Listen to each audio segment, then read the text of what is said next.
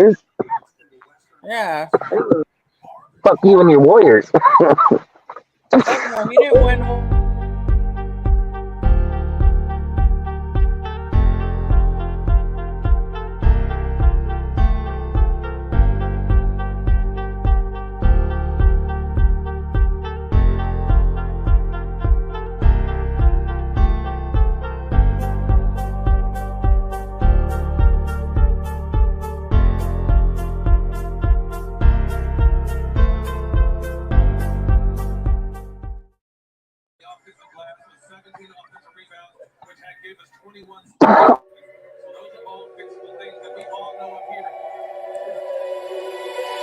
Wake up to the sounds of the silence that allows for my mind to run around with my ear up to the ground. I'm searching to behold the stories that I told when my back is to the world. Was smiling when I turned.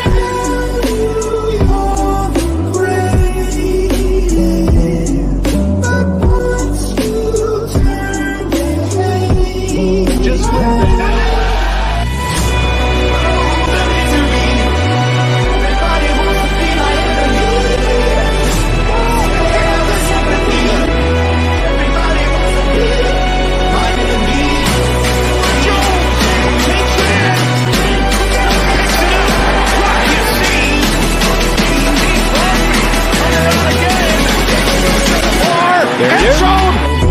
I try to the top of it, out of shape, thinking out of box, I'm an astronaut. I'm blasted off the planet, rocking cause catastrophe, and it matters more because I had it, now I had a problem. I freaking had to go on an opposition, kinda shocking, they were ecstatic with precision. I'm automatic, quarterback,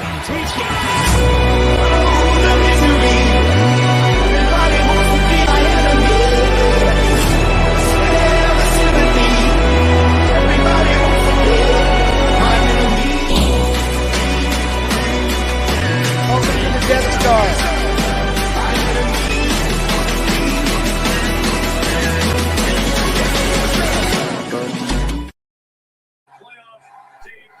What is good, Raider Nation? Welcome back to yet another episode of Raiders Live News Talk. I'm joined by my friends Dustin, Cortez, Ray, and Sergio. Say what's up, everybody. Salute Raider Nation. Salute Raider Nation. Salute Raider Nation. Appreciate y'all showing up. Appreciate everybody in the chat, the mods, and everybody on the panel. Thank you for always showing up, man, and being dedicated to DSR. I'm gonna go on mute for a minute. All right, sounds good, man. Yeah, as Dustin said, as always, thank you to the members of this panel for showing up. Thank you to the mods in the chat for holding it down. We wouldn't be able to do the show with you guys as always. And last but not least, thank you to our viewers for commenting along and watching us as we begin this broadcast. We got another great episode for you guys as always. Just a quick reminder before we get started, we will be posting all of the links to all of our platforms in the comments section momentarily. But just so you guys know, if you could follow us on all four of those platforms, that would be greatly appreciated. The four are the Death Star Report YouTube channel, which we're currently broadcasting to right now. If you could like this video, comment on this video, subscribe to the channel. If you can do all three of those things, that would be great.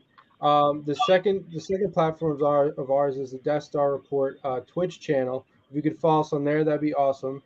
Our third link is going to be our Instagram, the Death Star Report Instagram.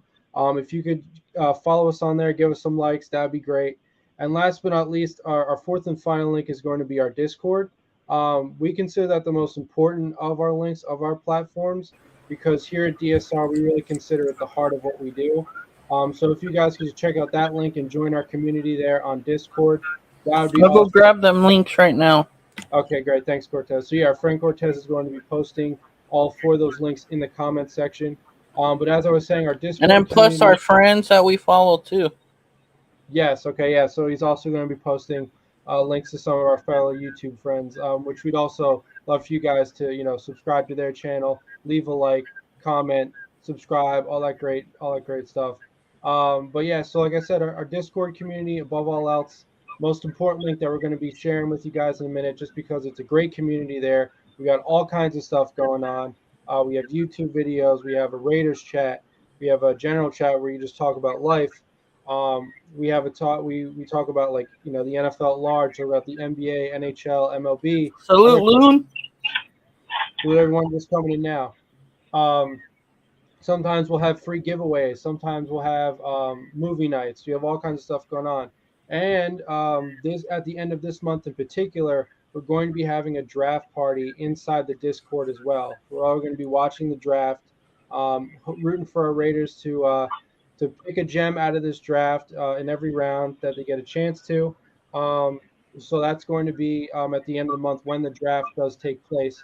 So, like I said, the best way to get updated and to remain updated on that is to join our Discord, as we were posting the link in the comment section for you guys. So, like I said, if you could check out all the links that we're about to post in the comment section, that'd be great because it helps us out tremendously.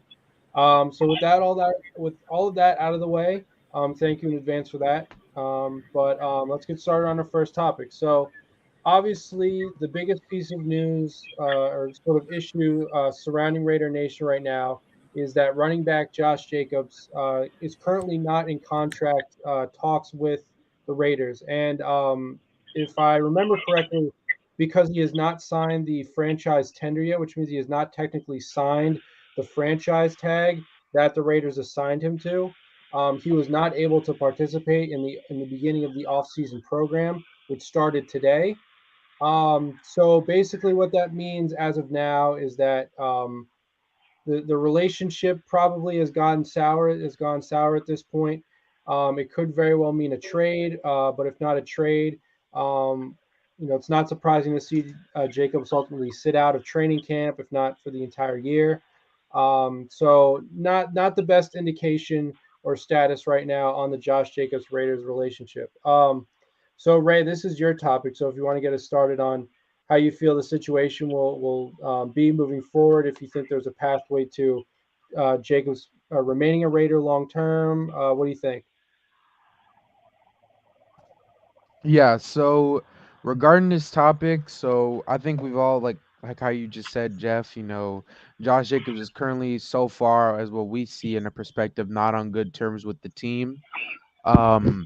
I personally feel like if I'm Josh Jacobs right now, I'm looking like I feel like what his main problem was is that I feel like I think when Dustin talks about certain players, like he like usually people in the league or any fan think of superstar players and Mhm. and I feel like Jacobs like, hey, where's the superstar player? Like where's like the kind of like DeAndre Hopkins? Right, Where's like the Nick Bosa, Micah Parsons type of player? right. So I feel like that's what kind of energy I'm getting off Jacobs and also the fact that we've traded people from the team like the team morale in the locker room, like Mhm. getting rid of Waller, Right.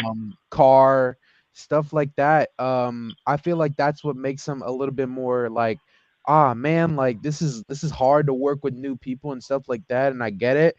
But it's just like at the end of the day, you're a man, you gotta grow up, you gotta figure ways out. It's kinda like, it's like coming in here, Devonta Adams is new to the system, didn't know anybody in this locker room except Derek Carr and still put Right. on a show. So is regardless, and he even had a great season, even with all the new people. Now this year Right. there's gonna be a new regime, new everything. So at this point, I don't know what Josh Jacobs is thinking.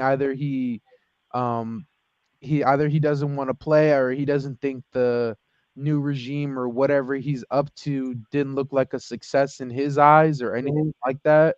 Right. So I don't know what the Raiders are thinking at this moment. Possible trade, possible anything, because he's Mhm. not listening, taking the he's not taking the I'm pretty sure he's like the franchise is like I don't know what he's. So, man, I got to speak here, all right? Listen, one, Josh is on the non-exclusive tag. Everybody knew he wasn't being signed until July 17th. The tag states it, clear as day. Non-exclusive tag has till July 17th to be signed. I've said the whole entire time, why would you sign him to a contract if it doesn't come until after the draft? It makes zero sense. And everybody knew that he wasn't going to be in training camp. Like, they fucking knew. He's on the non-exclusive tag. So, like, and then here's another deal. I've heard this like 5 times today where people are like, Jacobs not going to sign. He's not going to be the team. Jacobs said he would take a team-friendly contract if we signed to Aaron Rodgers, not Jimmy Johnson. Or Jimmy Johnson, Jimmy G. Like, he said, I will take a team-friendly contract if we get Rodgers, he didn't say I was going to take a team-friendly contract for Jimmy G at $15 million. He said Rodgers at 50. So, again, like, they already know where he's at. Now, him being in camp, people knew he wasn't going to be in camp because we already know Ziegler's not going to sign that contract till after the draft, dude. It makes zero sense. If Ziegler signs that contract, he's binded to Josh the whole entire time. If he goes through the draft, he can be trade bait, dude. He said, we're going to sign him at the 10.8. We're going to give him to you. You restructure the contract. That's smart business. It's not smart for Ziegler to get into a business with him right now where, for one, this is why Josh is doing this, is because of Saquon Barkley trying to reach the 15, 16 million mark right now. And guess who's going to be trying to get it right behind him? Josh. Josh is the best halfback in football right now, and he's been the best halfback in football since 2019. So his stats and his grades have been graded the highest of any player out of the 2019 draft, dude. And he's only been dominating 1,000-yard seasons ever since. And then, like I said, his stats are way over fucking. This is another reason why I want to do it and why Ziegler's probably not doing it. His stats are misleading as fuck this year, dude. Like, he would not break 2,000 yards if our team was healthy and had players. He wouldn't even came fucking close, dude. Like, he never came close under John when the team was good. He never came close at any given point. He came close because there was nobody else there to do it. So, to go out on us and give him 15 million is bad business. Like, that's straight bad business by us, dude, and that would not be good. And just like I said, everybody knew he wasn't going to camp. They knew it for a fact. He got the non-exclusive tag, bro. Like, if he ain't signing till July 17th, why would anybody think overnight that the fact that we started fucking deals today, or is it today? Yeah, I think it was today, that he was just magically going to show up? So yesterday, not one person posts about that shit. Not one person brings it up. Not one person talks about it. Not one person made any valid statement in IG, Twitter, YouTube, or any fucking thing that said Josh may sign that motherfucker today. But every football YouTuber or every football knowledge motherfucker knew that when Josh signed the non-exclusive tag, he was not going to be in that fucking camp. They knew it no different than last year. The same fucking thing. Like, that's the only thing is like, I don't want, if talk however you want to talk about him, I don't give a shit. I just don't want narratives to be pushed on our coaching staffs or our deals when that tag is on him. He's the one that chose it. He can sign the tag at any given fucking time and choose not to. So at the fact that I get it. I said this the whole time, and I've said this numerous times today on numerous shows, that I believe that he did that for Rodgers, not Jimmy. And if they don't want to pay him now because they want to put the money, well, that's the discussion between them. But it's clear as day we're not going to pay him. We got $2.4 fucking million. And this is another thing, like I was talking to Cortez about this morning. People have this narrative confused, I guess, where they think like we have to get rid of a player to be able to sign draftees. No, the fuck we do not. No, we don't. We have $2.4 million. We have 30 people on the fucking roster that's over the 53-man roster. And as those dudes dwindle away, our money will get received back. And that's why in years past, in fucking, 57 years of the NFL, but I would just say 30 years of recent, that there's reasons why players don't get signed until July or August, because we didn't have the cap because of the players being on the team. And then once the players leave the team, then we had the cap when we signed those players. So I get that people don't want to pay attention to the fucking sport and then talk about it, but there are a lot of reasons why some of these players will not be signed and why we will not trade fucking players, because the narrative of the fact that people take from what we're talking about, I have said since last year, trade Josh. But that's a personal deal, and that's nothing about you have to trade him to get players to the team. No, the fuck you do not. Like, they can hold on to him. They can sit him for the year. If you don't sign by July 17th, you know what happens to Josh? And they don't come up with a contract or a way to out him or ship him, he sits on the bench for a whole fucking year and plays next year. That's exactly what happens to Josh. And then the contract can't even be brought back up till the following year. So he's under us regardless. We tag the motherfucker. He sits there. He doesn't give a fuck he wants to go somewhere or not. We have the rights to it. He can refuse it or not. He'll still sit his ass down. So I just want to make it clear. He chose the non-exclusive tag. They said July 17th. That's why he's not here. It's not that, oh, Josh is like, fuck the Raiders, or he has this vendetta. That's how that shit went down. And I'm 100% guaranteed, and I bet hardcore money on it, it's because of Ziegler. It has jack shit to do with fucking Josh. It's Ziegler's deal because logic says to hold him at the tag until after the draft would be the smartest choice. A team's not going to take him for $15 million. If we sign him, they're going to be like, "You're crazy. You're stuck with that motherfucker." Like, They did say that they're not gonna do contract negotiations until the draft. Damn right. It doesn't make any sense. It makes zero sense, dude, because it's just like signing trades. Like, too many people just get so focused in one deal and think that this shit doesn't exist across other platforms. Yes, the fuck it does, and it's been this way for a long fucking time. I don't even know why people don't notice it or don't see it, but this shit is not uncommon. I said this about Waller when he got signed, and people are like, "Oh, it's," I said, "Bullshit, great deal. It's gonna be easy fucking move, dude." He got him at a cheap fucking deal where a dude like David over in Cleveland, which I spoke on 50 times, that he had a bigger contract. So it is not uncommon. And to sit on Josh is the smartest thing to do. Josh is signing to us regardless if he signs it or not. So it doesn't matter. We don't owe shit. We gave him 10.8. He's on the deal. The cap is out. Now, if we choose to fucking trade him or he signs and goes on a different route, that's that. But his ass is here till then. And we can trade that fucker. But the problem with the trade is where I think Josh has the hand up, like, I feel like Josh can literally just say, like, "You can't trade me somewhere." So I think, like, even with Josh's not having a no trade clause, I think, like, where he's at right now, Ziegler don't want to have a repeat of Carr. Like, I guarantee fucking to you, he does not want two elite-ass players just to walk off this fucking team with no draft cap coming back. Like, I think Josh can literally tell Ziegler at the end of the day, if he don't want to give him the 12, I wouldn't give him no more than 12. I don't give a fuck. I didn't give him 15, 13, 12 million. I've said it the whole entire time. Josh's cap, $12 million. I don't give a fuck.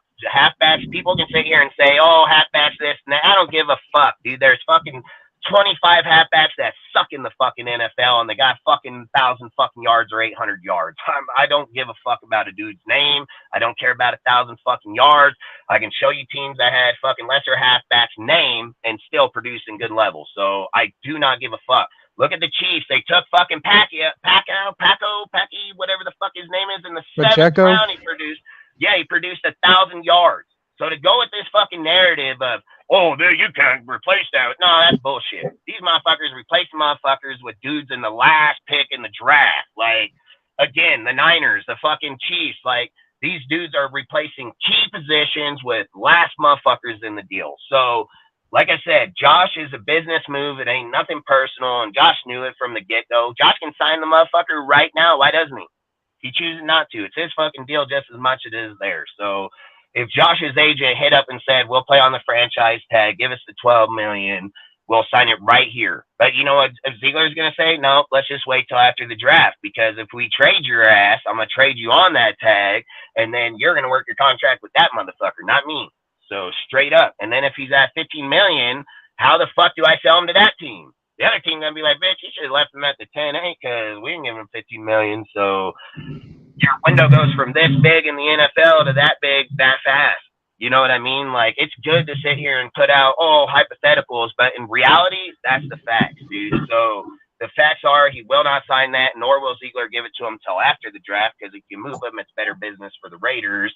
And that shit, like I said, GM people need to speak on GM shit. They probably need to know about it. So again, I'm mind blown that so many people made YouTube videos over this, and I know it's for clicks. Like, I fucking get it, but I do not like our show to be like that. I don't want our show to be like that, because it's never been like that. I've told these guys in private and behind the deal, we are not about clickbait. We are not about picking out deals. In this case, that's why it is.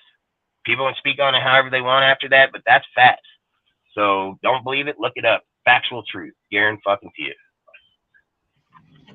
Yeah, I mean, clearly what we're dealing with in this particular case is, the classic dilemma between running back in a contract year and organization. And obviously coming off the best year of his career, and given that, running backs need to get paid when they can. So coming off the best year of his career, it really, it seems pretty clear that, Josh wants to make, probably going to be his biggest contract, of his career. And easy. Clearly, I mean, yeah, exactly. And there's clearly a market. What if he got the Saquon deal 4 year? Because what did he say? 30. He wants to play till he's 30, right? So he'll come in at 26. So 4 year at 15 million. What is that? 60 million in 4 years? Like, that's fucking massive, bro. Like, that's massive. Right, and there totally is a market for him. Yeah. When you consider a team right off the top of my head is the Buffalo Bills. I've You know, as said a that team day one. right, they're very win now right now. They're really trying to capitalize on what they have, and one of their biggest flaws is outside of Josh Allen, a lack of a running game. So, in this particular case, you could totally understand why the team would want to trade a guy who could very well get injured next year, maybe tear an ACL. May possibly also deal with what we see with a lot of athletes, complacency after being locked up, after having made a certain amount of guaranteed money, not exactly putting their best foot forward, or sometimes, just magically getting injured. Whereas, in their contract year, they weren't magically injured. So, And you know what's funny too is one thing that Bill used to say all the time. He said, "You play your heart out here, I'll make sure you get paid somewhere else." That's exactly what he said all the fucking time. Like, he never said they were ever going to pay players there, dude. Like, he always said, if you play your heart out here, you always get a contract somewhere else.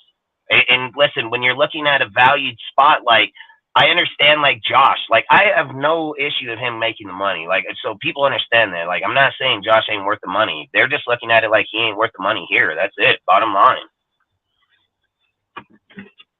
right, yeah, and I think the one frustrating thing about it, though, is that this particular example, though it's different from other positions, because, like I said, running backs in particular are very injury prone. They need to make money when they can. All that is true. It's still part of this pattern that we're starting to see where, unless your name is Devontae Adams or Max Crosby, if you haven't played for the New England Patriots before, there's no room for you on this team. So that's another frustrating thing that I think we're beginning to see. And hopefully it pans out. Hopefully there's something about these players' past experience with Josh McDaniels, are not having to have as steep of a learning curve or as drastic of a learning curve when it comes to what we all know as the system.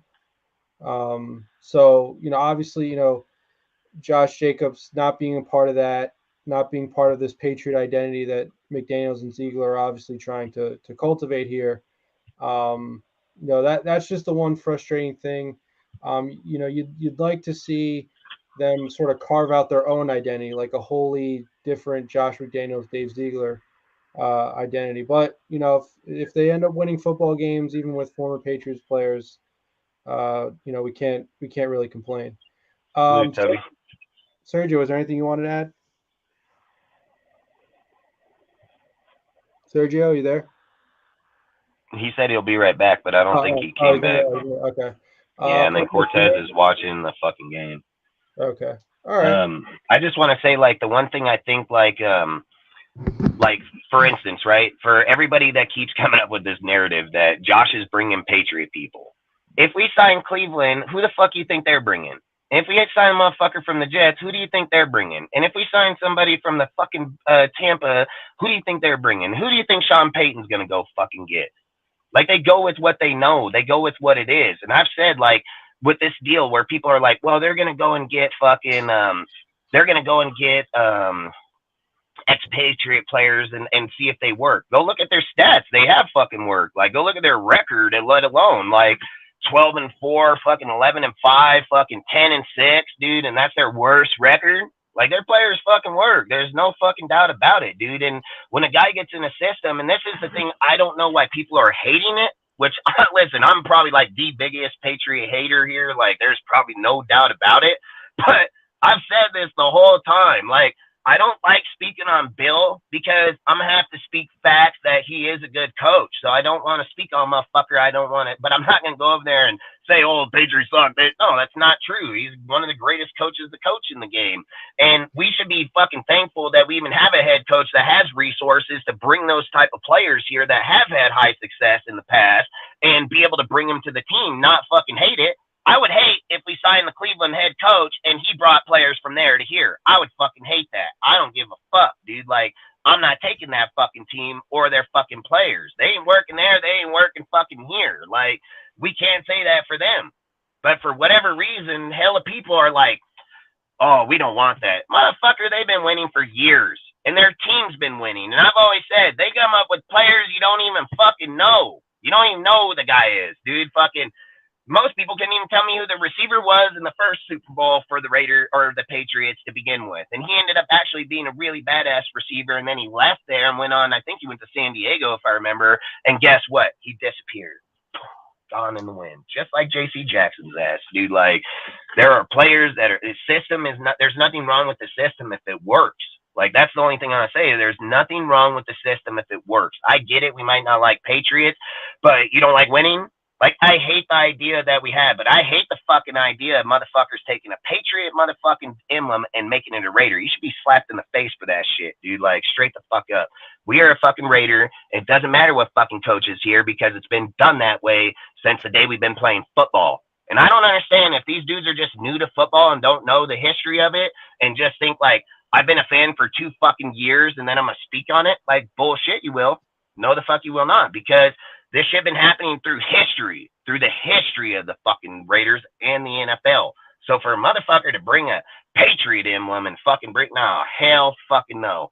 And shouldn't even be a fan. Like, straight up, I'd never put a fucking Patriot jersey emblem or any fucking thing on my shit, let alone support it. Like, I think that's fucking insane. We get coaches from all kind of different fucking teams. Why didn't we have those motherfuckers from their past teams? How come we didn't have Gus? How come we don't have fucking Jack? How come we don't have any of these motherfuckers? You guys are sorry ass fucking fans. Like, that's why you are. You sorry ass fucking fans. Straight fucking facts. You do it to whoever you choose. Like, but the worst thing is, you did it to the motherfucker that has more success than all of them put together in a box. Like, that's even more crazier, dude. Like, clown on dudes that have success, but praise fuckers that suck. Like, what in the fuck is wrong with Raider fans, dude? Like, it's the craziest shit I've ever seen, dude. Like, I don't even get it. And again, hate a system all you fucking want. Their shit works. That's facts. They got to go back, look up their last 10 fucking years and their records. They got 3 Super Bowls, 14, 16, 18, dude. And I'm pretty sure, I haven't even looked it up, but I'm willing to bet they ain't even have under 10 wins in that time. I think the worst time in the Patriot career was after that. What was that, 2003, 6? So I think it was in that span right there where they had that little up and down, but they still made Super Bowls or playoff or AFC championship games. They still made Super Bowls. They just lost. But that's all I'm saying is like, I don't like that we're putting a narrative against a winning culture versus we would praise fucking losing ass cultures. That doesn't even make any sense as fans. And then it gets ridiculous that we have YouTube channels or fucking content out there and we're praising lesser motherfuckers. Like, that's the craziest shit I could ever say. I don't even get it. I don't understand it. And there's a lot of times I sit and tell my woman straight the fuck up that Raider fans are fucking delusional as fuck. Like, straight up. I'm a diehard Raider fan. Doesn't mean I need to support every one of those motherfuckers that are out there. I'll tell you that shit right now, dude. Like, there are dudes that should not speak on football. There are dudes like even that post that I posted on my shit. Look at the trade posts. Like, the trade posts don't even make sense. We're giving shit away. Like, here, take my shit, bro. Take it. I don't even want nothing. You can have it. Like, this shit's getting ridiculous. It's getting so ridiculous anymore. It's not even funny. But Yeah, like I said, if I could add just, something. If I could add something. Yeah, go ahead.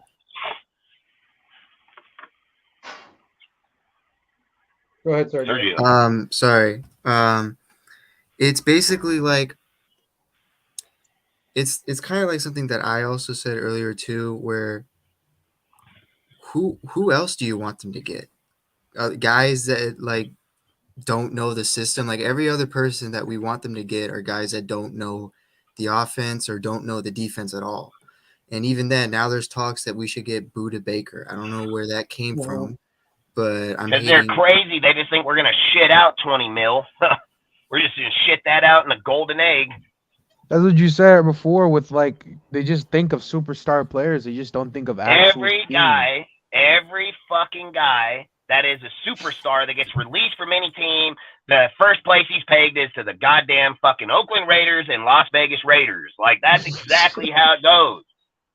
Motherfucking Waterboy gets released. Fucking Vegas Raiders, bro. Fucking goddamn fucking janitor. Vegas Raiders. Fucking quarterback. We got one. Vegas Raiders. Lamar still projected to the Raiders with Jimmy. Like,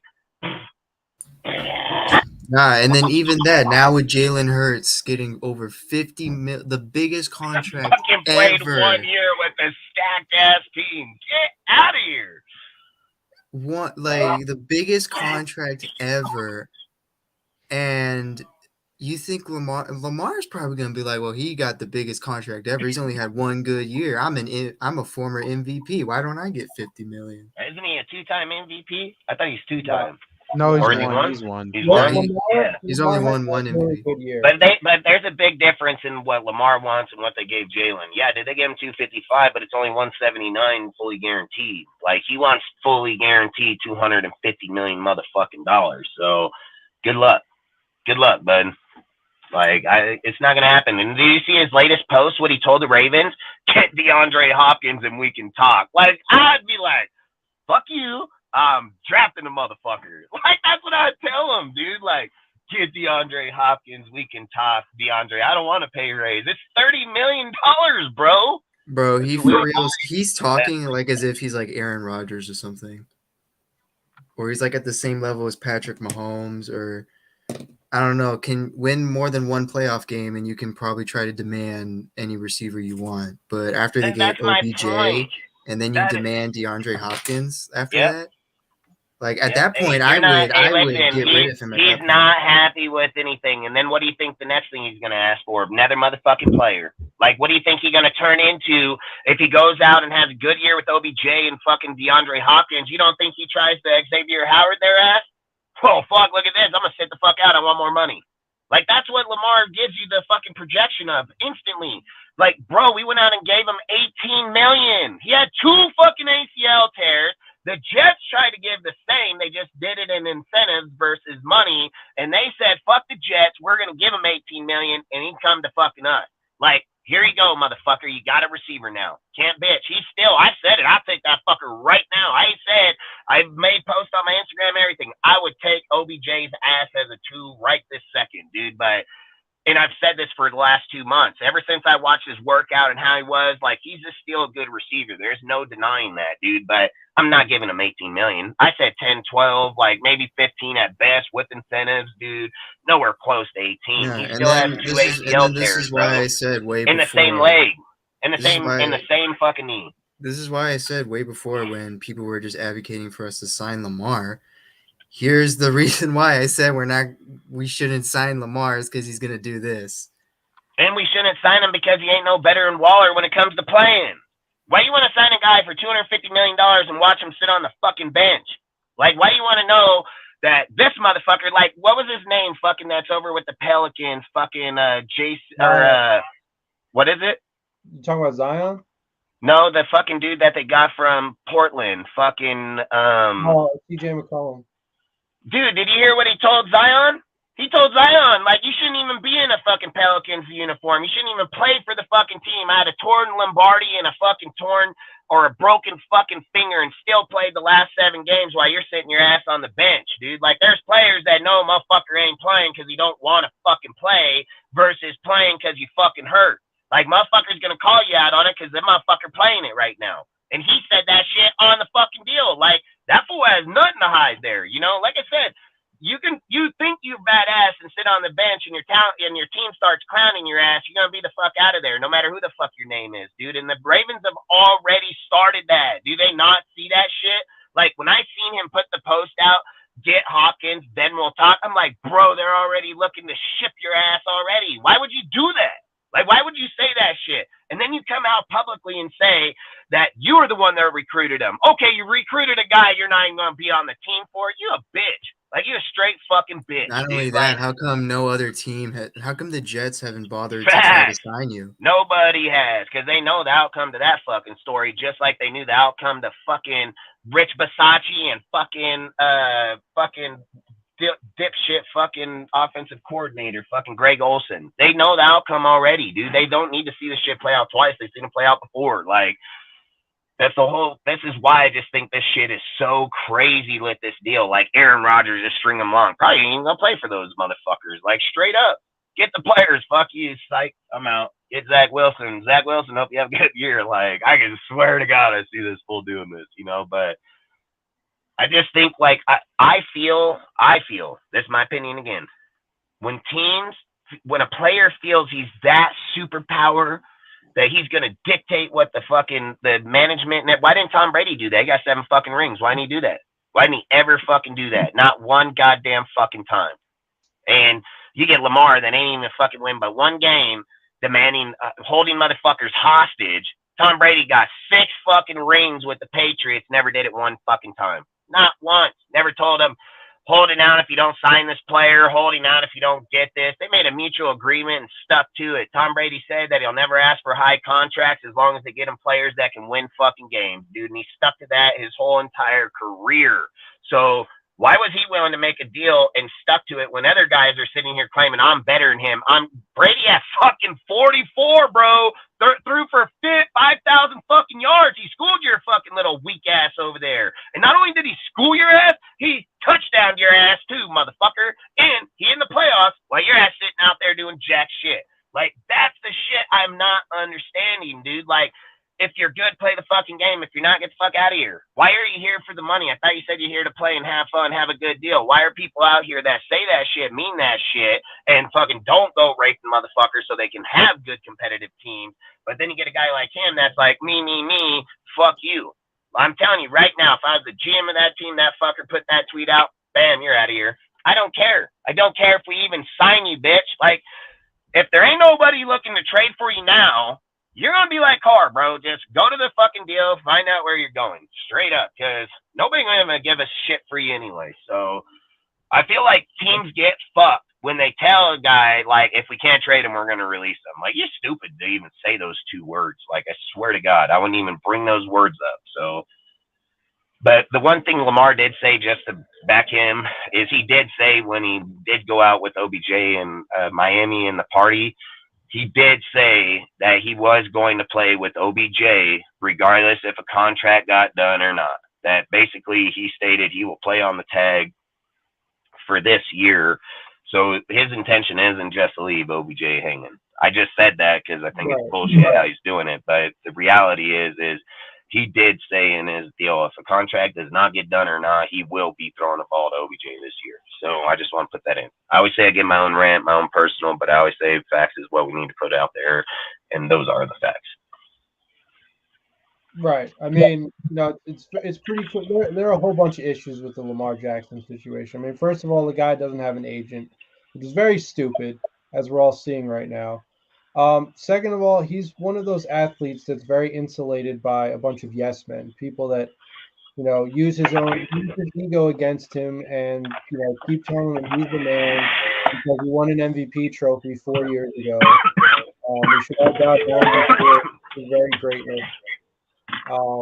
And I personally think that, signing OBJ is a very smart move, because if you're talking about some guy who, in Lamar Jackson, who's supposed to be the cool quarterback, you can't think of a better cool receiver to pair up with him than OBJ. Now, OBJ, obviously, there's an injury concern. I mean, all of last year, we went through the whole carousel of teams, 1 foot in the door, 1 foot out, as far as, trying to sign. Yeah, and he did that with the Cowboys of all teams. Right. And the Cowboys ultimately, very smartly, I would say, were like, there's no point in giving this guy a long-term extension if he's not going to be able to stay on the field. And the Ravens didn't even do that. The Ravens gave him 1 year, albeit $15 million. So that might ridiculous contract though. Yeah, but it's cheaper than if we're talking. Yeah, but I think it's sometimes you need to pay a guy to get a guy. You see what I'm saying? Like, you need to let the motherfucker know, like, You're gonna have a quarterback that has a temper tantrum about his contract. Hey, but that's what the Ravens want. I've said I'd cut the fucking guy. I'd cut that motherfucker. I don't care. I've said it. Derek Carr, wanted to see how he would react to it. I've said Derek Carr is a better quarterback than Lamar will ever fucking be. Lamar is just a better athlete than Derek Carr will ever be. Like, straight up, dude. But he is not a better quarterback than Carr. No way, no fucking how, dude. I don't care if he can run. Bitches on the bench more. He's out 16 games. Carr been out fucking, what was he out? 4 and 2 weren't even by choice. And that's in fucking 9 goddamn years. So you bet your ass that if Carr could have been in that playoff game and that Texan game, his ass would have been there even with a broken leg. Like, his ass would have been out there in a goddamn fucking cast. Like, that's the thing I hate about how people talk about Carr. Like, Carr was solid as fuck for our team while he was here. Like, straight up, dude. And this is my point. Like, you'll shit on anybody. You're not fucking Raider fans to have no fucking loyalty to anybody. You just shit on anybody. Like, you don't have no loyalty to yourself. Like, straight up. You shit on a player that gave you everything. You ain't give him shit. You ain't go buy his shit. You don't support him. You don't fucking buy his shit. Like, that's the thing. Easy for a motherfucker to talk about something you can never do in your life. Picture of him. This is It's the good. best It's a picture of picture. him. It's a picture. You think he He's a cares? pro No. TV. He He's don't trying give to a fuck fix it. about your picture. He don't give a fuck about how you feel. Carr gonna go out there, ball the fuck out with Michael Thomas. Look at Michael I'm gonna Thomas. blast On him four with setters. this He's shit. deadlifting 460 right now. Just raw. Did he do that with fucking Jameson Winston? Did he do that with Andy Dalton? Did he do that with any of those guys? Fuck no. He's like, Carr's here. That's my Like, quarterback. he know he right gonna go there. get some yards. He's like, bro, Carr been Jimmy balling G's out my every quarterback. receiver that's ever come there, and here I come. Like, get out of here. Shut up. Jimmy G's the best thing that's happened. Good. That's your opinion. That's why I say Michael Thomas he's gonna reap that shit, bro. Facts. Watch Michael Thomas be all fucking pro this year. Watch it. Mark it. Watch him get 1,500 yards because nobody else in the team doing shit and Derek Carr just feeding him. Because that's what he's done to Waller. That's what he did to Renfro. And he's gonna do it to Michael Thomas. He did it to Zay fucking Jones, Cook, fucking Holmes, Crabtree, fuck every goddamn fucking receiver. All that those put on the receivers that fucking you wide just receiver. named got Every huge motherfucker contract. wore that shit. All Goddamn right. those Carr gonna murder it with him. Dustin, the crazy thing is that all the receivers that you just named, look at them in the off seasons. Look They all look at got their big bag. shit. Every Look one at of their them. bag. Look at Andre Holmes. Left the Raiders, went to the Bills. Get the fuck out of here. Fucking Seth Robert leaves the Raiders, goes to the Ravens. Ravens. Fuck on. Fuck, he got there because of that fucking Tampa Bay game, bro. Like, the one in my highlights on this bitch. Because, like I said, Carr makes motherfuckers. There ain't no fucking doubt about it. He's been doing it since day fucking one. Aguilar goes to the Patriots, look at New loses his England, ass. And what did he just get signed by? How much did Aguilar get signed by the Ravens? How much was that again? $3 million? You literally 3.5? got- 12 literally got million to 3.5. liability Jones versus Carr. Like, get the fuck on, bro. Like, that's what I say. Thomas gonna get a year, bro. Like, look at him in that shit. Like I said, the minute I seen that video, I'm like, fuck. Like, fuck. Like, I fucking hate that shit because I'm sitting here thinking, like, Chris Olave and Thomas are gonna kill it, bro. Like, they're gonna fucking kill it. And then we're gonna be over here. And listen, I don't think Jimmy needs to do what Derek's gonna do there. Like, Derek ain't a Raider, it's fact. What I think Jimmy's gonna do that's better for us, that Carr's gonna throw yards. That's what he does, and he's gonna give him touchdowns, especially with those type of players. Jimmy's a scheme Jimmy quarterback. just knows Carr the thinks so. system, man. He knows the system. He just cares about 10, 15 yards, fucking seeing open plays. Like, people don't understand how well a system works till it's in the deal. Look at Jimmy in the podcast when they asked him, how big of a decision was it to come here to the Raiders? He said huge. He said huge. He didn't say little. He didn't say just a bit. He didn't say okay. He didn't say, oh, it's a little bit. He said it was fucking huge. He said it's a huge factor because of the fact of how Josh McDaniels' offense is always rotating and evolving. And he said, yeah, it's not the same as what it was then. I'm going to have to learn the new plays. But he says, I know Josh is system. Yeah, and So Jimmy that said, shit's massive. and Jimmy said, while all the other players on our team dealt with Jimmy the first year, they said it's like learning Mandarin. Meanwhile, Jimmy's over here saying, oh, it's like learning Spanish. So he's over here saying it's 100 times easier for him to relearn it than everyone else learning it for the And first same time. with the players we have on the team offensively right now. Like, they're saying the same thing. And that's why it's crucial to Josh's offense to have those players. Josh is like, okay, dude, if I only get 4 years, and I literally didn't get it done with these dudes last year, and we're trying to say that the Raiders going to the 2023 Super Bowl or 2024 in Vegas, that's the only way it's happening. Like, it is, listen, to go get OBJ, DeAndre Hopkins, fucking, and let's just say a few other players, don't even know who they are, just bring them, right? None of them have anything in relative besides being a great player. None in the same system. Nobody knows jack shit to that dude. All you can say to those 5 players is, you're good, you're good, you're good, you're good, you're good. Where you look at our 7, look at the 7. There's only one guy. I think one guy, Sims. I think Sims is the only dude in the roster right now that does not know the offense. One fucking guy. Every other guy, including Renfro and Adams, all fucking know it. And only going to be better in year 2. But when you're looking at Dorsett and you're looking at fucking Myers and you're looking at fucking Johnson and all these, they've all been through the system. So I've said, if you're going to try to be good in the system, it makes more sense to get motherfuckers that ran in it versus a motherfucker never ran in it. I got to teach this motherfucker. It's like I keep saying about Carr. People don't understand why Carr didn't succeed in areas. When you're playing Madden and get asked to use a different book, you're used to something that you know. When you're in 3rd and 15, I got 7 plays I can pick through because I know my motherfucking playbook. So it doesn't matter if I get it in I formation, shotgun, single back, fucking spread. I can get it in 5 different areas. But when he comes in, he gets it from one area because it's the only fucking area he knows. Like, that's the difference, dude. You don't have that back door to be able to say, okay, I can go 5 different formations. No, you can't. No, the fuck you can't. You don't even know what they are, dude. Like, you're smart and you know it, but I'd be willing to bet, like, and I'm just using this number. It's not accurate, and I'm not saying that it's even close. But what I would say is if Josh had 500 plays in that book, that they were learning, I'm willing to bet Carr probably knew 300 of them. There's no doubt in my mind that Carr did not know that whole fucking book. I would bet hardcore money on it. It's unrealistic to sit there and say that he knew John Gruden's book the first year in. He knew John Gruden's book the 4th year in by far. He had 3 years to learn every fucking thing across there, and he knew it just as well as John Gruden writing it. So to sit and say that Jimmy wouldn't have an advantage on Carr and sit here and say that, like, that's legit, that's fucking crazy as fuck. That's crazy as fuck.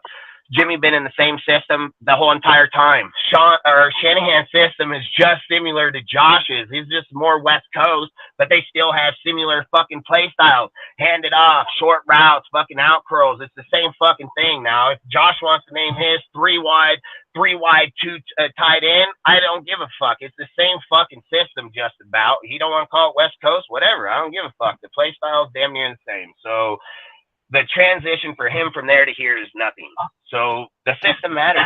The system matters massively. I do this shit for a living, dude. I'm not going to go get a fucking guy that farms in the city versus somebody that farms every day. It's not going to happen. Not going to happen. If a guy came to me and said, hey, I want to learn farming and that I'd be willing to learn this and be willing to do that, then great. I'd have no problem to teach him. But let me tell you something. That guy ain't going nowhere for a year. He ain't going nowhere by himself for a fucking year. So it doesn't matter what he thinks he knows. I know he ain't taking my shit and dropping it in the ground. Like, I know that shit for a fact because I'm not going to let him. So there's a difference when a guy walks in and has 25 years experience in what we do in the system, and he going to get hired and get sent out today. Like, I'll go right around with that motherfucker today, and when we go through the fucking deal and he knows everything from the hay, the grain, and everything we're fucking doing, guess what? When I get back up to our house, I'm going to fucking get out and walk him over to our pickup and be like, this is your truck from now on. Be here at 7 o'clock. Adios. Done. Like, that's what you do because you know he knows the system. But this other motherfucker that wants to come in from the city or come in from fucking doing whatever the fuck, he can be doing fucking potatoes or garlic or whatever. He ain't doing hay and grain. It's not the same. You're driving a tractor and you're moving dirt, but it's not the fucking same. They don't grow the same. It's not done the same. There's nothing the same. So you're not going to take that guy and bring him in here. He may have foundations in it, but you got to teach him. And you're not going to release him in a day because he can bankrupt your company. You can make it to where you don't have nothing in the ground whatsoever. So the smart thing as a businessman would be, you have the tangibles, you have everything. Let me bring you with me and I'll take you this year. I'll show you how we do everything. I'll show you the process. This is why we do it. This is how we do it. This is the equipment we use. This is shit we used. And then after that, I will give him the keys and give him a vehicle and let him do his own shit. So big fucking difference between the two people. So for someone to sit and say that one guy in a system versus another guy, it's the same bullshit it is. That's an uneducated motherfucker, and that's somebody who don't run shit, and he don't run any business. You don't have anything out there. He's just speaking to speak. Like, that's facts, dude. Like, in this world, you take people that are accustomed to what you're doing. That's what you do. The best, what my reflection of me is you. That's what I want. I want what I do in you. And when I look at you, I have to sit there and say, like, I see that in him just as much as I see it in me. So he'd make a great asset to our fucking team, because when I leave this motherfucker alone, he's going to be able to do it just as well as I can. That's what fucking matters. That shit fucking matters, dude. Like, so this shouldn't be just to say, like, it isn't or it's not irrelevant. It just says I don't even want to have those conversations with those people, because I think, like, you don't know shit about what you're talking about. Like, I'll just de-escalate the conversation by not even talking. Just think what you want, don't give a fuck. I'm not going to sit here. I do that with my woman enough. Like, I don't need to fucking do that shit in a sport I love. Like, no way. So I just say, like, Jimmy isn't my dude. Do I think Jimmy's going to go out and have the yards car or not? No, probably not. I mean, I think I have said it. I think we get 10 wins. Like, I don't give a fuck what people think. Oh, we're in dark day. No, you're dumb as hell. That offense is geared to fucking go right this second, with or without fucking Josh. And the defense is the only motherfucker I'm just skeptic on. That's facts. But if we go back and look at statistics, because I'm a fucking numbers dude in fucking statistics, we lost 12 games by 7 fucking points, or won by 7 points. That don't tell me, like, we suck too fucking bad. Like, straight the fuck up. It tells you, like, you're right at the cusp of it. Just don't have the shit to get over the fucking top. And if they go in and put, you know, let's just say 6 out of 8 fucking picks in this draft defense, and 4 out of the fucking 6 are starters, like, we're miles ahead of where we've been. So all I'm saying is sometimes where one person wants a big name, it's not what's best for the team. For 20 years, we have signed big name players and got nowhere. We have 0 winning years. We have 3 winning years in 20 years, and the Raiders have made big splashes every fucking year. This year we didn't. Now see where we're at. Like I said, just because you're not accustomed to it doesn't mean it's not right. And just like I say with my kids or me trying new shit, I just don't know it. So I'm not comfortable with it. So if somebody brings me food and asks me to try it, and I'm like, yeah, you're fucking crazy, dude. I'm not eating that. And they're like, that shit tastes hella good. And I'm like, no, bitch, that's cow balls, bro. You want me to put that in my fucking mouth? Like, and they're like, bro, it's just like chicken nuggets. I'm like, you're dumb as hell, you know? And then I take off, and this fucker batters it like a chicken fucking nugget and throws it in there. And then you walk up and grab the bitch and eat it. And you don't even know until the fucker says, hey, you know, you're eating a cow ball, you know, like, that's all I'm saying. Like, shit like that, you just don't know until it's there, you know? Sometimes it's right in front of you, man, just because your mind's so psyched on it.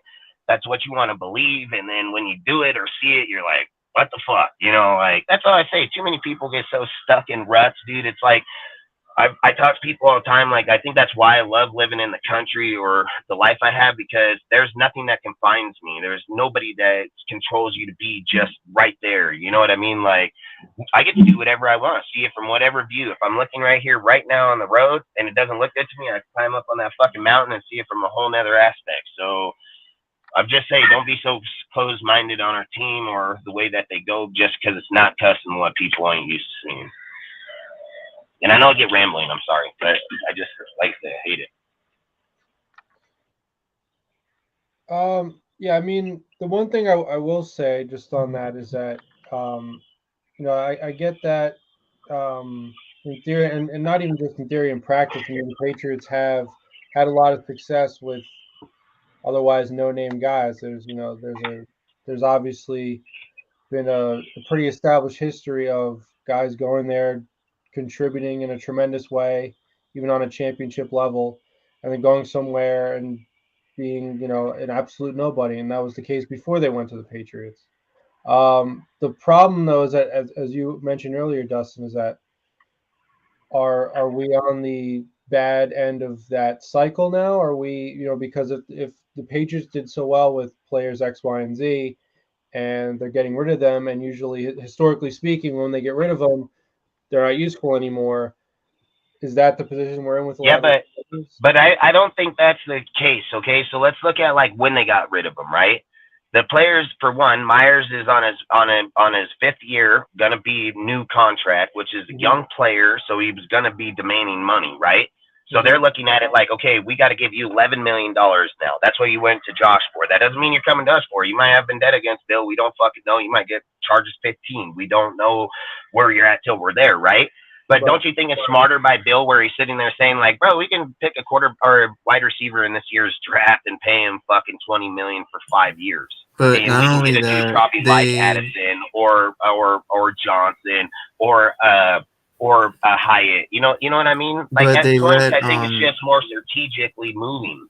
but they technically let Jacoby go so he can go to Josh because Josh is technically his offensive coach, and they just signed Juju for the same contract. Yeah, and just look at it like this. Like J.C. Jackson, right? He left. He's a UDFA dude. They fucking made him probably one of the best in the whole NFL. We didn't even intrigue looking at him. Like, I think there are certain tangibles about the player or like how they were on the team, but I'm willing to bet, like when for instance, about Johnson and frickin' Dorsett. I don't think Johnson played for the Patriots. I think he just played with the Tampa, and he just knows the system between how Brady changed it, you know, when he was there with Bruce to where it was now. So I'm just implying like he just knows how they call him just because of Brady. But I don't think Johnson was ever a Patriot. And I can be wrong, so I'm not saying I'm right or not. I don't think he was Patriot. But long story short, I think at the end of the day, when you're looking at Dorsett, for instance, and like what you're saying, I don't think Josh is getting the guy that's trash. I think what happened is Dorsett probably exceeded his contract. Bill didn't want to give him the money. He went somewhere, and just like you said, he depleted because that's usually how all fucking Patriot players go. And now he sees Josh again, and he can come back. I don't think like Aguilar, for instance, right? Do you think Aguilar just sucked that bad the following year? I don't think so. I think Aguilar excelled very well under Derek Carr, being able to play deep and give those looks because that's who Carr is a slinger downfield. But I think when Aguilar went over here and was expecting Josh to be that guy, but Josh was over here, that's why he plummeted. But let's be real. Do you think if we were able to get Aguilar right now from the Ravens at 3.5 and come back over here, and let's just say Jimmy or Josh or Derek, you don't think Aguilar would probably have another 800-900 yard season? I think he would in a heartbeat. I don't think it's that he declined. I think it was they declined. Just like Ziegler made clear of this, salute James.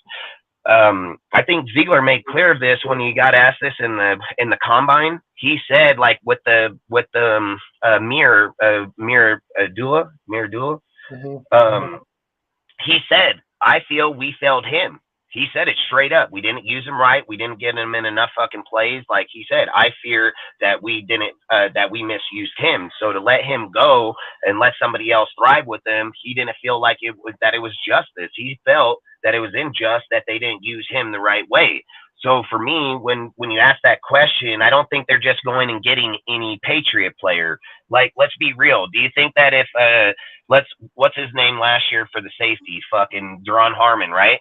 Do you think if he went somewhere else, he produces that same way? Do you really believe that if he goes to another team, he has that same type of year? I'm willing to bet no. And I'm willing to bet that's why he's not picked up and why he's not going somewhere else, because they know he came to the system that he thrived in the most for where he started his career. That shit fucking matters. Familiarity matters massively. When you can run free in something that you know so well, there's no guidelines to you. That's why I think if he goes somewhere else, he's restricted. He has to, play. He don't play the same way. He played really well for us, and don't be surprised if we do sign him again at the end. But at the same fact, that's why I said the Epps signing happened, because he's a younger him. He plays the same, but you get a different play out of him because you get an Abram play that you wanted from Abram, but you really get it from Epps. Epps plays safety, box, linebacker. That's exactly what he did over in Philadelphia, and he played it at a very high level. So for me, like I said, I don't think it's about that they're just picking up any Patriot player. I think they're picking up players that fit them or still have that in them. And I've said, don't be surprised if Dorsett doesn't make the fucking team and Johnson or Sims or somebody else does. Just because he bared the Patriot deal doesn't mean he's going to be here. He still has to go to camp. He still has to know that he knows the plays and run it at a high level, dude. And if Johnson or Sims or any dude sitting behind them outperforms him, well, bye-bye, Dorsett. So I think, yes, it's yes, we signed him because he's a Patriot, but don't think he just made the team. Like, I'm going to say that. You got your draft, you have players. Like, who's to say if we don't get fucking Cortez's dude from Fresno, fucking Cropper, that he don't take that job. Cropper can every bit take that fucking job from that motherfucker all day long. So, and I don't care if he gets drafted in the 6th round. That dude got mad skill, bro, and he's young, and he got only up climb for him.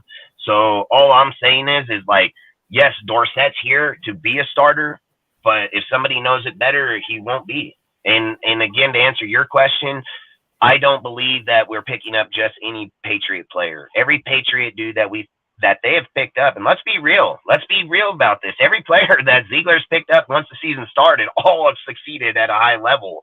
Every one of them. There was not one player they got, like, let me think about it before I say that, but Zamir White, but that guy's trash. He had 70 yards on 17 carries. Like, get the fuck out of here. I mean, Avery is another one.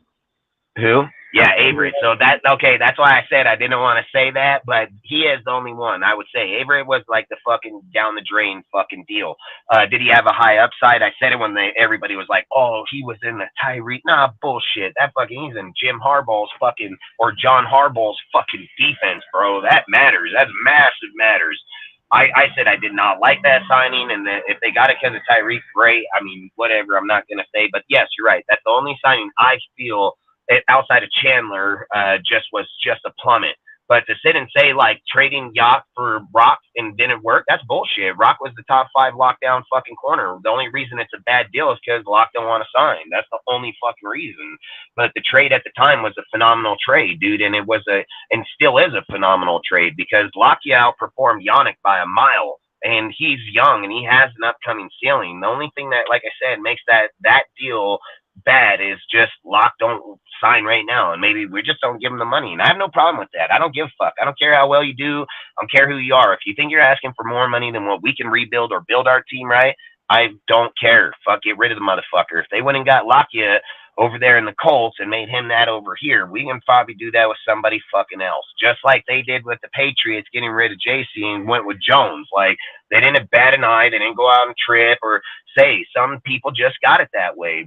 I'm not saying we doing that. I'm just saying, like, sometimes you just don't need to pay the fucker for the money. And I keep saying it. Why would you pay him 10 or 12 when we go in the draft and draft 2 fucking corners right off the get-go in the draft? Like, everybody's saying defense, motherfucker, that's your biggest fucking hole. Draft 2 bitches right off the go. I don't care. Take them for a second. I can give a fuck, dude. Like, to sit and say I'm entertaining a tight end in the first 3-4 picks, that's crazy as fuck, dude. You got fucking 2-3 on the roster right now. You don't have no corners. Like, you're literally sitting there having a conversation saying Amik Robinson's going to be a starting one. Fuck, get the fuck out of here. You should be fired. You should be even fired to even speak that shit. Like, get the hell out of here. He's going to get cut. But that's my point. You can better your team instantly in those, so don't give the money up, dude. Like I said, it's not personal about, like you were saying, about Myers or not. It's about the fact that Bill has done this for a very long fucking time. When a player reaches his peak, he already has draft people scouting players for those positions. I've said it. You think Myers leaving, they don't get a receiver? I bet they take one in the first round. How much you guys want to bet? I bet hardcore money right now, dude. Like, Bill replaces players as they go. He's done that for 20 fucking years. He's taken no-name ass motherfuckers that he picks where dudes are like, Bill, why did you take that guy? He's in the 3rd round. You took him in the 1st. And he said he plays the position well. He plays that position well. And he's even spoken his deals when people have interviewed him and asked him about those comments. And he's even said, I don't want players on my team that play multiple positions. I want the player on my team to play that position well. That way he worries about his position, not somebody else's. That's how his system works, man. Every motherfucker on that bitch doing their fucking job. You take a break, I fail. I've said why I think Morick, I've said why I feel Morick is falling off is it's not him. It's not who he is. Listen, there are some people in this world on any position in football that are called man position, where he's a man motherfucker. He don't play zone. He don't play this. He plays man. I'm better than you, motherfucker. That's what he plays. And that goes at corner, safety, linebacker, and so on down the line. So when he's sitting down there on the fucking deal, he's playing against this motherfucker to be better than him. Morick's not that guy. Morick needs the help of the linebacker in the fucking corner and the safety. Morick is a system guy. He needs the people around him to make him play well. When Morick gets all the pressure on him, just like Devontae and fucking Jacobs did, they excelled. He declined. He is not man. They're man. He's not. He is zone, where he needs a package to make him excel at a good level. Watch when you give him a corner and a fucking linebacker that protect him and see how well Mark plays. He's gonna play probably very well because he plays that position well. That shit Bill spoke on his whole entire tenure at the Patriots. I don't like the Patriots. I don't support them, but I'm not going to discredit one of the best coaches to play the game. I've said this. You only hurt yourself if you sit and say you hate LeBron and you don't watch his games. He's got one of the best IQs in all of basketball. He's one of the best players to play the fucking game, and your personal feelings take away from you being able to know the game better. And that goes in football, and that goes in any fucking sport. Baseball, soccer, basketball, I don't give a fuck what it is. When you hate a great player in that era, in that time, and you refuse to watch him, you uneducate yourself. That's all you're fucking doing. It doesn't matter if you feel a way about a guy. I would still watch him to know what the fuck he does that makes him great and why other people ain't doing it. And that's what I do with Bill. Bill said this shit. Bill spoke on this shit. It's not new news. He's been saying it for 20 fucking some odd years with the Patriots. He spoke on why he drafts defense through the deal. He has spoke on why offenses are heavier in the offensive side than the defensive side. He has said this shit for fucking 20 some odd years. Nobody wants to pay attention. Nobody wants to see it. They just want to bring up a stat and say, well, this is where he's already said. He's said a hell of times. It's not uncommon in offense. There's heavier spin on the offensive side than the defensive side. He said, we built our team through the draft for fucking all these years. They've reset once in 23 fucking years. Bill reset once. When was it? 2 years ago? 3 when he got Judon 2 years ago when they went out and spent 56 mil? So Bill shit works, bro. He reset his shit one fucking time. And then let's just go about this narrative too. People say, well, he's fallen off. He's not for bullshit. Bull fucking shit. He was leading in the fucking staying competitive in the conference with the fucking defensive coordinator calling the offense, and he was doing that against Tui and fucking the Bills and the fucking Jets. So he did not fucking digress, dude. The dude just didn't perform to the level, and he still stayed competitive. That's all I say is like, where people look like he is failing, he's not, man. That motherfucker's still where he's at. Watch when Bill O'Brien's in there this year. They don't lose games like that. They're not call stupid-ass plays because Matt Patricia, again, don't know the playbook. Bill's like, I know the playbook. I was here. I got one of my best jobs here. I know how it is. Like, he knows this shit. It doesn't matter. He goes somewhere else, like riding a bike. When he gets back here, he reads the shit. He starts all over again. So all I'm saying is, like, we're not hiring just any Patriot player. We're hiring motherfuckers that are still excelling in a high fucking level and still producing. Chandler, I've said it. He produced when Cleveland Farrell went to the D tackle that was beside fucking Chandler. Chandler showed up. Chandler can play. Chandler got back to the back. He started putting pressure. He started bringing more shit to the game. The problem with Chandler is he is no longer double, like, he can't get off double coverage. Like, Chandler can get off one. He ain't getting off two. Like, he's just stalemated at two. He's not doing it. But it showed, and this is why I keep saying, like, I don't think Chandler is a big a need like people are saying. If you add a defensive tackle next to Chandler, you can free up the double team if that D tackle. Jalen Carter makes Chandler a good player again.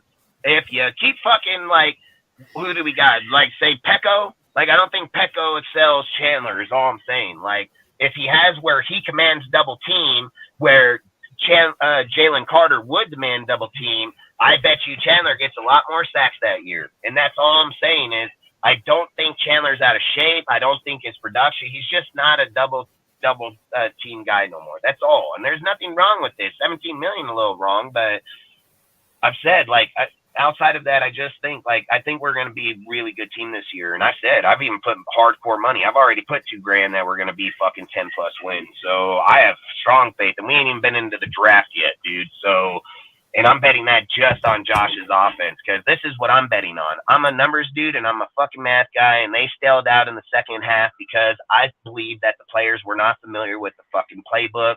I believe that play calling got limited where people were running wrong fucking plays, running wrong fucking routes. When Jimmy goes out there, they're not going to have that problem. They're not going to go into the third and fourth quarters and stalemate out. Jimmy is not going to do that. He knows the playbook better. So does half that fucking offense. So they do not stalemate. Mark it. I'll fucking say it right now, dude. And let's just be honest. If we score 7 more points, we win fucking probably 10 games this last year. So if we say there's 7 more points in 3 games, we probably win 10+ wins this year. So, well, 9. What would be 9 wins? So still, that's all I'm saying is we were not too far off. And I think, like I said, having a guy that's more familiar, where Carr had 5 seconds in the pocket and still was getting sacked and still missing throws, where Jimmy's going to be in the like 2.4 to fucking 3 second fucking window and watch what he gets done. Because he knows the system. Just like I said, with Carr being in Gruden, Carr had one of the fastest releases in all football. He was at 2.3 to 2.6 second release in the pocket. Carr was, if not the best, one of the top 3 in all of football during Gruden's tenure. And then under Josh, Carr went from a 2.3, 2.6 to 4.5 to 5. Like, sometimes being in the pocket is not as good of being able to get rid of it faster in the pocket, in my opinion. That's just my personal opinion, because it showed Carr was way more productive when he got rid of the ball in 2 to 3 second window versus the 4 to 5 second window. He was way the fuck off production in the 4 to 5. And then not only that, he was just straight overthrowing motherfuckers, or not even like he just straight up missed a motherfucker wide open, dude. So I hate to say that about Carr, because I've always said he's a great player, but I went back and watched a lot of tape on him this year, and there were plays where he was in the pocket for like 4.5 seconds, dude gets out, and then he just right over him. I'm like, what the fuck was that? But in the game, you don't see that, because in the all-22 film, you can't watch it like that from there. But when you watch it from there and see it like there, you're like, damn, that's crazy. Like, you don't really realize how many of those types of plays happen. I think if anybody can get the all-22 film, I'd get it for sure, because you just would not believe it, because a lot of times we're just seeing the pass to him and them catching it. You know what I mean? But when you see it from him, where he's in the pocket, he got out, dude's over here, and he gets, and you're seeing it right from him, and he just passed by him. I'm like, what the fuck? But either way, we can move on or go somewhere. I don't mean to fucking yap, bro. I like football. I'm a yap, man. You guys should know this shit. Football's a great sport. Yeah, throw the wrench in there, Jeff. Like, throw it in. Fucking Sergio, no, just throw it in there and hop in. Like, don't let it just keep talking. Yeah, sorry if I'm not talking as much. I feel under the weather. No, it's all good. He told me earlier. I know. So Sergio, do you not want to do any of your topics? Do you want to just kind of? Hell no, he wants to do his topics. That motherfucker coming here to talk. What is his topics first? Let's read them. Yeah, are you good to do your topics, or do you just kind of want to jump off of what we're saying, or? Yeah, I'm good to do one of my topics. Okay, great. Okay, so, why don't we just talk about this topic? So, obviously, outside of the most pertinent news, which is the Josh Jacobs situation, one of 2 big rumors, sort of surrounding the Rays right now is, could a trade with the Arizona Cardinals for DeAndre Hopkins, to say nothing of their safety, Budda Baker, could something like that happen? That's something that's sort of been in the headlines for the Raiders for several days, if not weeks now. With the draft fast and approaching, some big move could be made.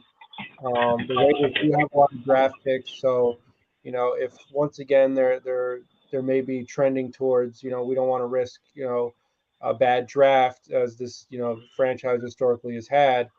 Maybe they're gonna make a big splash at safety or receiver in the way of either, as I said, DeAndre Hopkins or Budda Baker. So Sergio, why don't you get it started on if you believe a trade for either of those players is guaranteed? If you think it's not going to happen, you think it's 50-50, you think it's all smoke, fire to it, what do you think? Yeah, for the players, like, not happening at all. But, like, Okay. I just think, like, because of what's happening with Arizona right now, like, I keep saying this now, I'm like, Arizona is, like, the new Washington team. Like, none of the players want to be there. No one likes the new coach. Like, none of the players like the new coach. Right. Because he's a defensive-minded head coach, and all the defensive players are leaving. Right. Kyler, none of the players. They seen that Super Bowl. They're like, this motherfucker can't stop nobody. Get the hell out of here. Yeah, they don't trust Kyler, their GM, the fans. Like, I've seen a bunch of the fans talk about it. They don't like their GM at all. Even though he's connected with us because of Patriots connection. I think that the number 3 pick is most likely going to be a guaranteed thing, because even though they might get the best defensive player available, they're probably going to trade down because they need to do a lot of replacements, even though they got like a star player like Kyler Murray, because everyone's leaving Right. and no one wants to play for Arizona at the moment. So I just think whether it's with us or not, I just think that number 3 pick is 100% guaranteed going to be traded on draft night. Their third overall pick is going to be traded. Yeah. Yeah.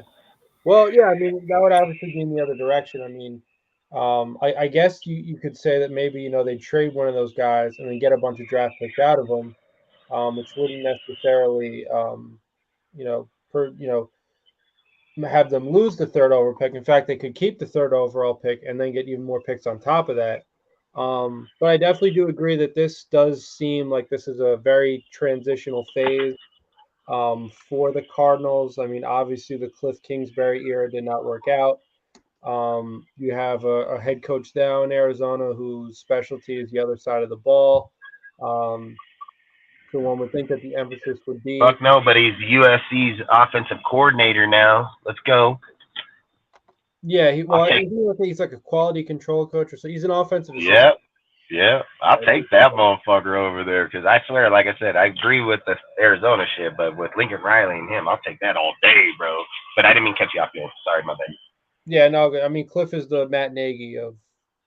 Yep, I feel like the same. I swear to God, that's exactly what I feel. Yeah, but I mean, as I was saying, I mean like I said, it really does feel like they're turning the page. It's a new chapter in the history of the Arizona Cardinals, and so with that said, yeah, I mean, even if it's not with the Raiders, I definitely could see both those players being traded. I mean, obviously, D-Hop probably is more likely to be traded for a whole list of reasons. I mean, first and foremost.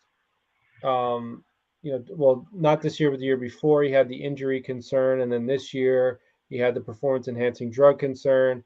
So you could see how the Cardinals are like, well, for a variety of reasons, he might not be the most available. Second of all, like I said, you could flip him for a whole bunch of draft picks. So there definitely is a lot of motive, and I could see the reasoning behind wanting to get rid of a guy like that. Yeah, and he's not even going to get a first, dude. Like, he's not even going to get a first-round pick. The problem where his deal is that fucking $30 million. That's where the problem's at. Well, yeah, I mean, the Cardinals, with a contract like that, the Cardinals are going to want premium assets. Now, I will say... They've already said that they'll take a second-round pick for him. They've already said it. They're not asking for a first-round pick.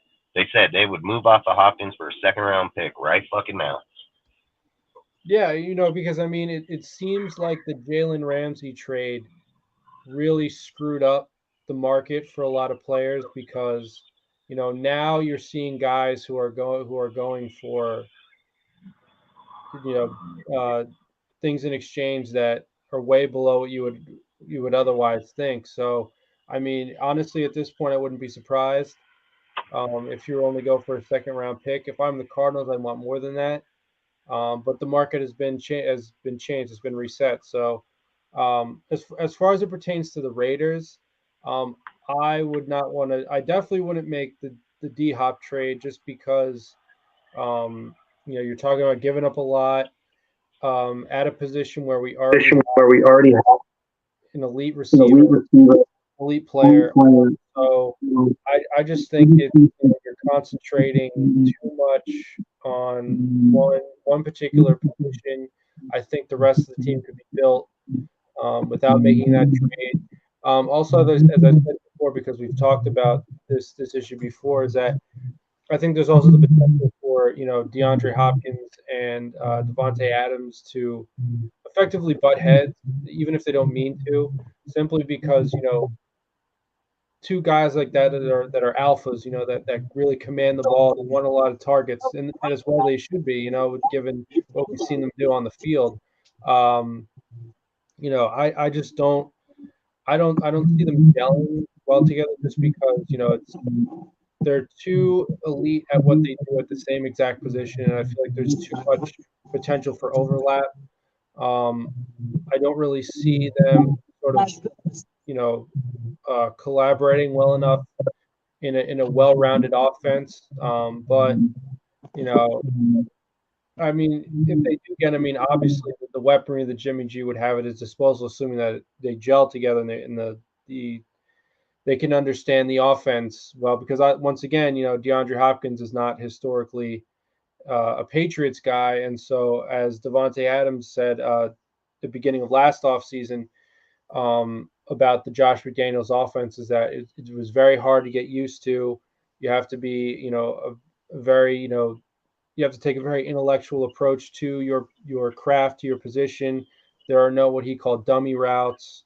It's not a simplified You way to run basically offense at need all. to be Devonte Adams to learn the system, because if you're not at Devonte Adams level, it's going to take you probably over a year or two to get the hang of the system. And Devontae didn't even know it, dude. So he ran the wrong route in the one game. So straight up. So like I said, his system's complex, dude, by a mile. I've been saying this from day one, dude. I mean, I think the number 3 pick is most definite. I've said this before our season was even over, dude. In week 16, I brought it up and said that I'd make that fucking trade to Arizona. The only problem that's putting that trade in jeopardy at the moment is Houston now, because Houston's talking about trading out of their fucking pick. So that when they do that, you're just fucking the Arizona pick, because the Arizona is supposed to be that pick because Houston would go defense there, like not because they're going quarterback.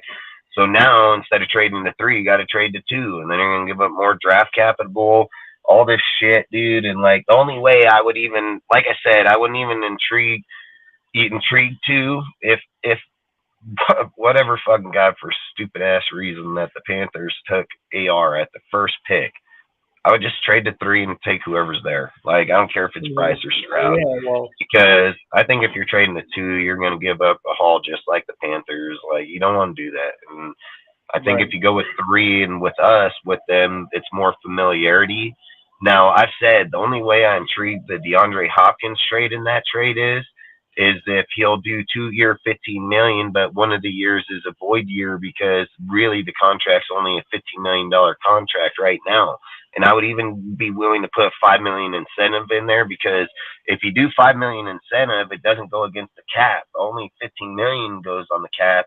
The incentive base is just if he hits that mark, and then you have to pay that out. So the incentive base has nothing to do with anything in a contract anywhere. So if it was me, what I would tell DeAndre is let me void that fucking contract. I want to do, I know you want 30, but he's even said, like, I don't want a pay raise. Well, bitch, you ain't getting a pay raise from 30 million.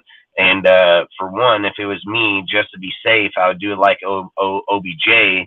The problem is now that you're going to have DeAndre saying, like, I wasn't hurt, I haven't been hurt, and you're going to pay me for OBJ more than me. Like, so that's going to be, this is the problem with these motherfuckers doing this stupid ass shit. So if it was me, I would tell him, like, I'll give you 50 million and then 5 million incentive. If you make Pro Bowl, if you get yards or whatever, you'll get the incentive. We just can't give it to you in the money. That's all I would tell him. And you can off it. You can off it by offing off fucking Renfro within the trade. So there are ways to make the trade happen. And again, DeAndre becomes a viability. Like, DeAndre, we need him. We don't need Renfro if Myers goes to the slot. And that's all I'm saying. All you're doing now is just juggling these fucking pieces around where it's not yours. But let's be real, Devontae ain't your guy, and nor is fucking Hopkins. They're both veteran players that have dominated in the league for a long period of time. They're just playing on your team now. Like, Myers is your guy. Like, Myers, you're building, you're creating. You didn't create fucking Adams. You didn't create DeAndre. They just have the skill set you need for route running, which I've said it. We'd have the baddest ass wide receiving core in all football, and I don't think you need to go out there and exercise so much money to defense at that point, because if Jimmy ain't scoring there, motherfucker ain't scoring at all. So I've said, like, DeAndre Hopkins is one of the best red zone threats in all of football, even still now. So you're not going to slouch. It's just the problem is you're giving 15 million or 20 to him, and then how are you going to justify fixing your team defensively? And if your base is that you're just going to go through the defense to build it, why wouldn't you trade defense for it? But Budda Baker don't make sense. Like, that trade don't make sense. So I wouldn't even think about that trade. But all I'm saying is why aren't you intriguing a trade to another team for a defensive skill set player if that's what you're thinking here? You know what I mean? Like, I wouldn't do it for me.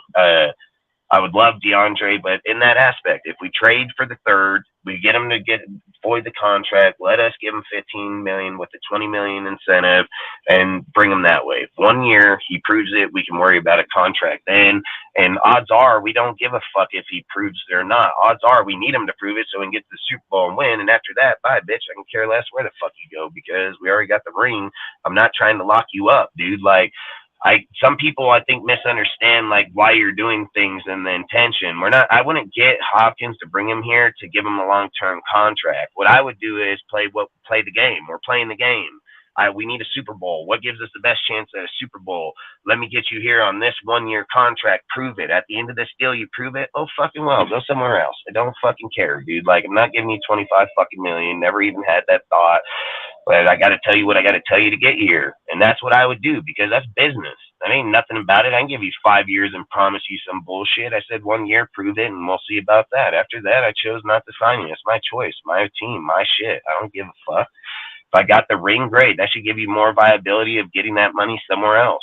Like, he ain't going to hate that I ain't signing him. He's going to go somewhere else and get $25 million a year. So, like I said, I would intrigue it in only that way because $15 million on the cap ain't shit for a guy like him. And if he does come out healthy and produce, he's going to get the $5 million incentive.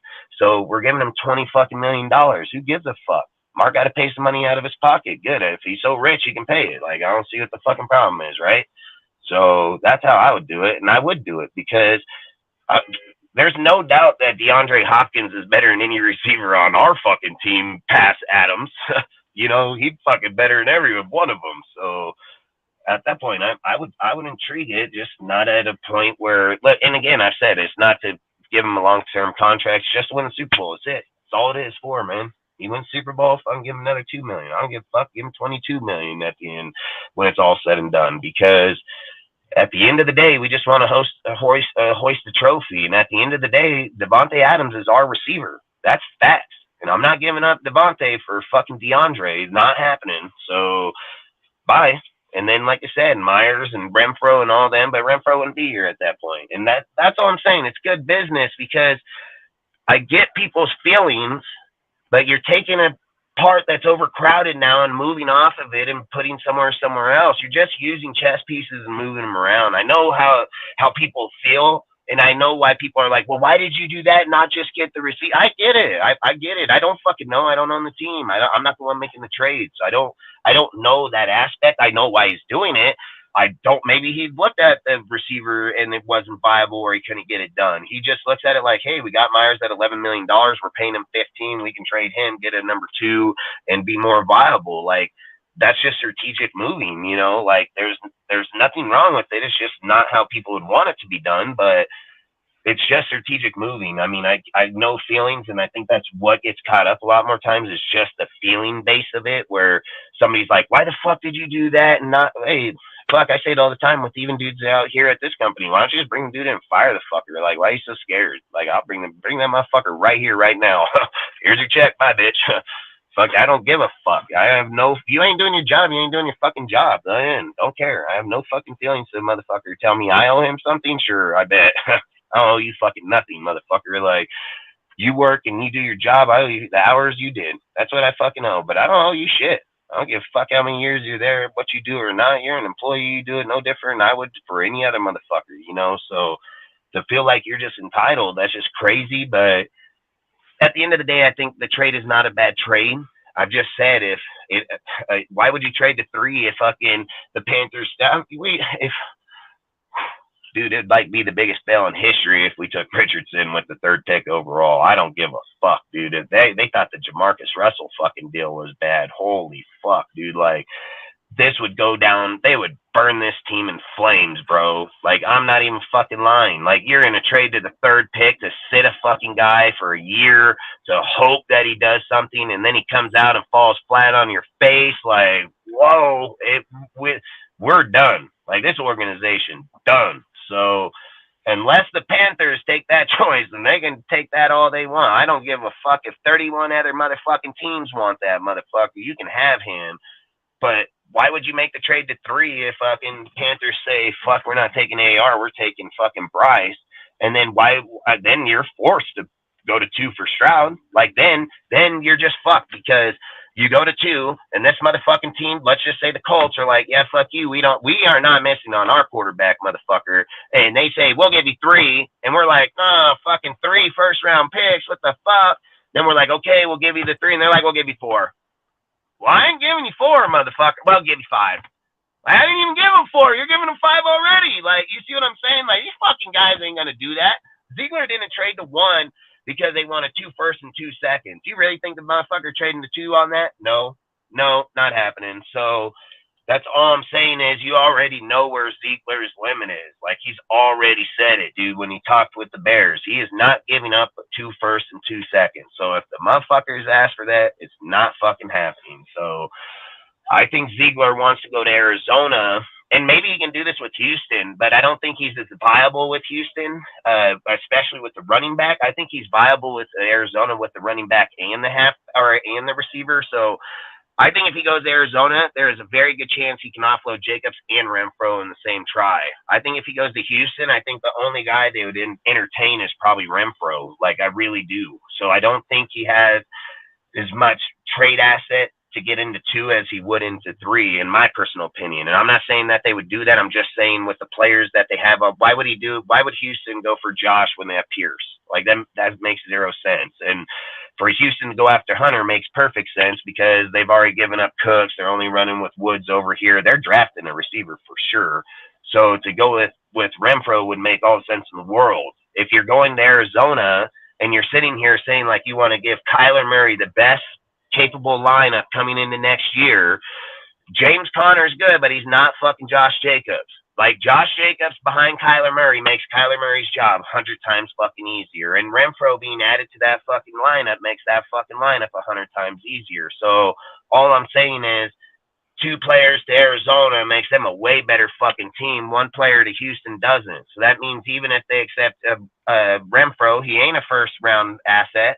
So if you're looking at that you wanted to get off the 2 first, you're not getting off one of them. You're not even getting away from 1. You're still giving up 2. Like, now he might get him from where'd we pick him, the 5th round. So he might be able to get Renfro for like a 2nd or a 3rd. So he might be able to avoid one of those seconds if he's smooth talking with that dude and he knows him. Well, they went to school together, if I remember right. They went to school together. So, but I don't think that has shit to do when it comes down to the organization. But like I said, I think they have a very, very good possibility with Arizona. And not, like I said, multiple different reasons. Like you said, you can do it either with the pick, you can do it with just the player, or you can do it with the picks and the player. And I feel that way with Arizona, 100%.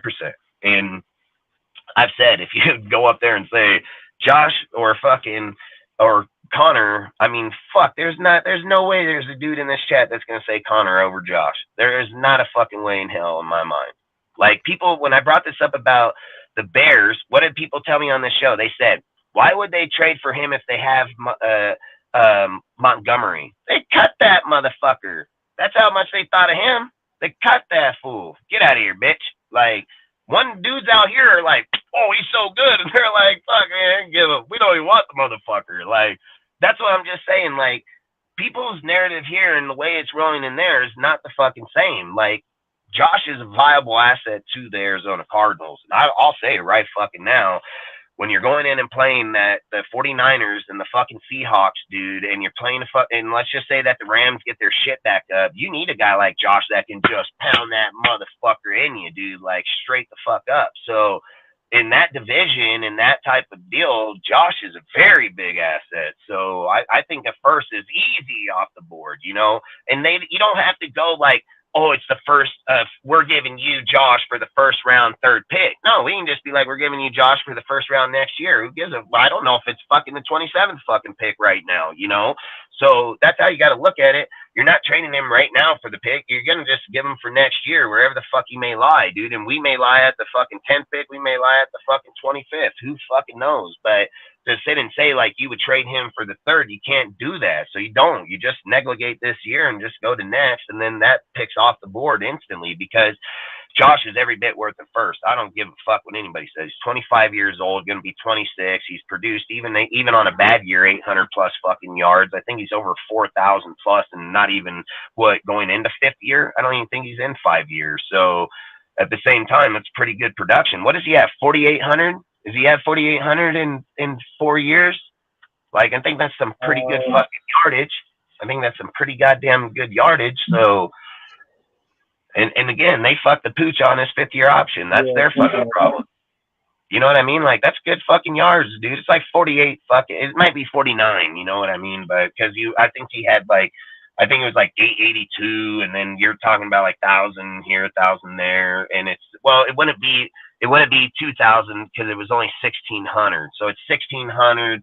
860, 1,000. So it's like what, 3, that's 6, that's 8, that's 16, that's 14. Like 44, yeah, exactly. Yep, exactly. Sorry, I say 44. That's what I was exactly gonna say. But that's all I'm saying is like his assets to another team is high assets to us, and people sit here and keep saying narratives like, well, he's not afraid. That's not how you look at it, bro. You're not looking at it like that. You're just moving one player to another, and to sit here and say that we'd give you the player next year, but our first next year, they're getting the players. They're not going to be in return. And I've even said I wouldn't even offer the 7th overall pick because I believe we can get that 3rd pick.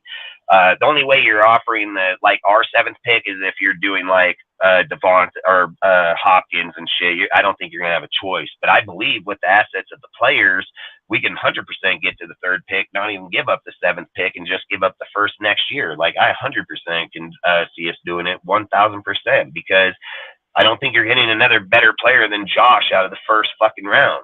So I don't give a fuck what he may be in the next few years. Josh is him right now. So big difference. And it's just like Ziegler said with Adams. Adams is him right now. Not fucking in 2 years, not fucking hope. He is him now. So that shit fucking matters. And especially if you're coming out the gate for Arizona next year saying, okay, we're kind of lacking in the offense where Kyler's fucking bitching about it, dude. We got to bring in a new offensive coordinator. What better deal to give them this and give them a running head start, dude? Like, and you're getting players that have experience, not just experience in the NFL. They've had very good experience, high level experience in the NFL. So, like I said, it's a perfect deal, I would think, to Arizona, like straight up. And again, however you want to do it with Hopkins or not, whatever. I just say don't do it unless there's either Bryce or Stroud at 3. Like, that's the only fucking way I'm doing it. I've said it from day one. I would not do it for any other dude. Wouldn't even entertain it. Wouldn't entertain a defensive player. Wouldn't do shit. And any person that says, well, if you go with Will, listen, Khalil Mack, we traded that fucker off for multiple 1st-round picks. He went to the Bears, got 12.5 sacks 1 year, and then digressed and then got traded. Believe me, he is not changing the franchise, bro. So don't think when you're going to go give up fucking rounds for a defensive player, he is not the fucking quarterback, dude. Like, he is not putting up fucking 40 points in a motherfucking game, him throwing it to a player. So defensive players only go so far, dude. And I keep saying Mack is the perfect example. He was the best in the NFL at the time, not only at 1 spot, 2 spots, only Raider in history to go to the fucking deal in the linebacker and motherfucking DN. So that's one of the best to do it, dude, and still doesn't have the outcome. So that's why I would say you can't entertain any picks to any other player besides one of those 2 motherfuckers. Wait, you mean if they trade to 3, the quarterback. I'm saying, like, we're only going to 3 for a quarterback. We ain't going there for no defense entertainment. We're not going there to make a trade for Will Anderson or Jalen fucking Carter. Like, we are not fucking doing that. If we trade to 3, it's 1,000%, $1 million on the line. It's for Stroud or Bryce, because one of those 2 motherfuckers are on that board. And then guess what? Jimmy's ass might be cut this year. So Jimmy's contract can be cut right here this year. Like, see ya. So, like I said, it may not be bad business, you know. It might be very good business. And bringing Jimmy here, man, and look, they can probably look. They don't have nothing to lose if Jimmy stays here, right? So if Jimmy stays here, and they say let us just train Bryce, that's more power to them. If they get Bryce here and Bryce just classes Jimmy, they can be like, see you later.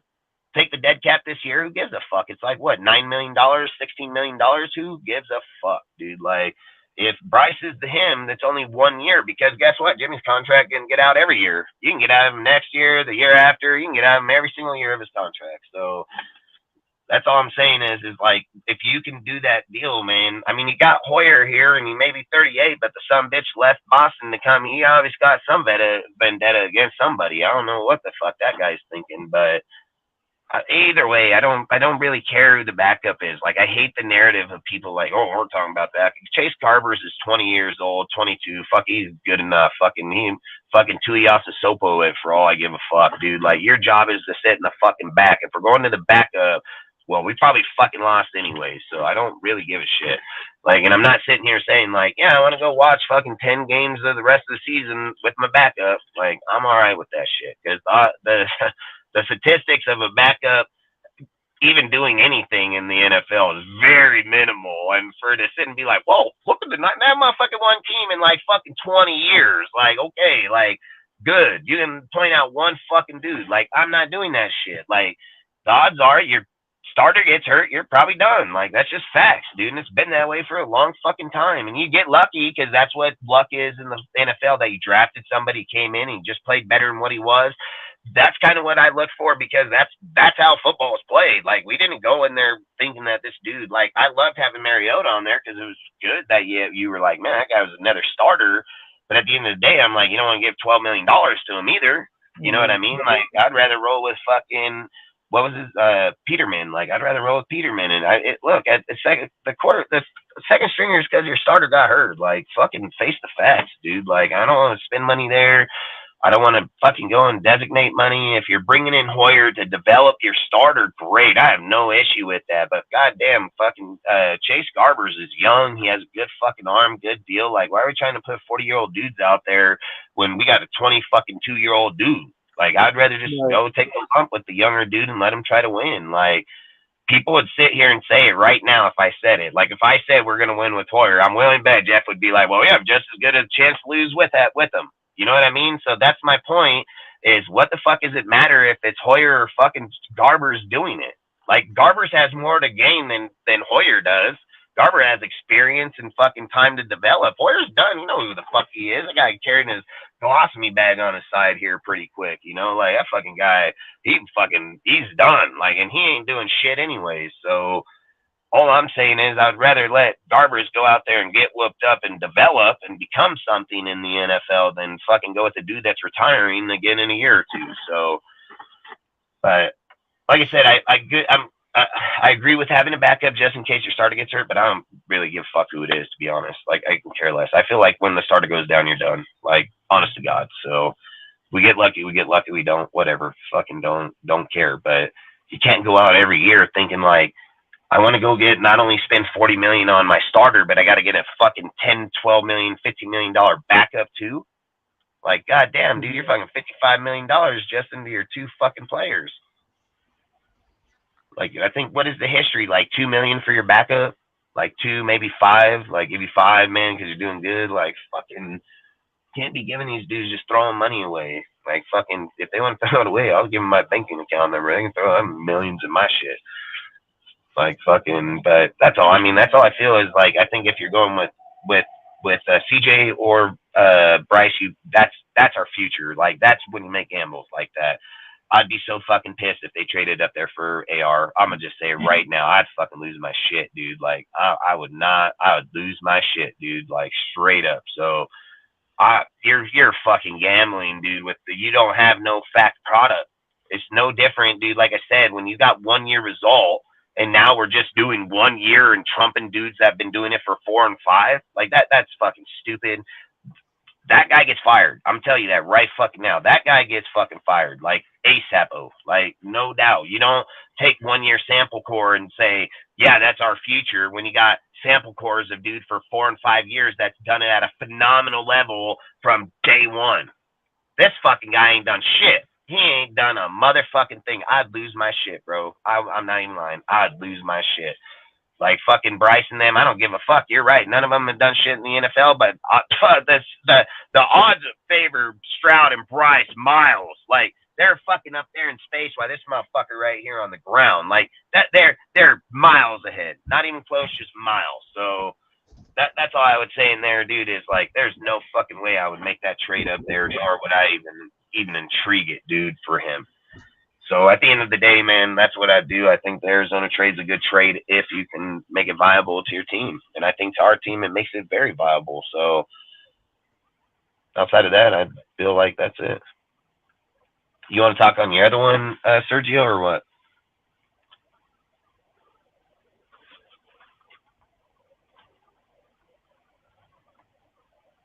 He said he'll be back. I don't know, man. I think we're going to get here to draft day in the next 2 fucking weeks, and I think they're going to do what's best for the team and pick players wherever the fuck they're suited at. So I've sat here and said this for weeks and months and the year at a time. I have my personal preference when I look at our roster or look at the draft, and I say I would prefer these players, but I'm not going to be disappointed by whoever the fuck they pick. Ziegler knows the players better than I'll ever fucking know them, ever. And it doesn't matter how much I research them or sit here and tell you guys on here.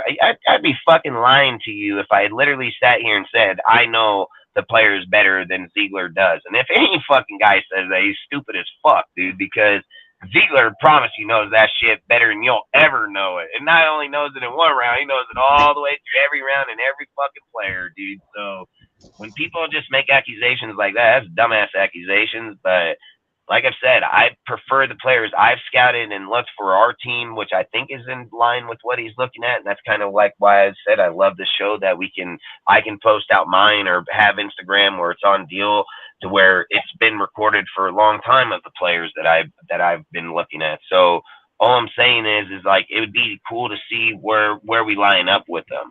But at the same time, if he didn't pick one of my players on there and he picks, I'm not going to be disappointed. He knows the player is better than I do, dude. That's just preference, you know.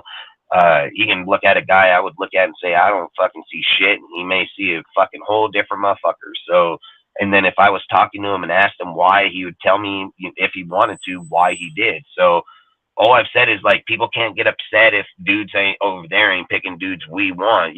That's by bias.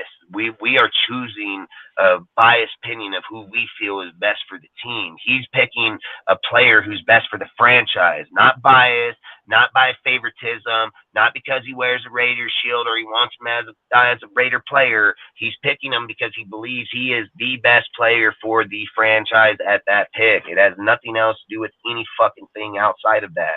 So that's why I've always said when we do mocks or we do these deals, like we are picking by who we believe would be. There's nothing saying that he thinks that Witherspoon's better. I tell why I believe Gonzalez is better, but there is nothing saying that Ziegler says he believes Witherspoon's the better corner and that he can get that habit out of him. You know what I'm saying? Like, I'm just saying what I feel is best and where we hinder, where we get fouled, where we're penalized, and bringing in players like that. I think he's too aggressive. That's my opinion. But Ziegler might think the same exact thing.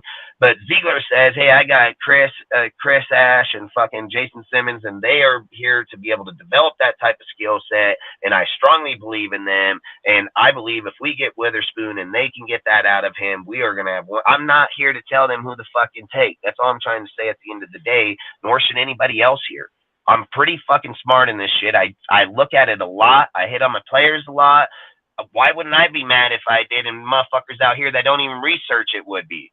Like, that's what I don't understand. Motherfucker don't even research it, listens to motherfucker talk about a person's name, don't even know who the fuck he is, don't know a school, don't matter how many years, what he's done, how many yards, anything. Dudes will talk about Zamir. Well, guess what? Zamir had 17 carries last year for 70 fucking yards, and Derek Carr had 88 and trumped them. So Zamir can suck a fucking dick. Like, that dude is garbage, straight the fuck up. And I don't give a fuck, dude. Like, the thing is that when they look at players, they're probably not going to hit on all of them. But again, I would sit and say, I like all his other picks. I love fucking Brenton Brown. I love these deals. But all I've said is, like, Ziegler has emphasized this whole year how he didn't want to give up the first and second pick for fucking Adams, how he wishes that he could have had him, how he felt he would have had two key players within the organization to go, how he felt like he wanted to show that to people, why he's not willing to give up those fucking picks, you know? If he gives up those picks, it's because he wants to do that with fucking, with Stroud or Bryce. But at the same time, if he doesn't give up those picks, he wants to do that with either cornerback, linebacker, DN, fucking wide receiver. I don't know who the fuck he takes is whoever he chooses, his choice. But that's what he's trying to say is like, that's who I choose to do it with. So for me to sit and tell him what he's good at, that'd be like someone coming and telling me they're better than me at what I do. That you're not better than me at what I do. That's facts, dude. And I've always said the door is open, no different than Elon Musk. Elon Musk keeps his patent open on his vehicles.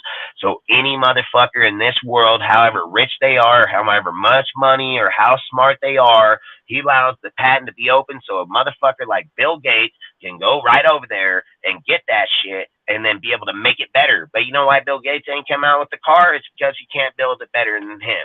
So Elon put his shit out there on blast. Elon said, I'm better than all you motherfuckers. And guess what? I'm a fucking richest dude in the world, and I'm going to give you the fucking patent. Do it better than me. That's when you know you're a baller. That's just when you know you're a straight fucking baller and know everybody else is just beneath you. Like, more power to him. Like, straight the fuck up. And that's all I say is, like, when people can do that, man, like, kudos. Like, I don't have no issue with it. Like, I wish I can do it, but odds are I'm probably not going to do it to that level. But all I would just say is like, Ziegler knows what he's doing, and he's going to fucking prove it. And a lot of these Raider fans are going to eat their fucking crow, dudes, and that's going to be facts. Like, Ziegler didn't come here to jeopardize his career, and he did not come here worrying about Josh's career in Denver. I fucking guarantee that. So however much people want to bring that up or talk, he ain't even thought about it. He don't give a fuck. He knows Josh very well, and he knows he didn't succeed there because guess who else was over there, you know? So, again, he was over there scouting for Peyton Manning and all those motherfuckers. So he knows the story, dude, and he don't need to be reminded of it. But he didn't come here with that story in mind. He came here with the story in mind, next chapter, motherfucker, and we're well developed. So to sit and hold a dude, that would be like holding a guy at 20 years old responsible for somebody's skill set at fucking 40. Like that, no. He didn't know what he knows at 40 or at 20 as he knows at 40. There's no fucking way you can even compare the same fucking deal. His mind didn't even finish developing it at the time. And the shit that he learned then and the shit he knows here is miles different. So it's not even the same comparison. You can't compare a 20-year-old kid to a 40-year-old man that's been there and done it through those deals. I would say that if the 20-year-old man was better than the 40-year-old, then the 40-year-old just sucked dick for 20 straight fucking years. Like, that's facts, dude. Like, that's not how you'd want your outcome. I would want my outcome that the 40-year-old version of the 20-year-old me is better by a mile, which is. So that's all I'm saying is like, believe me, Ziegler already knows it, dude. He don't think about it. I know for a fact that's not even a fucking deal on him, and he shouldn't. Because listen, I've said this about a lot of things, and I say this to employees when we have meetings all the fucking time, man. Shoot for the moon. If you miss, hit a fucking star. If you fucking make your standards so goddamn fucking low, you're never going to know what it is to succeed. And if you don't set yourself where failures, when people say, well, he failed at it, good, learn from it. That's why you don't fail again. That's why you succeed the next fucking time. You know where it's a failure is when you don't succeed the next fucking time. That's when it's a failure because you didn't learn shit. That's when you fail, motherfucker. But there is nothing wrong with failing. There is nothing wrong from learning from your failures, because then you don't make those mistakes again and you become even better. So just because you fail in something does not mean you're bad at it, and it does not mean that you'll never be good in it, dude. What makes you a failure is not learning from the fuck up. That's facts, dude. And I guarantee they know where the failure was and they know where to fix it is. And just because people don't believe, why do you think they reverted back to something they know so well? Why do you think that was just their tendency? They came in here with the loaded roster, which every Raider fan swears to God on their knees, fucking sucking a cock, but whatever.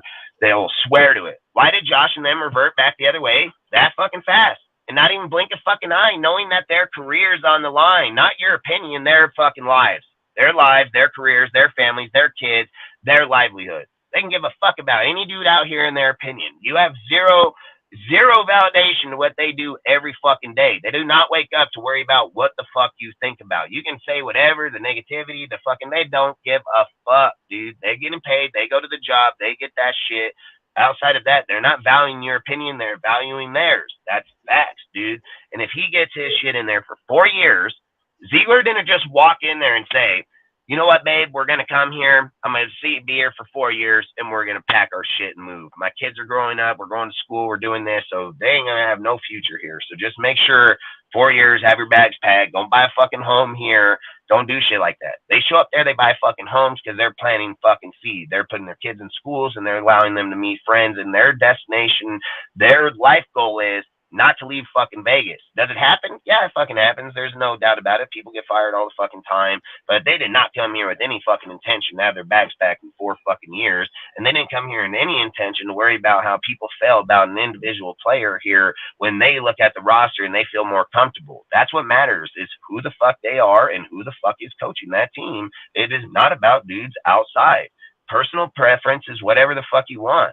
There's no way that they sat there and said, let's just get rid of this guy because he's the best in the NFL. Yep, just get rid of him. Fuck it, don't want him. Like, if you guys believe that, it's just fucking stupid as fuck, dude. Like, I don't even like having conversations with people like that because that's not what they fucking thought. They fucking gave him the chance to produce. He didn't fucking produce. They seen that they can get off of him from the fucking contract, and they knew that from the start. They knew that when they had him sign that contract, just like they did Derek. So many people want to say, oh, they did Derek so bad. No, they fucking didn't. They just put the fucking cause in there because they knew the shit was coming at the end of the fucking year. Like, they knew the shit. They wasn't a blind side to Derek. Derek knew when he signed that contract in that motherfucking room that day, smiling at Ziegler and Josh and getting up and holding their hand. He knew that if he did not fucking fill that contract, that there was a cause in that motherfucker because his fucking agent told him about it, like, you know, probably 30 fucking times, or they put it in there. And he knew the fucking deal. So he wasn't blindsided by nothing. He knew he was taking a seat on that bench. Why do you think he left the stadium? Why do you think he just went home? He knew what the outcome was. He didn't fucking fight it, didn't argue it, didn't have no hatred towards it. Still doesn't have no hatred towards it. He knew the fucking contract. He didn't fucking do it. Then out here, motherfuckers are like, fuck the contract. Yeah, well, he ain't a bitch. He's a fucking man of his deal. He fucking did it, and that's the outcome. He didn't fucking talk one bad word on any motherfucker here, not Josh, and he's had every fucking platform to do it on. People have even offered him the platforms to go and do it on, and he's not that type of dude. That's all I say is, like, not everybody's out here to cutthroat motherfuckers, and there are motherfuckers in this world that are out there to cutthroat motherfuckers. So I've said it. There are dudes agenda that literally come into this world to just straight strike you down, and there's other motherfuckers that only want to help you out, you know? So again, I don't know. I just get off on that deal. I hate that shit because I've always said, like, he was a great player. He's a great person, did a great deal for us. It didn't work out. That's fucking end, man. Get over it. And that's going to happen with other motherfuckers too.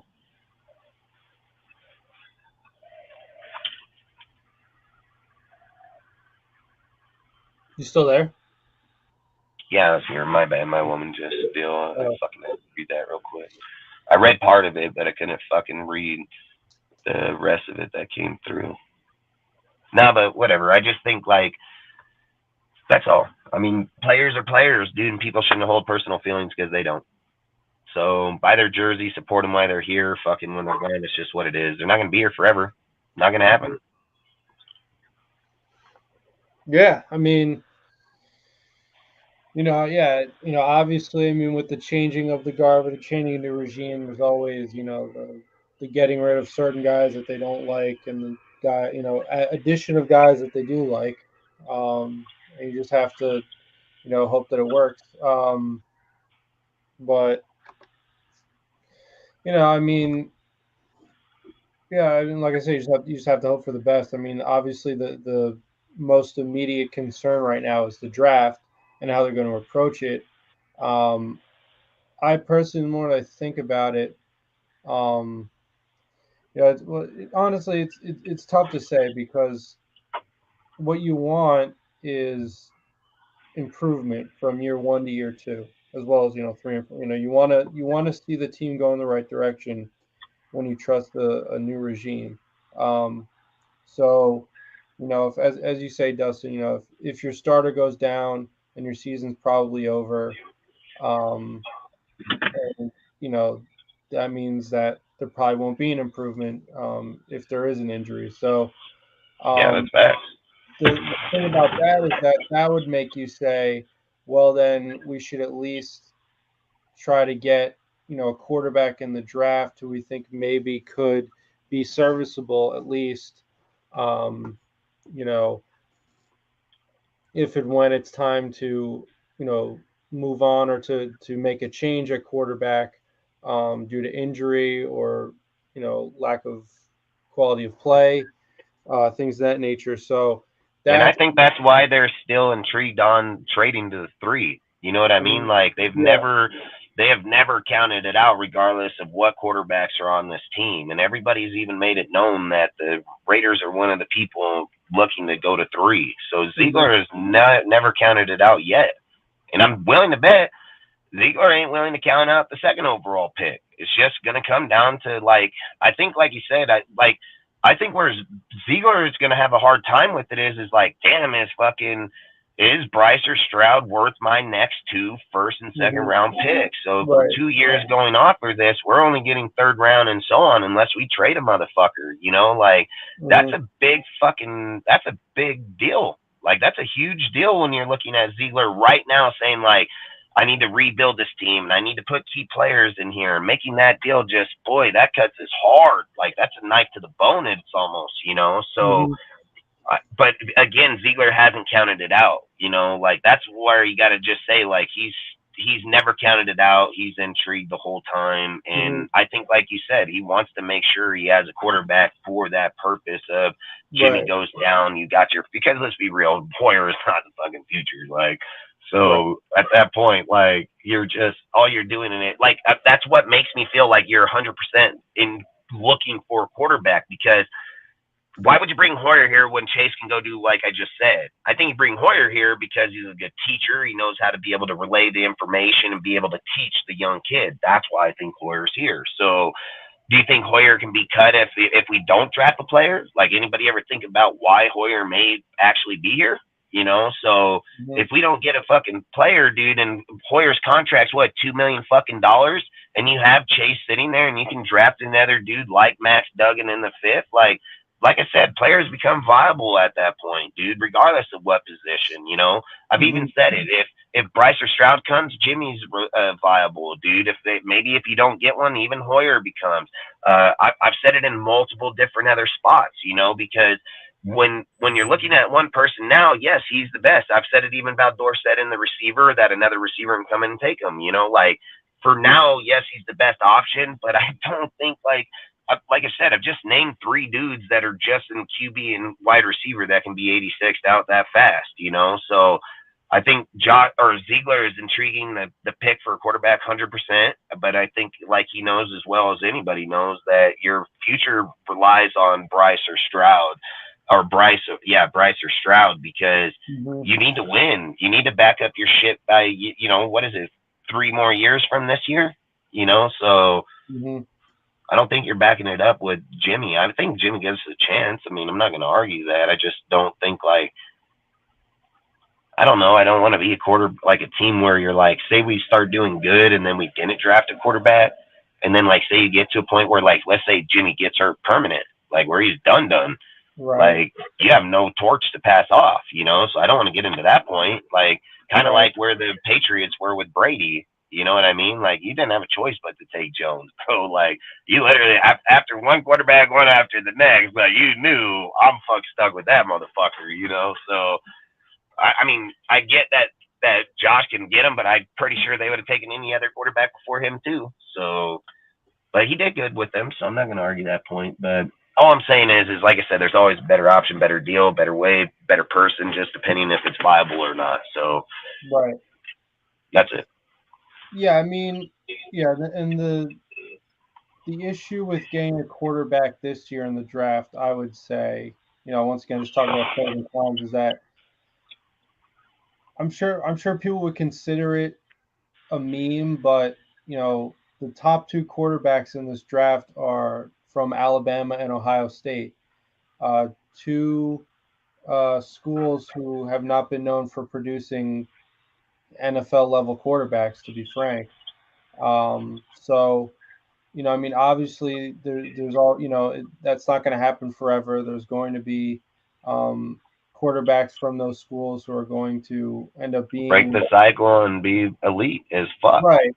But the whole point is that until you start seeing that from these schools, you know, you have to think, like, is it a smart bet to bet on quarterbacks from those schools? Because maybe it's more than just a meme. Because, you know, obviously on the internet, you like to joke about Ohio State and Alabama quarterbacks in the NFL because there's so many examples of them just completely falling on their faces when they get to the NFL. But I would look at it like this, because let's just say, like, where you break the circle, right? I get that people have the narrative of like what you're saying, Alabama and Ohio, but there's a lot of I know the history of both those schools. I know that they didn't have pro-ready offenses in those schools, and I know that yes, a lot of their teams did fail, but they have had more production ever since the pro-ready offense has been put into play. So to go with that narrative, I listen. If the Bears had the first overall pick, right, and they felt like Justin, look, you know where fucking Justin Fields came from, right? Like, I hope everybody knows what school the motherfucker came from, because he came from where? Where? Right, he came from Ohio State. That's right. And then they had the first overall pick and didn't fucking trade him and kept him over Stroud and fucking them. So all I'm saying is if they felt that there was a significant upgrade or that they were so declined, they wouldn't have fucking moved off on him. But they felt like Justin Fields is just fine, and he comes from Ohio State. And not only that, he damn near fucking broke Lamar's rushing record in one fucking year. He just chose to sit out in the last game of the season. So, like I said, I think when people go with that narrative, for me, this is how I would look at it, right? If Gruden and Josh say that they're the best quarterbacks, like they can get any quarterback out there and fucking make them the best, right? And you're telling me that Gruden ain't passing on Stroud. He don't give a fuck what school he comes from. Gruden taking Stroud 100%, dude. 6'3", fucking 210-pound, deadly as fucking accuracy, short, middle, down. You think that Gruden's passing? Fuck no, he's not.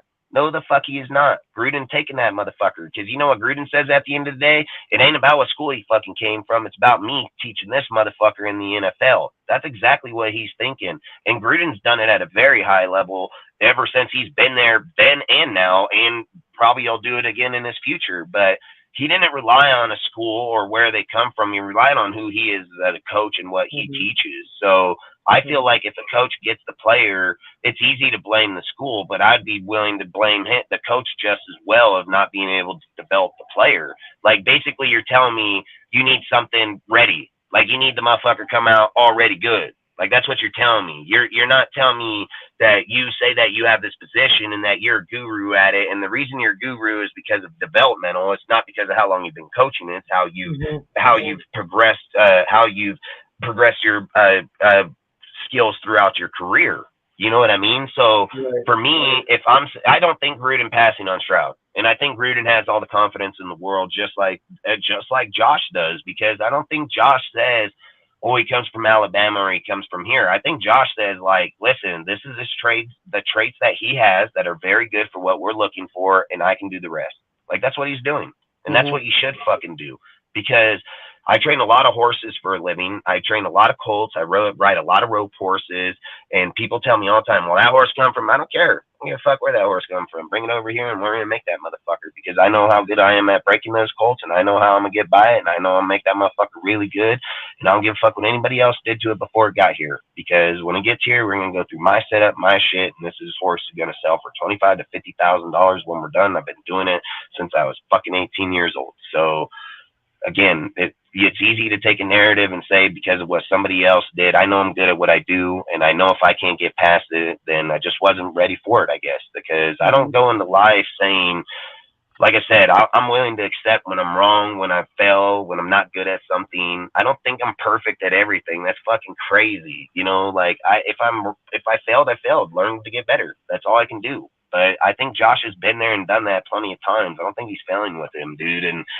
I get the narrative, but I don't like the narrative when you have good coaches, because then you're just saying your coaching staff's garbage and they ain't even good anyway. So I feel like if that would be the very tall tale of who Josh is, in my opinion. Like, if you want to know who he is right away, get one of the two and see if he fails the dude. If he fails him, great, but I'm willing to bet money he doesn't. Look what he did with Mac Jones in his fucking first year, dude. So, and he didn't even have to sit a year. And he didn't sit a year, and he didn't learn the system, and he still came out and was a Pro Bowler, 3,500 fucking plus yards, you know. So the narrative of saying that you have to sit the dude to be good is bullshit. Mac Jones came out and started the same year he was drafted. So it's just a nice thought to do, but it doesn't have to be done.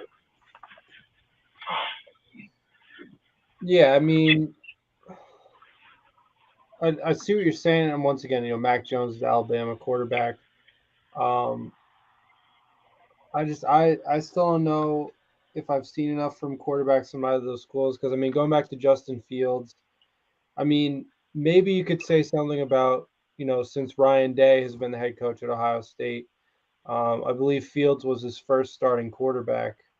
Could be somebody before him, but certainly Fields. I mean, maybe there was something about what he did that sort of made Fields NFL ready. Although honestly, the story of Justin Fields is when he tried to be a conventional quarterback, he was not looking good at all. And then all of a sudden he figured out, oh, if I run the ball, then I really, then I'm really a threat. Then it's going to be a lot harder for defenses to adapt to me. So, I mean, he ended up finishing out the year great this past year.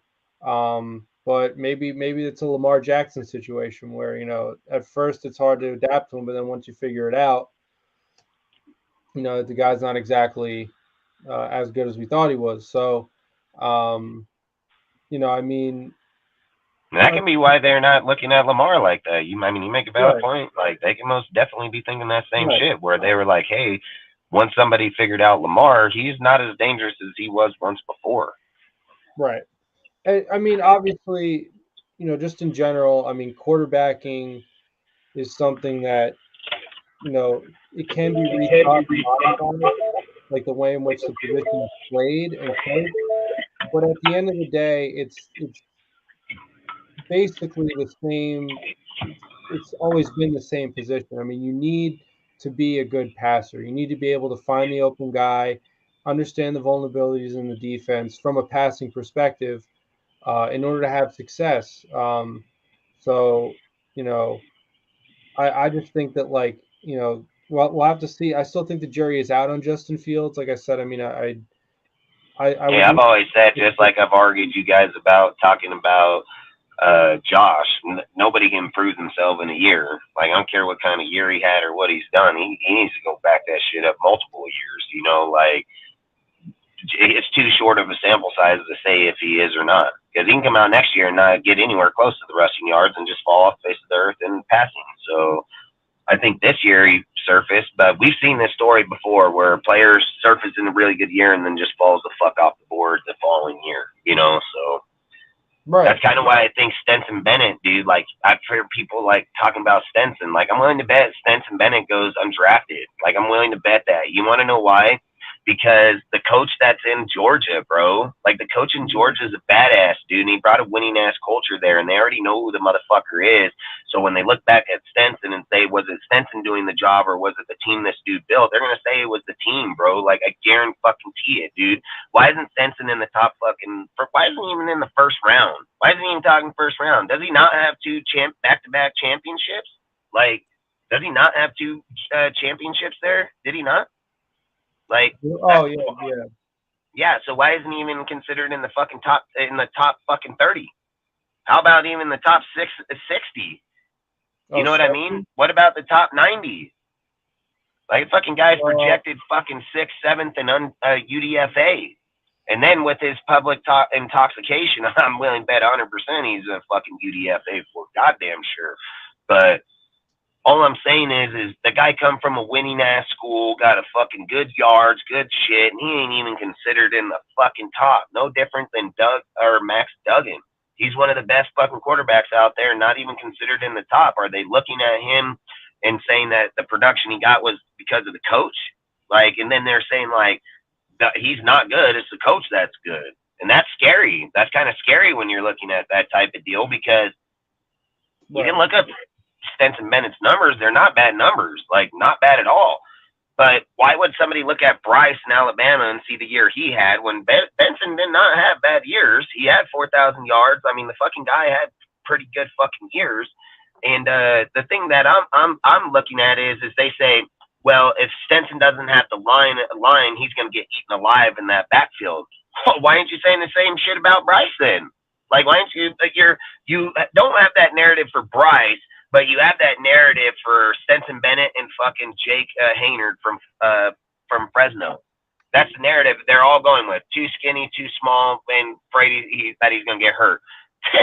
Fucking Bryce looked like he's going to get snapped like a fucking twig, bro. Like, he looks like he's a high schooler coming into college or into the NFL. Like, the fucking guy is little, like he's fucking little. He's not even like Murray, dude, or them like, bow. Like fucking Russell, like, bow. This fucking guy, like, fucking suck up, motherfucker. Like, that's crazy. And you're like, this guy elite and these two dudes ain't. I don't, whatever. What the fuck ever. I just think that's so crazy. I don't even know how they're evaluating the players right now, because that's my point. I can name you 2 players that probably have just as good, if not better, and they're putting him over him. And I know why they're doing it to Stanton. I get it. I know why. Same thing I said about why Basacci and fucking Olsen. Just sometimes the system is what's better than it's not the players, you know. So, but I've researched that shit a lot, and I was just mind blown on it. Still am. Still mind blown on it, because he has good ass QBR. He got good ass yardage, good touchdown to interception ratio. So I don't know, man, but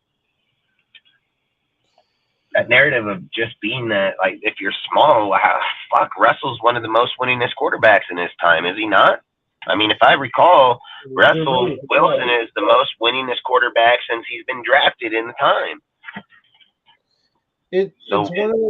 It's one of those things where, like, those guys, though, I think are exceptions to the rule. I mean, because we're talking about gambling, right? You're betting on certain guys succeeding over others, and you know, I think the concern is still valid that when you talk about height, you would be at a disadvantage. Now, I don't think that height is everything. I mean, you know, you look at. I mean, Drew Brees, same height and Hall of Famer.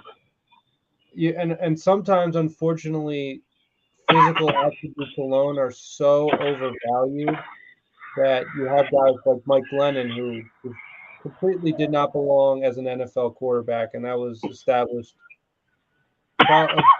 probably a decade ago. But as recently as 2-3 years ago, he still had the job because he's so tall that, you know, offensive coordinators and quarterbacks coaches or whatever, they salivate at the idea of a guy being that tall and be able to see everything and whatnot. And that's not all that a quarterback is. So, you know, but at the same time, you know, can you imagine, like, this dude he was talking about drafting this guy to what team did he just say? This is a guard, bro. Fucking, he's 6'8", and he's like, yeah, I'm gonna bring him in. I'm like, motherfucker, your quarterback fucking 5'11", dude. Like, how the fuck you want your tackles to be 6'8"? Like, so you're fucking guard, bro, and he'd be like 6'3". Like, fucking guy stands up, you're like, fucking kneel down, bro. Like, you know what I mean? Like, fucking,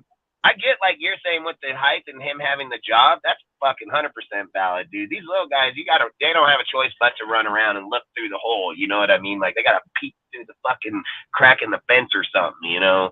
Right.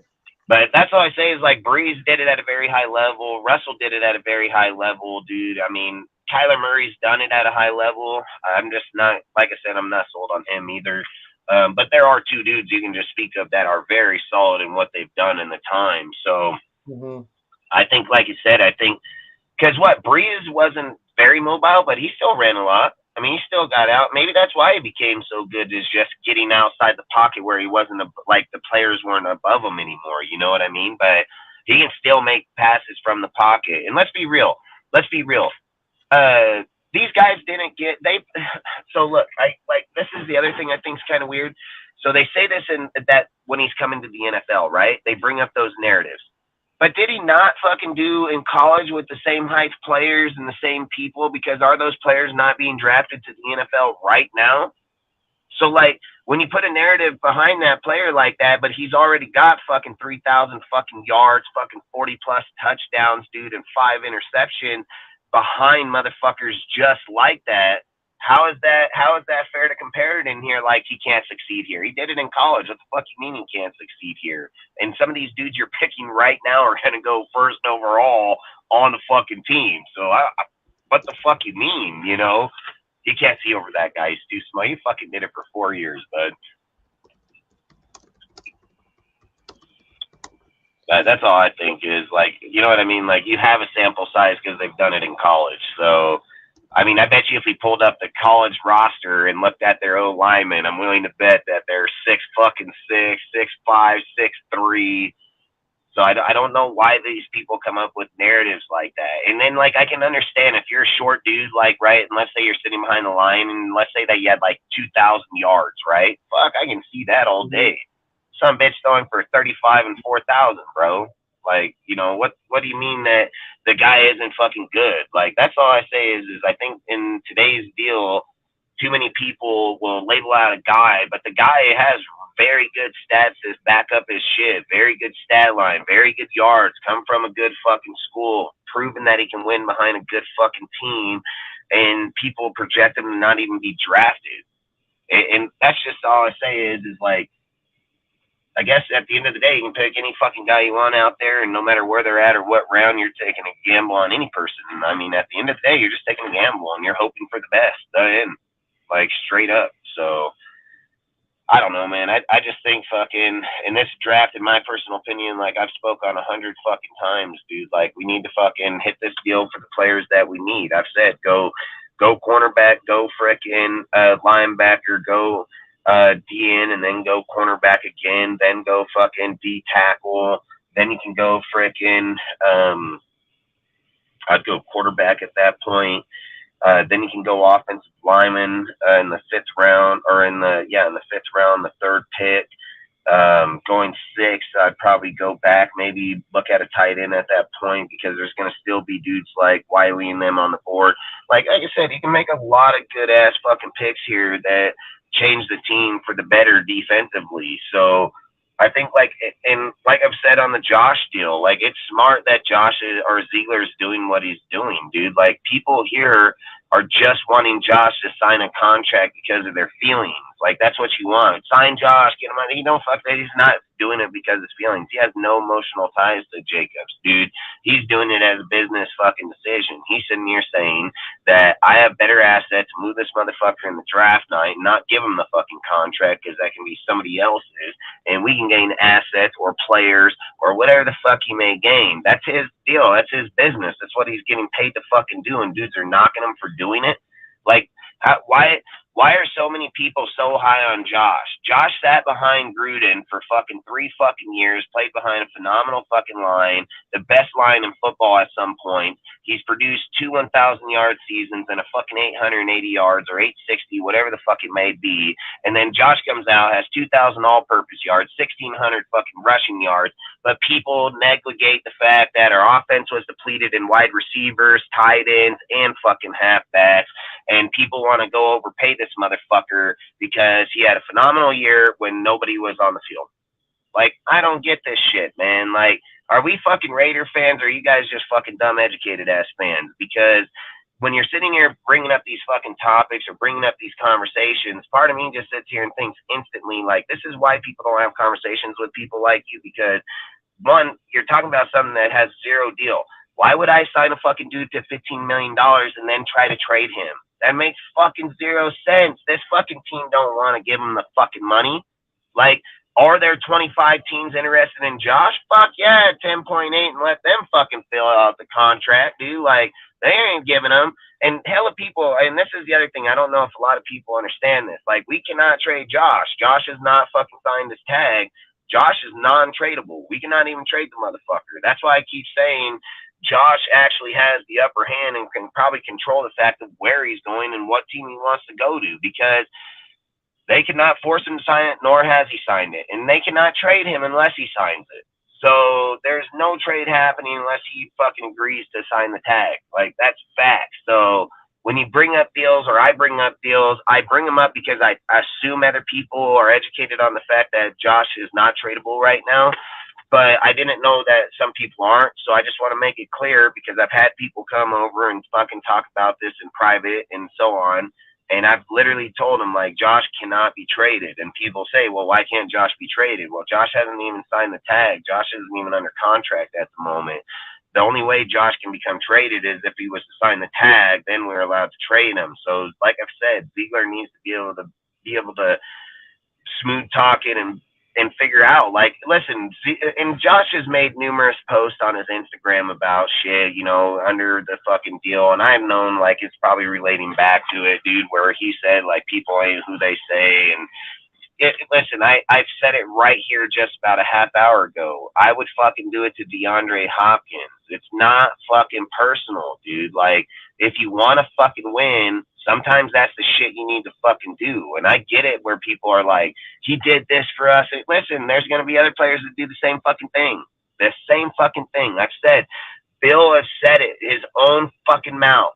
You give me 5 years here and I'll make sure you get paid somewhere else. He let him know right away, like, bro, you can get 2, 3, 4 Super Bowls with me. And if you want to fucking take a $10 million contract instead of fucking 20 in the 5th year, then you can be a Patriot. But motherfucker, if you're looking for 18 to 20 million, like I said, you give me 5 years, I'll give you 18 to 20 million. Like, that's what he's telling you. But he ain't gonna be fucking here. And he don't give a fuck what your name is. He don't give a fuck about what yards you've done. He don't care how many fucking touchdowns. Like, he didn't even re-sign Randy Moss the following year, bro. And Randy Moss dominated the NFL. Like, that's all I'm saying is like, he don't give a fuck. You're here while you're here and you're gone when you're gone. Like, I don't give a fuck. And he won more Super Bowls after he was gone. So he didn't need Randy to do it. He did it with less ass receivers. He did it with motherfuckers I don't even know the names of, dude. Like, again, he did it with Amendola when Amendola was getting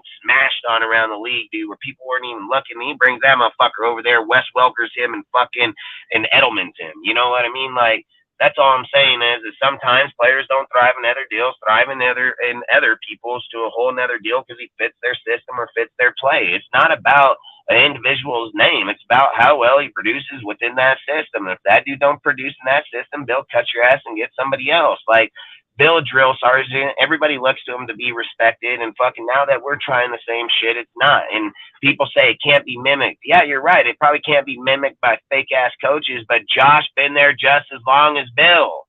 Like, Josh was not just there for 2 years. Josh been there since 2000 motherfucking 1 or 2. Like, Josh been there just as long, and he went to the 2 years in Denver and 1 in the Rams, dude. And after that, he'd been a Patriot the whole fucking time. So to sit and say, like, I get it that a guy ain't gonna mimic something that's been there for 2 or 3 years. This fucker been there the whole entire fucking time, dude. Bill taught him how to read offenses, defenses. Bill taught him how to do the whole fucking game. And Bill was gonna give him the goddamn fucking team. You know, like, if the motherfucker feels like you don't need him, why are you questioning him? You don't think Josh wants to win? You don't think Josh had a dominating record in the Patriots, had a fucking losing record as a Bronco, and you don't think he wants to change that shit? You don't think he does, right? You think motherfucker just want to go out there and lose? Like, that's what you really fucking believe? Like, motherfucker want to change it. He wants to make it fucking better, and he wants to make it fucking dominant, just like Bill did his when he went to Cleveland and the Jets and sucked dick and didn't do nothing, had a fucking losing ass record, was 44-55, and then come to the Patriots, got his team together, and then became this guy. He wasn't the guy before. He'd been on 2 other fucking teams and sucked dick on them both. So, again, he did have 1 winning season inside there, so I'm not going to say that he sucked. You know, like, I think it was like his 3rd or 4th year, he did get an 11-win season. But long story short, my point is, then he went back to losing again. But again, he didn't even become great till he was a Patriot, dude. And just like I said, it's easy to clown or put people down. Like, he knows what he's doing. Josh at 38 and Josh at 40. And he said that out of his own mouth, and you can see it out of him. I watched him play in Denver. I was a fucking Raider fan, and I watched his ass play. I know exactly how the motherfucker was. He was just like Gruden, amped up, fucking thinking this. That difference was Gruden just got everybody behind him. Josh just didn't have that. And there's nothing wrong with, nobody's perfect, bro. Like, you got to learn from where you fuck up. And how do you know where you're not perfect at is by failing at it. Like, that's what you do. And I've even spoke about this about Josh. Like, Josh looks like he has ice in his veins, bro. Like, Josh don't get startled by very much, and he don't let that shit pop up. And I think that's massive in a fucking coach and massive within the team, because when that reflection reflects back to your team or other people, that's fucking massive, dude. When your leader ain't giving up at no matter at what cost or what it is. And he, like I said, he looks like he got ice in his veins. And I get it how people will trash him and say this. Listen, Josh been in some of the biggest games in NFL history, and that's straight 1,000% facts, dude. And he's not only been in them, but he's won in them. So people can sit and say, well, it's the coach of Bill. No, the fuck it's not. Bill didn't win last year, and he had fucking Patricia. And I've said this 100 times. Why the fuck, if Bill's so great, why does he need an offensive coordinator and special teamers? None of them are on the field at the same fucking time. So if Bill is so badass, he can just fire everybody and run the whole team because he doesn't need any motherfucker over there. But that's a stupid-ass narrative where you get stupid-ass people saying stupid-ass shit. Bill is a big factor in it just as much as Josh was a big factor in it. And I've said it. Josh probably will not have the success here if he cannot find a Bill Belichick for that fucking defense, dude. I've said it hell of times. And Bill probably is not going to succeed at a very high level there unless he was to get a Josh. And guess who he got? Bill O'Brien. So, again, that's my point. He went to the next best motherfucker because he's won championships with them. That's how that fucker even got a job over there. So, like I've said, man, I think Josh is going to be just fine. I think that the Ziegler is the fucking GOAT, bro. I don't give a fuck what anybody says. Ziegler is a dog. The guy is a fucking GOAT. And I think he's one of the best GMs we've signed in fucking, probably in my life, in my personal opinion. I didn't see them build that fucking, like I did, I guess. So let me think about that because I watched them bring a lot of players in that time. But if I'm just going to be honest, I don't think I was as keen, like, with the 98 Raiders as I am now. Like, I don't, there's no way, if I'm just answering honest, like, there's no way I was like that into the game like I am right here, like, doing what we're doing right now. So I don't want to speak on, like, that maybe GM class area, you know, like, team, because Gruden had a really good fucking, like, that shit was balling. But that was also Al, too. So that wasn't just Gruden. That had a lot to do with Al. I mean, they already had Eric Allen. They had a lot of people over there at the time, dude. So, like I said, I'd have to go back and look. But just in my time, like, this is easily one of the best teams or, management teams that's been put in this team by far. And I, like I said, I've watched a lot of fucking people, man. So I think, like, people give them the fucking. Hey, not to get off the shit.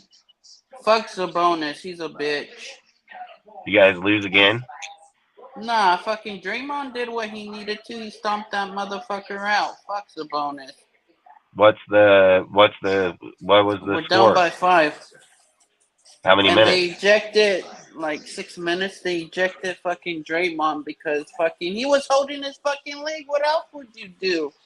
Let some fucking Draymond's a bitch. Shut up, fool. That fool's a straight Fuck bitch. no. Hey, out of him and Pat Bev, dude, those are the two guys I fucking can't bro. stand in the NBA. Nah, Like, bro, Draymond and just then- blah, blah, and then blah, this blah. shit's Like, rigged, bro. They're rigging this game on purpose, bro. you're only down by fucking 5 points. How's it rigged, bro? We were down and then came back, smashed on them, and they gave up, and we stuck the Man, knife bro, in their to- fucking heart. Hey, bro, I'm just happy to see Sabonis cry like a bitch on the floor, get stomped out into his ribs. How many That points does the bonus have? 20. But Curry got more than that for his. Oh, fuck, dude. Come on. I bet you Aaron Fox has more than that, too. So, Fuck no, Fox. We kept that motherfucker in check. where's he at tonight? 19. What? Dude, I swear to God, Cortez, you are so much like my woman, it's not even funny. I I literally gotta go, said, though. I Are you literally gonna get off said, the show? You've been on no, for I'm an gonna extra talk. 30 Fuck minutes. that. I don't give a fuck. You said that you were gonna get off at Go watch 9. your team lose. Go watch your team lose. Come back. Where are they at? Fucking Sixers take 2-0 lead right now.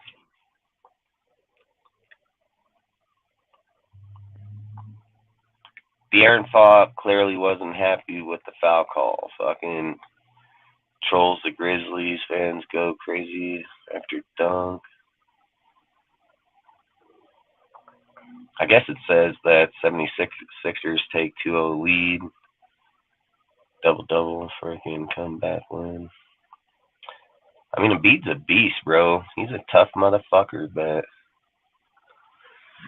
I don't know. Fucking I keep fucking with Cortez all the time. Tell him, man, he's fucking gonna lose to those fucking Kings, bro. Like, yeah, they probably will too, man. I ain't even lie. But we're gonna fuck them up. Watch the Lakers. We're gonna smash them, bro. The only team I fear in the fucking playoffs is those stupid ass fucking Clippers. And I don't think they're better than us. I just think whatever the fucking reason is, dude, I don't know why we always lose to these sorry motherfuckers. The basement. We lose to the basement fucking our janitors, dude. Like, so fucking annoying. It's not even funny. I think we're like 11-2 or 3 of these motherfuckers, dude. Yeah, but long story short, I hope we play the Clippers and get to dethrone them sorry fucks anyways. I think we're a way better team than them. And I just want to do it just because of Westbrook. Like, fuck Westbrook. Motherfucker. They literally just came out, dude. I don't know if I still have it. Let me go see if I have that stat, what they said about this motherfucker. I think this guy was smoking rocks, but he might, I mean, I'm not going to say he's wrong because let's go back to see if I can find this fucking post. It said, Draymond forces Steph in turnover, Warriors implode in game 2, fucking self-inflicted errors, have Kings up, 8 entering the fourth quarter. See, I mean, fucking, I said, like, I think, like, how the fuck? You know I what think, gets like, fucking me Thompson fucking mad? falls off. Harrison Well, how many Barnes points holds does on Thompson to have? fucking Clay's arm. The fuck, when you're on offense, you're not supposed to hold on. That's right, Clay. Let's get this shit. We're down by 3. I mean, Clay can fucking dagger it, dude. There's no doubt. So, look, this is a fucking crazy stat that they just said about Russ, dude. And I'm calling bullshit, but maybe, I mean, I watched the game. I mean, fucking, but I didn't think it was like this. But this is what they said about Russ. They said, fucking bullshit. Man, that's some fucking bullshit. Some faggot ass shit right there, man. What the fuck? Either way, I remember it anyways. It said that fucking Westbrook held fucking KD, Booker, and CP3 to 6 points in 59 possessions. I don't know about that shit. Did not fucking KD. I mean, I can be fucking tripping, but I know KD in the first quarter, he didn't fucking score shit. KD fucking slammed that shit out, dude, in the second, third, and fourth. So I don't know where the fuck that stat came from. Did they give that stat in the first fucking minute of the game or first? They said 59 possessions. Like, fuck, dude, 59 possessions. I mean, let's just be real. Even if you're going at a fast pace, dude, I mean, going down, up, down, up, down, up, down, up, down. I mean, fucking, even on one side of the field is 10 is 20, dude. So, I mean, even to do it on one side at 10, looking at, I mean, fuck, you still, like, have to, that would mean, like, I would think, like, the first 10 minutes of the game. Like, it would have to be. Yeah, like, I don't 1 point. 59 fucking possessions, man. And Russ is garbage. Fucking guy is trash. How many minutes are left in that game? 2 minutes and 51 seconds, and we're down by 3. Where's Malik? Where's Malik Monk? How many points he have? He's trying to guard Curry right now. You're not. He guarded him yesterday, or the day before yesterday.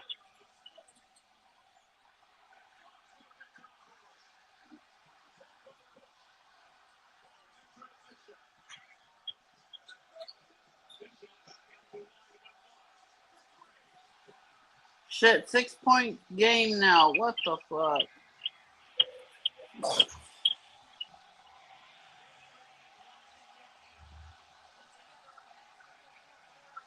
Come on, Curry. You need a.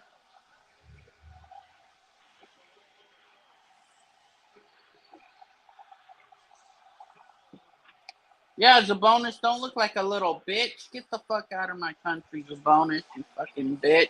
You're a fucking little hater, bro. Salute out. Fuck Sabonis. Salute, Dustin, Cortez. How you guys doing? No, Cortez about to have shit. a spasm over here because Sabonis is raping his team. Nah. Fucking Sabonis needs another fucking shoe to his fucking. Hey, don't worry, bro. Bitch. We'll take care of him when we play him. How the We'll fuck take care was of that him. a fucking foul on Curry? What the fuck, man? Sabonis, We'll, you're. we'll, We'll take care of him for you when we play him, man. Don't worry. We'll send him love. But Hey, I'm not gonna lie, dude. They haven't been in the playoffs for 16 years, bro, and then got their 17, first dude. playoff win. Well, 17 year. What is it? 17 years in the win in the playoff. So I think fucking I don't know. I mean, I think it's 16 years if I remember that right. I know fucker out it's the game, 17 too. to win, but I don't know if it's 17. Yeah. I think Either way, I think Cortez was learning how to finger paint last time they were in the playoffs. Like, it was a while. That's facts, probably for real. He's probably like 7 years old, huh? Fucking Yeah, because 7 I years think he was old. born in like '96, right? No, fuck no. Early 90s. He's in 93, baby. 93, 94. 94. Yeah, 94. So you were, you were a little kid, Cortez. You were a little kid. Running around in diapers still.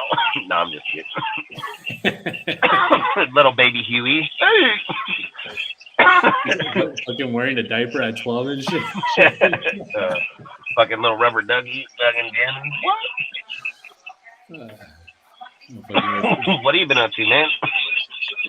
Just fucking chilling, dude. Just grinding at work. Trying to get back into like my workout routine. Hell yeah. You're late to the party. This is my workout routine. Click, click. Fucking drink it. No. You're playing press man with the buttons and shit. Hey, I'm gonna tell you straight up. I work enough during the day. They want to catch me dead in a fucking gym, dude. Like my woman told me, like I think it was last year. She brought it up. She was like, whenever you get done working, you want to go to the gym. What the fuck? Like, you gonna fucking go to the gym? She's like, yeah. I'm like, you know how many fucking miles I walk a day? Like, no, I'm not fucking going to the fucking gym. Like, how much work I do? Fuck no. Like, I feel like I'm fucking working every day. Do you have a fucking what's it called? Like one of those like step counters, like on your Yeah, your so I don't have one, but Brian, the dude that works with me, dude, fucking he has one, and he said some crazy shit one day, dude. Like, walked 17 fucking miles that week or something, dude. You know, like, and then he said something like we walked 69,000 footsteps, dude. Like, I don't even want to know that shit. I'm just gonna be honest. I don't want to know it. I don't want to hear it. I don't give a fuck. It's crazy when you think about it, but motherfucker, you think I want to know I'm walking that many fucking miles? Like, but I think it'd be helpful, dude, so you could tell your woman. Like, I'm walking it regardless if that bitch says it or not. I'm walking it regardless if that fucking watch says it or not. That watch don't determine why I'm walking it. I'm walking it because the fucking job determines it. So I'm not waking up to be like, well, let me get my fucking step count today. I'm waking up being like, how the fuck can I get across that field in the least amount of fucking steps that I'm walking in fucking flowers that are up to my fucking waist, dude, and I'm in waders and fucking, oh, hell no. You don't think I give a fuck about that step counter? Fuck no. I'm trying to find out. How long are you guys going for, by the way? How long are you guys going for? Are you guys wrapping up soon or what? Probably in 20 minutes. Probably 10 o'clock. Okay. So I'll actually probably just be I'll just be wrapping up some things. I wanted to stop by and say hi, fellas. Hell yeah, frickin'. Do you want to talk on your subject real quick or what? So I guess I could probably try. I mean, you guys probably touched on the Jalen Hurts shit already, right? I ain't fucking talked on him, but you have evaluating our cornerback rooms and Jalen Hurts and how it impacts the QB market. So which one? Yeah, let me just talk about the Jalen Hurts thing real quick, and I'll bounce out and let you, Dustin and Cortez, sort of take it over. So just really quickly, obviously Jalen Hurts, signed a massive contract today. I think it was 255 or something like that. 255 with 179 fully guaranteed. And I think it makes him like the highest paid player in history. Or in history. The highest paid QB in NFL history. And so I take a step back, and I'm not hating on him. I think he's a solid player.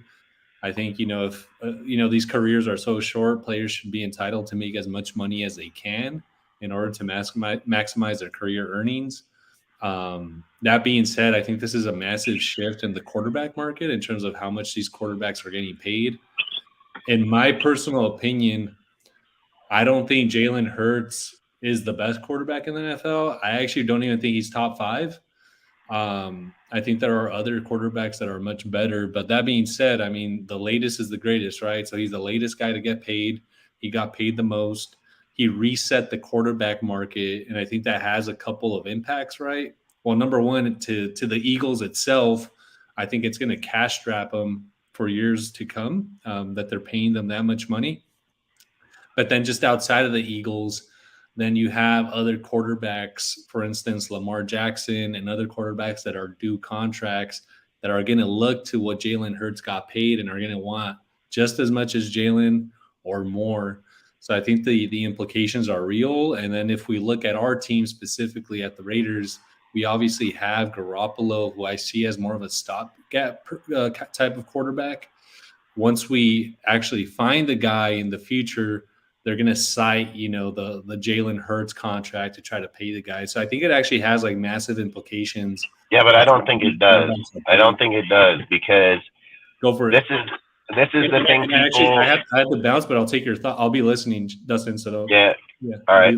No, appreciate it, bro. Appreciate it. But I'm gonna say why I don't think it has the implosion on it, because people are taking that as of right now where the salary's at. The salary cap's going to be at $250 million, dude. The way that quarterbacks are due their fucking contract, they get 15 to 20% of the salary cap. That's how the contracts work. Go do 15 or 20% of $250 million. Tell me what the fucking number is. It's probably around $50 million. So where people keep making this assumption is, and this is what I think drives me crazy is that is him getting paid $55 million a lot of money? Fuck yeah. I'm going to tell you why he shouldn't have got the fucking money, and I'm going to tell you why I think it's stupid as fuck. Because one, they only had one fucking year of him. His roster was stacked as fuck, dude. He had good offense, defense, and fucking all-around team. He had good-ass fucking players. Well, guess what? They don't have it now. And he wasn't doing this before they got those fucking dudes. And he's lost his offense and defensive fucking coordinator in the same exact year. So for me, I think it's more the fact, like, you only got 1 year sample size with him with the stacked roster, and you gave him $55 million. You're stupid as fuck. Like, that's my honest to God opinion. I mean, outside of that, him getting $55 million or any other quarterback, it's not going to be on average, dude. Like I said, do fucking 20% or 15% of fucking 250. I didn't do it yet, but I'm pretty sure it's going to be right there, because that's how the cap has always worked, dude. It's always worked that way. So when people keep sitting here saying, like, well, this guy's getting paid $17 million or this receiver is getting paid, yeah, he got paid 20 and now they're getting paid fucking 30. It ain't no different than quarterbacks in the early 2000s that were getting paid 20 and now they're getting paid 40. Like, go back and see what a quarterback was getting paid in the early 2000s. $25 fucking million. You don't gotta look it up. I know. So he was making $25 million fucking dollars. They're making fucking 40 and 45 million now. And then go look at what the cap was then and what it is now. Like, that's the thing people aren't taking into consideration. The cap and the way that the NFL has worked, it's done on a percentage already for each position, each player, how superstar they are. Like, they didn't just make up these numbers. They weren't just sitting down and just made up the fucking number. They're not like, well, you know what, today we're gonna try to do, like, 27.3725. Like, that's not what they do. They go and say you're an elite ass player at this fucking position, so let's go to Max. Let's do Max, for instance. Max, an elite ass player at a DN. They said he's one of the best fucking players out there. And they said with the cap where it's at right fucking now, and if we did the fucking 15 or 20%, we're actually ahead of the fucking game, because guess what? We're going to sign this motherfucker for $25 fucking million a year where we're sitting at in the cap. But guess what? There's going to be DNs that get paid 30. So great fucking deal, because they beat them to the chase, and they did it before we even reached the $250 million cap mark. I've said if teams are not clearing their roster dead space right now, like if teams right now, when you're going up 18 and $20 million per fucking year, and you're gaining that for free money, if you are not taking that money and taking off your dead cap and fucking getting your team back to even, so when we do hit the $250 million threshold, That's like reset. That's like pressing reset. We're at 250, you get to restart. But you know what's so dumb? Some of these teams are so fucking stupid that they're gonna keep spending high fucking dollar and still be in the hole. They gave you the chance to get the fuck out of it. They gave you the chance to use the money to be able to take away that debt each year, but still put the same amount of money into the players you have on the field. And if they choose not to do that, they're just fucking dumb. I've said I disagree on Jalen Hurts just because of the fact that, one, the sample size is way too fucking small, and to give this dude the highest paid of any player in football is crazy because he's not even the best player in football. But I can see why they're doing it, because what all they're doing is beating Burrows and all these other people to the chase. That's all they did. They sit and said, every guy that's coming to the table right now, like they went right off of fucking Lamar. Lamar been crying about this shit for fucking all year. So they already knew where the threshold is, because they're like, Lamar wants $250 million. He wants it fully fucking guaranteed. Like, they already knew where the threshold was, and they've even offered him 3-year $133, and he turned it down. So he claims he didn't turn it down, but whatever. I don't really care. They've offered him the money regardless he turned it down or they did it or not. The number was put out there, which I feel like if that number was taken, they should have did it because it was a good deal. But all I'm saying is when they put that number out there, what do you think fucking Lamar wants 250 now? Like, motherfucker gonna be like, oh, Jalen Hurts ain't better than me. Jalen Hurts ain't fucking, you just give him 250, motherfucker. You give him $55 million a year. You think Burrow's gonna sit over there and say, yep, Hurts is better than me? No, the fuck he's not. Burrows ain't fucking saying that. Burrow's saying, I was just at a Super Bowl, motherfucker, and I still just damn near got there again. So, nuh-uh. So guess who else getting 250? Like, 250 is going to be the norm of fucking players. I mean, go and look at Patrick Mahomes' contract. He gets $60 million fully guaranteed in the last year of his contract, dude. So obviously the Chiefs knew where the fucking money was going to be at, and they knew that 7 years in the future. So that's all I'm saying. How the fuck did they know that number was going to be 7 years in the future? I'm going to tell you how they fucking knew, because they know what the cap is and they know what the fucking percentage is. Like, they knew where the fucking money's at. And go look it up. You think I'm lying? Look at Patrick Mahomes' contract. $60 million fully guaranteed. Fully. All the way. So all I'm saying is like I say, I don't think I think people are looking at where players are right now. Max wouldn't have been at 25 million just a few years ago. Max would have been about 15 to 17. Now the cap's going up. He's worth 25. There's receivers. I mean, fucking guys that were getting paid 15 million that were elite ass fucking receivers that are getting paid 30 and 40 now. You have average ass receivers making 12 fucking million.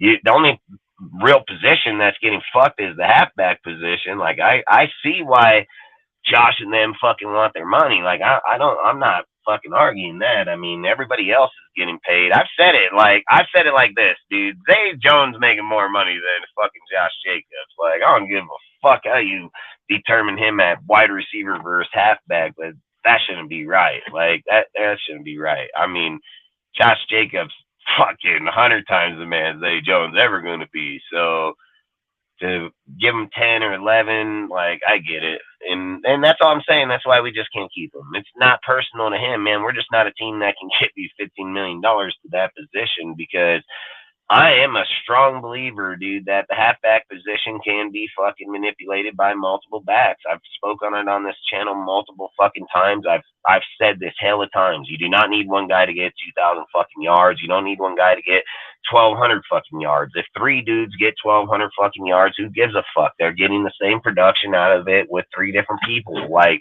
I've never understood, like, numbers are numbers. It doesn't matter how the number's there. The number's the same fucking number. And just because you determine that you want it by 1, it doesn't matter if it's done by 3, 4, 7, 9, 15 or not. The number's the number, dude. So, and just because you think it's done by 1 doesn't mean it's better. You know, I've always said, if you have three dudes back there playing, you're fucking unpredictable. You don't know what the fuck the next guy gonna do no more than the other. And look at more in NFL teams.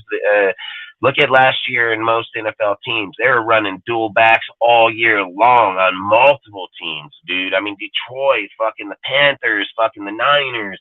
I mean, they were fucking the Patriots, fucking everybody was running dual backs, dude. It was not fucking the Ravens, fucking even the fucking Bears. I mean, everybody was running dual backs, dude, and had good backups too. So I'm not gonna argue that they just were running flops. They were running good players. So I don't know. Like I said, dude, at the end of the day, people got to just take the personal shit out of the deal. Nothing's personal to fucking Josh. It's just about the money that goes to that spot when you're trying to rebuild. And that's why I keep saying, like, the DeAndre Hopkins just don't seem real to me. Like, I don't think it's even going to happen. I don't even think that the Raiders are even intriguing it. And I don't think they're trading the 3 with that idea, you know? So I've already said, like, where people have said, like, we're going to have to trade somebody to be able to get the money, or that. No, we don't. Once we start cutting down the fucking 80 people, we're going to get the fucking money. So we don't need to go trade nobody. We don't need to take loans. We don't need to fucking restructure. We're already have the money coming back to pay the draft players. So they may not get to be signed, all of them, right when they're done with the draft, but they'll be signed by June, July. You can mark that shit. So, and after they get out of the camp, they're already going to be cutting down motherfuckers that don't fit their shit already. So, and then other dudes are going to be telling them, fucking go out, do this, and then fucking, you said how much should Lamar get? Fucking, I mean, you don't want to ask me that, bro. I don't even think he's worth $50 million at all. I mean, I've said this hell of times. I think Derek Carr is 100 times better quarterback than Lamar will ever be in his life, dude. Just Lamar's a better athlete. So if you're valuing Lamar's skill on the athlete, you know, salute, Ozzy.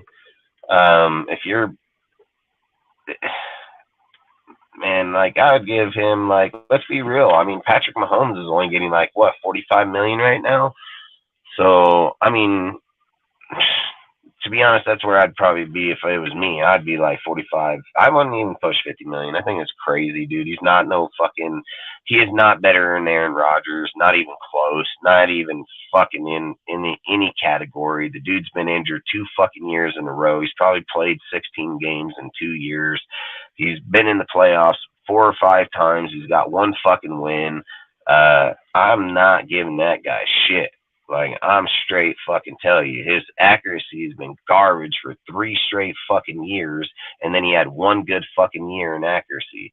Like, and again, I don't care. I'm not doing that. I don't give a fuck. I don't even want him on my team. So why the fuck would I even pay him anyway? So I care less. Give him fucking food stamps for all I care. You know, like, if it was me, 45 million, you don't like it, go fucking sit on the bench. I don't really care, because I think they're players, like, when you're looking at Aaron Rodgers, dude, like, Aaron Rodgers is probably one of the greatest quarterbacks to play the game, and he's probably he's fucking phenomenal. And yeah, he got a Super Bowl. So, and again, not only that, he's got back-to-back MVPs, dude. He's fucking striding at a very high level, even in 37 years old.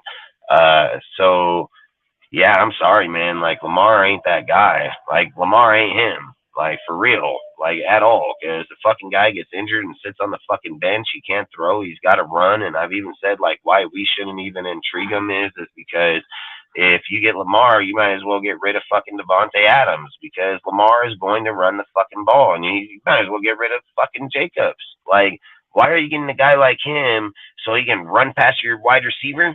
Like, you're giving him it so he can run past your halfback? Like, fuck that shit. And then let the halfback get injured, motherfucker, because you can still play. You get injured, we can't play. Like, I gotta go get another motherfucker, and that guy gonna suck. So why the fuck you running anyways, dude? Like, I did not draft the quarterback to be my fucking halfback. I drafted the goddamn quarterback, throw the fucking ball, because that's how the NFL is played. And every running quarterback usually ends up injured, tore ACL, and out of football in no time anyways. And if I was the Ravens, I would not give that motherfucker no 5-year fully fucking year. That guy can be out of the NFL next year. He can be out in 2 fucking years.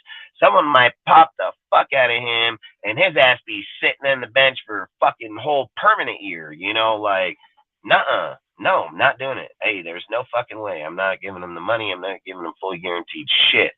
Like, he wants fucking 3-year, $45 million a year. Like, I'll do that. I don't give a fuck. And it ain't fully guaranteed. Like, I'll give you your signing bonus and shit, but you get hurt, motherfucker. I'm not losing my franchise because you think you're better than it. Like, nuh-uh. That's dumbass business. See, that's what I'm saying. These fucking GMs, man. Listen, I'm gonna be 100% real right now. If I would have seen Lamar Jackson's text that said, get DeAndre Hopkins and we can talk, I'd be like, bye, bitch. Like, straight the fuck up. What the fuck you mean get DeAndre Hopkins and we can fucking talk? Now I got to trade draft picks out here for this motherfucker. I just got you OBJ at 15 or 18 fucking million. Now you want me to go up and give out draft picks and fucking get him? Fuck you. Fuck you, bud. Like, I ain't doing that shit. Get the hell out of here. Who the fuck is their backup? I'll take the backup. I don't even give a fuck. I don't even know his fucking name. Don't even know who he is. I still take the motherfucker. Like, and didn't he play good anyways? Fuck, what was that guy's name? Didn't he make the Pro Bowl? Fucking Huntley, isn't it? Fucking, I think it's Huntley that was the fucking backup in that motherfucker. But I'll fucking take that motherfucker. He only played 4 games, made the fucking Pro Bowl, so fuck. So obviously he did something fucking phenomenal. Some bullshit. But Richardson, the same thing. Don't be surprised if Ravens draft Richardson. Fucking have him. Take him. Fucking please, God, take him. Like, fucking let the Panthers take him too. Like, I don't fucking care. Like, I hope to God that Ravens over there are fucking telling them that they want Richardson, and the Panthers are like, nah, bitch. Nah, we're going to get him. Get him. Fucking please take that motherfucker. Call me up. I'll pay that fucker's jet fuel and his fucking first class ticket over there, because that means we getting Bryce or Stroud. Like, straight up. If we trade to 3, we're getting 1 or 2 fun quarterbacks. You take that motherfucker all you want. Take any of them. I don't care. Take Levis. Fuck, think Levis is better. I don't really give a shit. They're both garbage as fuck. I do not care, dude. Like, I've said this, like, in some organizations, maybe short routes don't matter, and Josh McDaniels short routes fucking matter massively. This fucking guy can't even throw a fucking, I don't even want to talk about the guy, because I think it's the stupidest shit that even people are even talking about, that he may even go first overall, even professionals, because I'm like, bro, this guy has fucking played 1 fucking year. He had 17-9. He fucking ain't got goddamn the worst accuracy to open players in the field. Just straight overthrow the motherfucker. Like, oh, see you later, bitch. Like, where the fuck did that go? And he done a hell of times, dude. So for me, I'm hell no. Like, when people brought up Malik Willis last year, I said the same shit. I'm like, you guys are fucking dumb. Like, you are so dumb. I'm like, this bro left Auburn, came to Liberty. Fucking, yeah, he had a good record in there and all, but the guy is fucking weak sauce, bro. Weak sauce. I said it the whole entire time. Said that shit the whole. Go back and look at the lives. You'll hear me say that shit the whole time. What's up, William? But that's all I'm saying is like, too many people out there fucking go out there and I just evaluate the player, bro. I don't have nothing personal for them. I don't have nothing against it. I just evaluate the player. I call those players clear as shit. They ain't done nothing. They even, like I've even said, the Titans are considering trading to the 3rd spot. They got him on their roster, motherfucker, on their roster right fucking now. Why, if you can do that developmental bullshit and build up these players, why are they trying to trade to 3 for a quarterback? I thought the fucker was there right now. Is that not what everybody said last year in the Oh, look at that beautiful 60-yard pass down to the slant, onto the side. Oh, it was such 2 beautiful passes. Oh, look at all these scouts and all these people. Oh man, they were fucking dick riding him so hard, and the guy sucked in a straight fucking 5-yard slant, just overthrew the motherfucker by 15 fucking yards, get him in a drag, fucking out, throw him into the fucking out of bounds. But goddamn, if that 2 passes on the 60-yard mark just weren't the most beautiful fucking thing that skyrocketed this guy's draft value, that was still taken in the 3rd fucking round, which was still a fucking backup and still considered to be a backup and not even looking to be a starter, looking to trade up to the fucking 3rd spot. Like, why would we do that? Like, why would we do that? Like, that shit does not work, dude. Like, I'm not doing that. I'm not doing it. I'm not entertaining it. I don't give a fuck. You take them. You have them. Not me. Fuck you. Not me, man. Kudos to you. I don't fucking care if you take them and get 10 fucking wins with the guy. I don't care if you get 200 of those motherfuckers.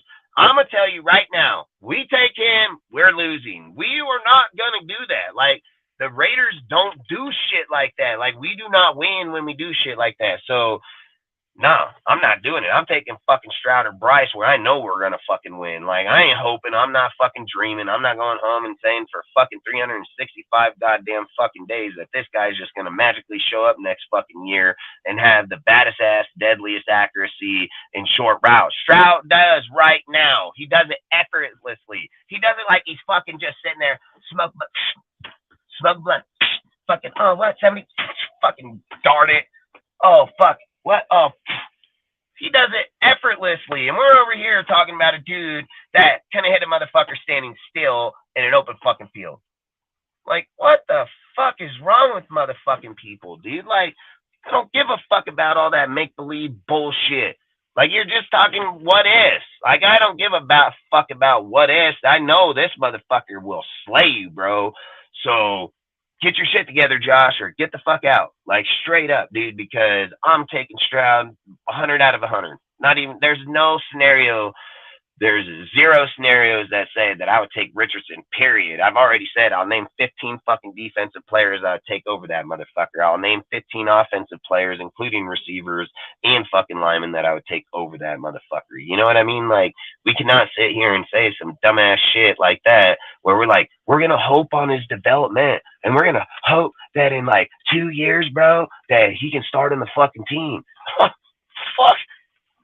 Fucking just fucking sell the team. Sell it. Like, I don't want your hopes, motherfucker. I don't want your hopes. I don't want none of your bullshit. I want to fucking take the motherfucker. I want to make sure that this bitch got the best chance of being a great fucking quarterback, not hoping he is, that I can develop him and make him win because he already has the stats to back that shit up. Motherfucker got 4,000 yards in the season, fucking 41 touchdowns, 6 interceptions, done it back-to-back seasons, fucking doling it down people's fucking neck. And we're over here talking about some motherfucker with 17 touchdowns and 9 interceptions, come from fucking Florida, and we want him. Like, what the fuck? I'm so done with so many people. There's so many things that are just mind-blowing in today's conversations. The way that the people view our team, the way that they view that they view our organization, the way that they view Ziegler or fucking Josh, you know, like I've said, I fucking 100% would, I view fucking, my view is that fucking Patrick Graham, 1,000%. If I own that team, that motherfucker, he'd have a fucking big ass lit up light every day he came into work, because he know his motherfucking day's numbered. He don't get his shit together. So, but out of Josh and Ziegler, why would they have any worry? 12th best offense, even with a depleted fucking team, broke 2 sitting records for 25 years, dude. Fucking made 2 dominant ass fucking receiver and fucking halfback in the NFL last year. So what the fuck is he worried about his job for? You know, like, that's why I just don't get it. We're over here bitching about a dude that was 12th best, but we're giving the motherfucker as a 32nd best a free pass every year for fucking 20 years. You know, it's just dumb as fuck. And then sitting here saying, like, we know where the fucking problem is. Ziegler knows he's going to go fix that shit. Like, he's going to do it because Ziegler ain't fucking stupid.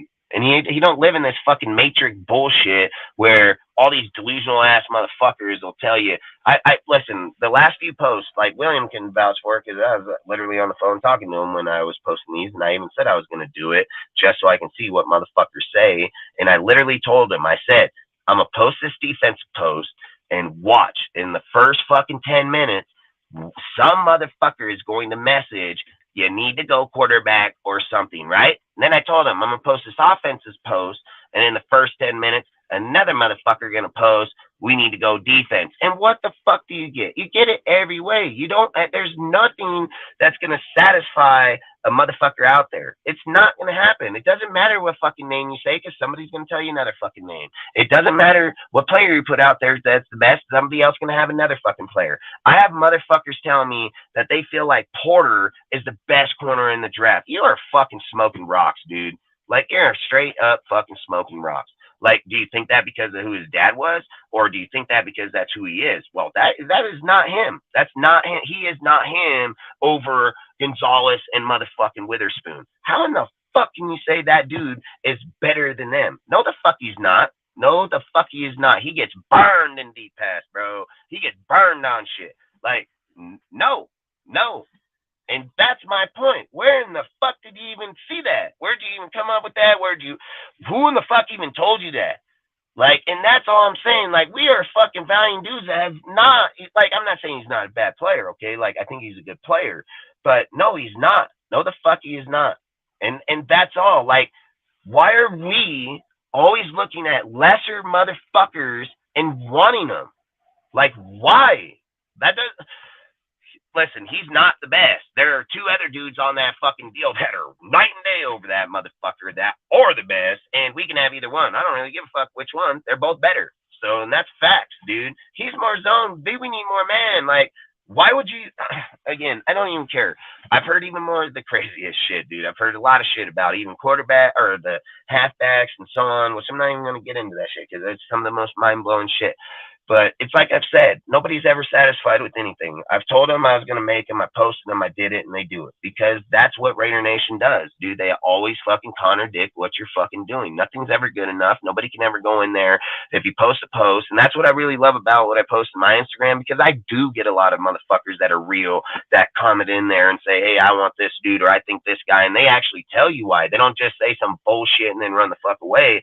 They're actually conversating amongst each other. And I like looking at that shit, because it allows me to see different perspectives from different motherfuckers and have a reason why, not just put out some fucking dude's name and then just have no fucking reason to back it up when I can just tell you like 50 right off the get-go. You know what I mean? Like, that's all I'm saying. Where when we put out posts and you get people that are over there, they're having football conversation. That's what it's about. That's what it's supposed to be about. That's why we created this shit. It's why we try to come out here and have these platforms to be able to have that group, not only just right here, but even in social media. Even when nobody's doing nothing, you can go to Instagram, go to one of our posts, and then be like, yeah, I like these two players, and yeah, I would take this one over that guy because I think he's the better deal. And when you're putting out information like that, other people start putting out, and then that's how you create data. That's how people can actually look at shit and take data information from it. But you know what these real motherfuckers do, and these scouts and all, they don't even pay attention to the Raiders. They don't listen to any fans.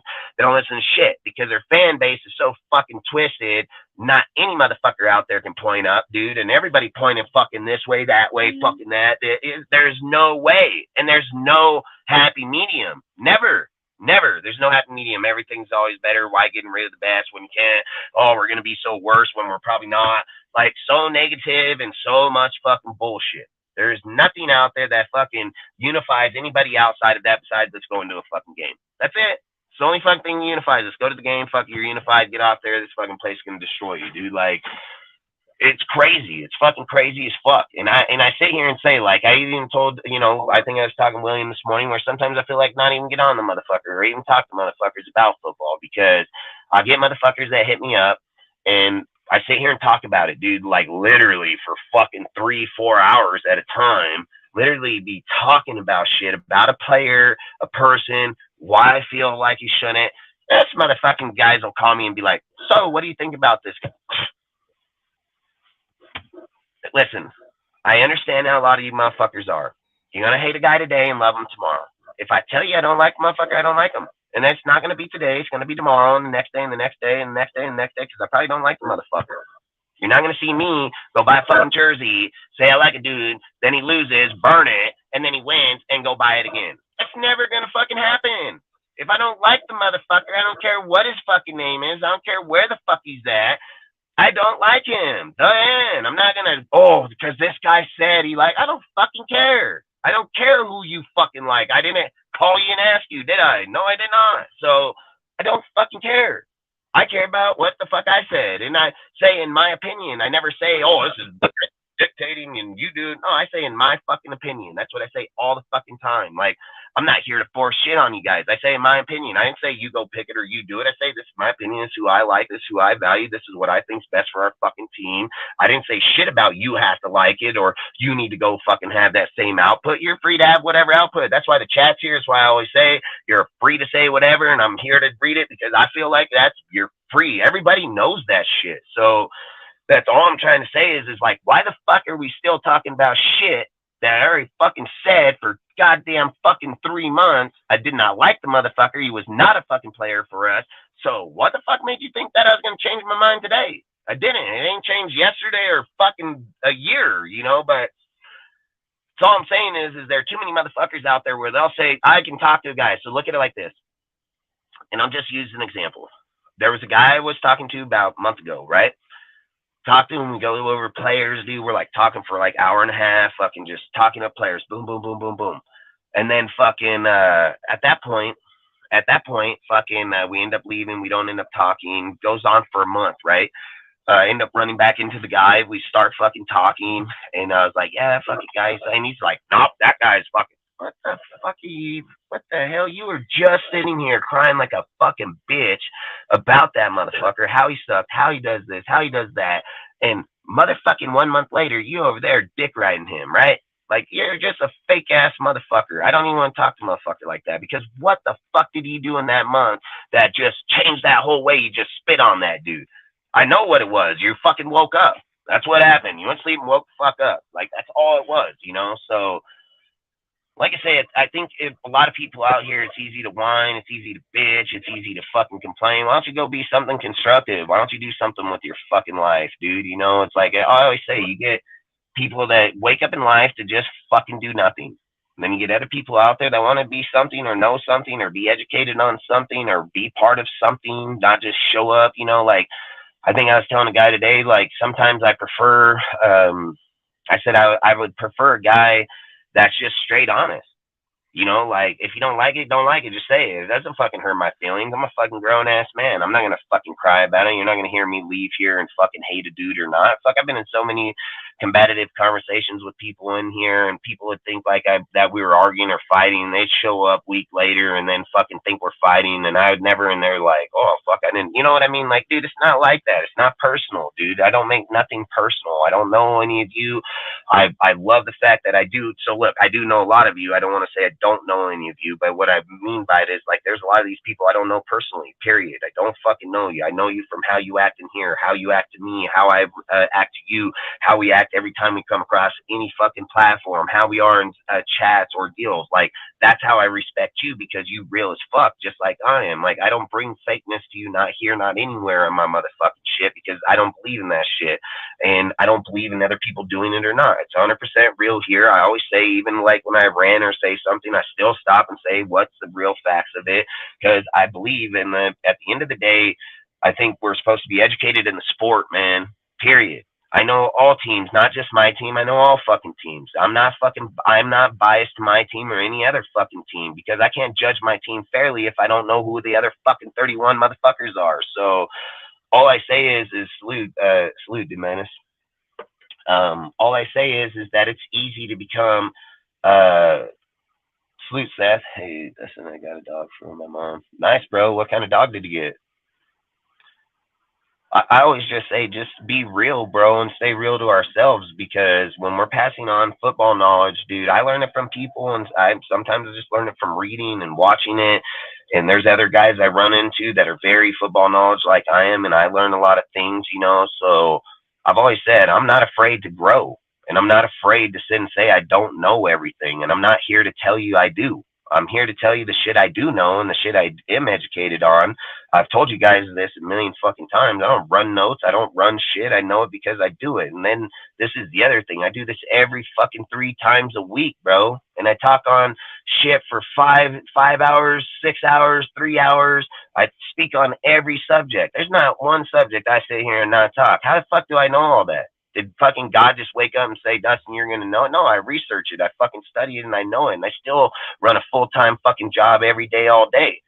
I educate myself all day. Educate myself while I'm taking a shit, sitting on a couch, fucking reading or watching TV. My woman tell me, how do you read your phone and watch TV? I fucking multitask. Like, I can watch fucking TV and read. I can chew gum and walk at the same fucking time, too, and blow a fucking bubble. Like, I educate myself in all platforms, dude. I don't want to be the guy that sits back and listens to everybody else talk. I want to be educated in the talk. I want to understand why they're talking about. What are they talking about? Why are you saying that dumbass shit when you're saying it? You know, like, sometimes I just want to stop and be like, why do you think that? Like, what the fuck in your brain just twisted up that bitch like a goddamn fucking winder clock and then just popped out that bullshit? Like, that's what I just want to ask. Like, because sometimes that's exactly how I feel. And then I feel like, okay, are you not really watching what any person's saying in YouTube or anything that anybody's saying? Why in the fuck are you talking about something that not only me or fucking 30 other motherfuckers have already spoke on, but you acting like you ain't never heard it yet? Like, that is crazy. That's crazy as fuck. And then how they evaluate our team and the process and, oh, we're worse. No, we're fucking not. No, the fuck we are not. We had no hand fucking Cole and fucking Hollins back there. Get the fuck out of here with that bullshit. Motherfucking, we're worse. What fucking meth you smoking? Paint? Fucking, I don't even know. Get under the fucking counter with some fucking Ajax. I don't know what you fuckers are doing. Well, it's Tide Pod, I guess, right? Some fucking retard shit. But again, you over here fucking that kind of dumbass shit when you're sitting here saying our fucking receiving core is beat by 6 fucking receivers, 7 now. Not only that, they all know the system and they're all fucking equally good. So we ain't got we got no hand fucking Cole, but that bitch probably out of here. Gonna be gone. Like, gone with the wind, dude. Or he gonna be special teams or he gonna practice squad player. Like, that's where no hand Cole ass going, dude. Like, fucking listen, we didn't even intrigue signing back Hollins.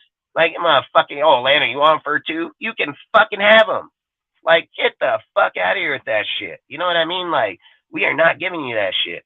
And that's the thing where people over here, they're like, why would you sign Hollins? What? He got fucking 690 yards, bitch. That's more than he's had in his whole career. You want me to sign the motherfucker as my number 2. Get the fuck out of here. That's what you settle for. And then you want that. Because that's what you feel that's winning. That's fucking a joke, bro. That's a joke. That's sad as fuck. Would you go play Madden and put Hollins as your 2?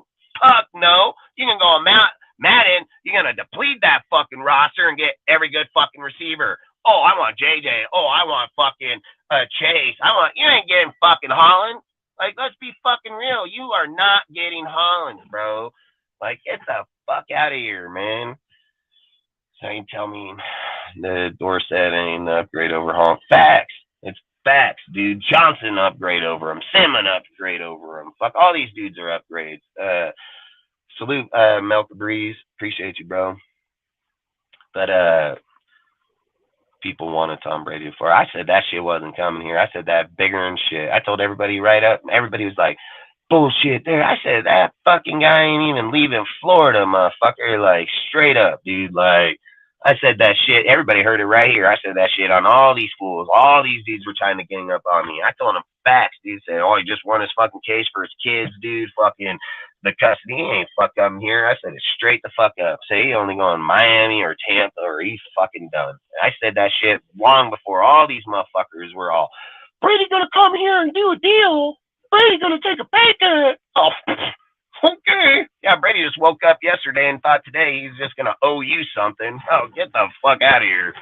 I fucking can't. I cannot understand that shit. Like, I cannot understand it. You know, like, fucking guy got 6, 7 fucking rings and thinks he owes somebody. Like, I fucking bet. I said that shit the whole time. I've said so much shit on this show that's just straight smack motherfuckers in the face, dude. Not even, and I not only said it, I said this shit like fucking months before anybody even brought it up. And that's why I just think it's crazy. I feel like that shit's scripted, bro. Like, a lot of that shit's scripted like a motherfucker, dude. And I'm just like, what the hell? Like, when I see it, I'm calling it. I don't give a fuck. I called this shit while we were playing in the season. I called that Arizona trade from week 15 of last year, dude. Like, I said straight the fuck up. If I was the fucking Raiders, I would hit those motherfuckers up. Guess what? Chad and all those motherfuckers didn't even talk about it until what? February, March? Like, little late there, bud. Little late there. Like, that's all I'm saying. Like, I'm trying to give factual deals to the fucking team, bro. Like, that's what I'm trying to do. I'm not sitting here trying to come up with a timeline to suit shit. I didn't come on here today and tell you guys some fake ass story about Josh Jacobs. When these motherfuckers started talking about it, I say right away, like, I do not like, not on this show or any other fucking show, to change the perspective of a fucking individual. It's not your fucking job to do that. Your job is to tell facts. That's what your job is. Tell fucking facts, dude. You can't tell facts, don't fucking speak. Because if you're going to come out here and fucking speak and say, like, Josh didn't want to be here, and no, the fuck he ain't. That's not even the case. Not even the fucking case, bro. He's on a non-exclusive tag. Had nothing to fucking do with that. They knew when he did that, he wasn't coming to this fucking camp. They knew yesterday he wasn't coming to this fucking camp. But motherfuckers come on a show, and instead of talking to a motherfucker like this, real life shit, fucking talking about how sports or how the fucking team, not just hone in on one fucking deal for a click or a bait or a like, I think that's sad. I'm not listen, I can probably write as many fake motherfuckers and probably have a lot of motherfuckers right in here. And then I'm going to have a lot of fake ass trolls up in this bitch, fucking where I'm probably having to block these fuckers every minute because they're running their bullshit. I like to know when I look at my fucking chat that I see people chatting amongst each other, having a good time, talking football, fucking interacting with us on the show, not just fucking talking bullshit. Like, I don't fucking want that. I don't even care for it, dude. So all I'm saying is like, if you want to talk on Jacobs, great. There's nothing wrong with having a talking point on a dude that's a hot point at it. But how about just talk the facts? How about educate people on the fucking goddamn football of why he's not fucking there? Not, oh, he hates the team and it's against Josh and the Oregon. No, that fucking ain't. No, that fucking is not, dude.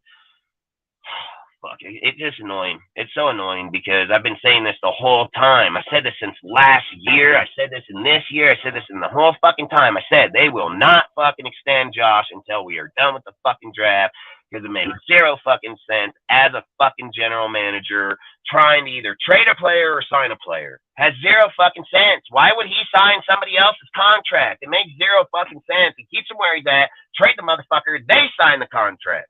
We sign them, we might get stuck with them, dude, if that's the case. And then what happens if we sign them, we don't even have the money for it? Like, that shit you don't want to fucking do. That's all I'm saying. It's not where people think it's dumb business. It's people that don't know what the fuck business is to begin with. You don't just go out and give motherfuckers shit, and I don't care what he does. I've already said it, dude. He can do whatever the fuck he's done. He can go break records. He can be the greatest motherfucker in the world. You're only worth so much to each team, man. And if one team wants to go out there and give up all that fucking money, give it, dude. I don't care. We can't. And to even entertain it just means it's a dumb conversation. Why do you have a conversation over something you can't do? Why are you going to do that? Why are you going to have that fucking 30 minutes of bullshit-ass deal you can't fucking do? So I don't want to talk about it. I don't even give a fuck about it. Do I acknowledge it? Fuck yeah, I acknowledge it just as fast as it's gone, too.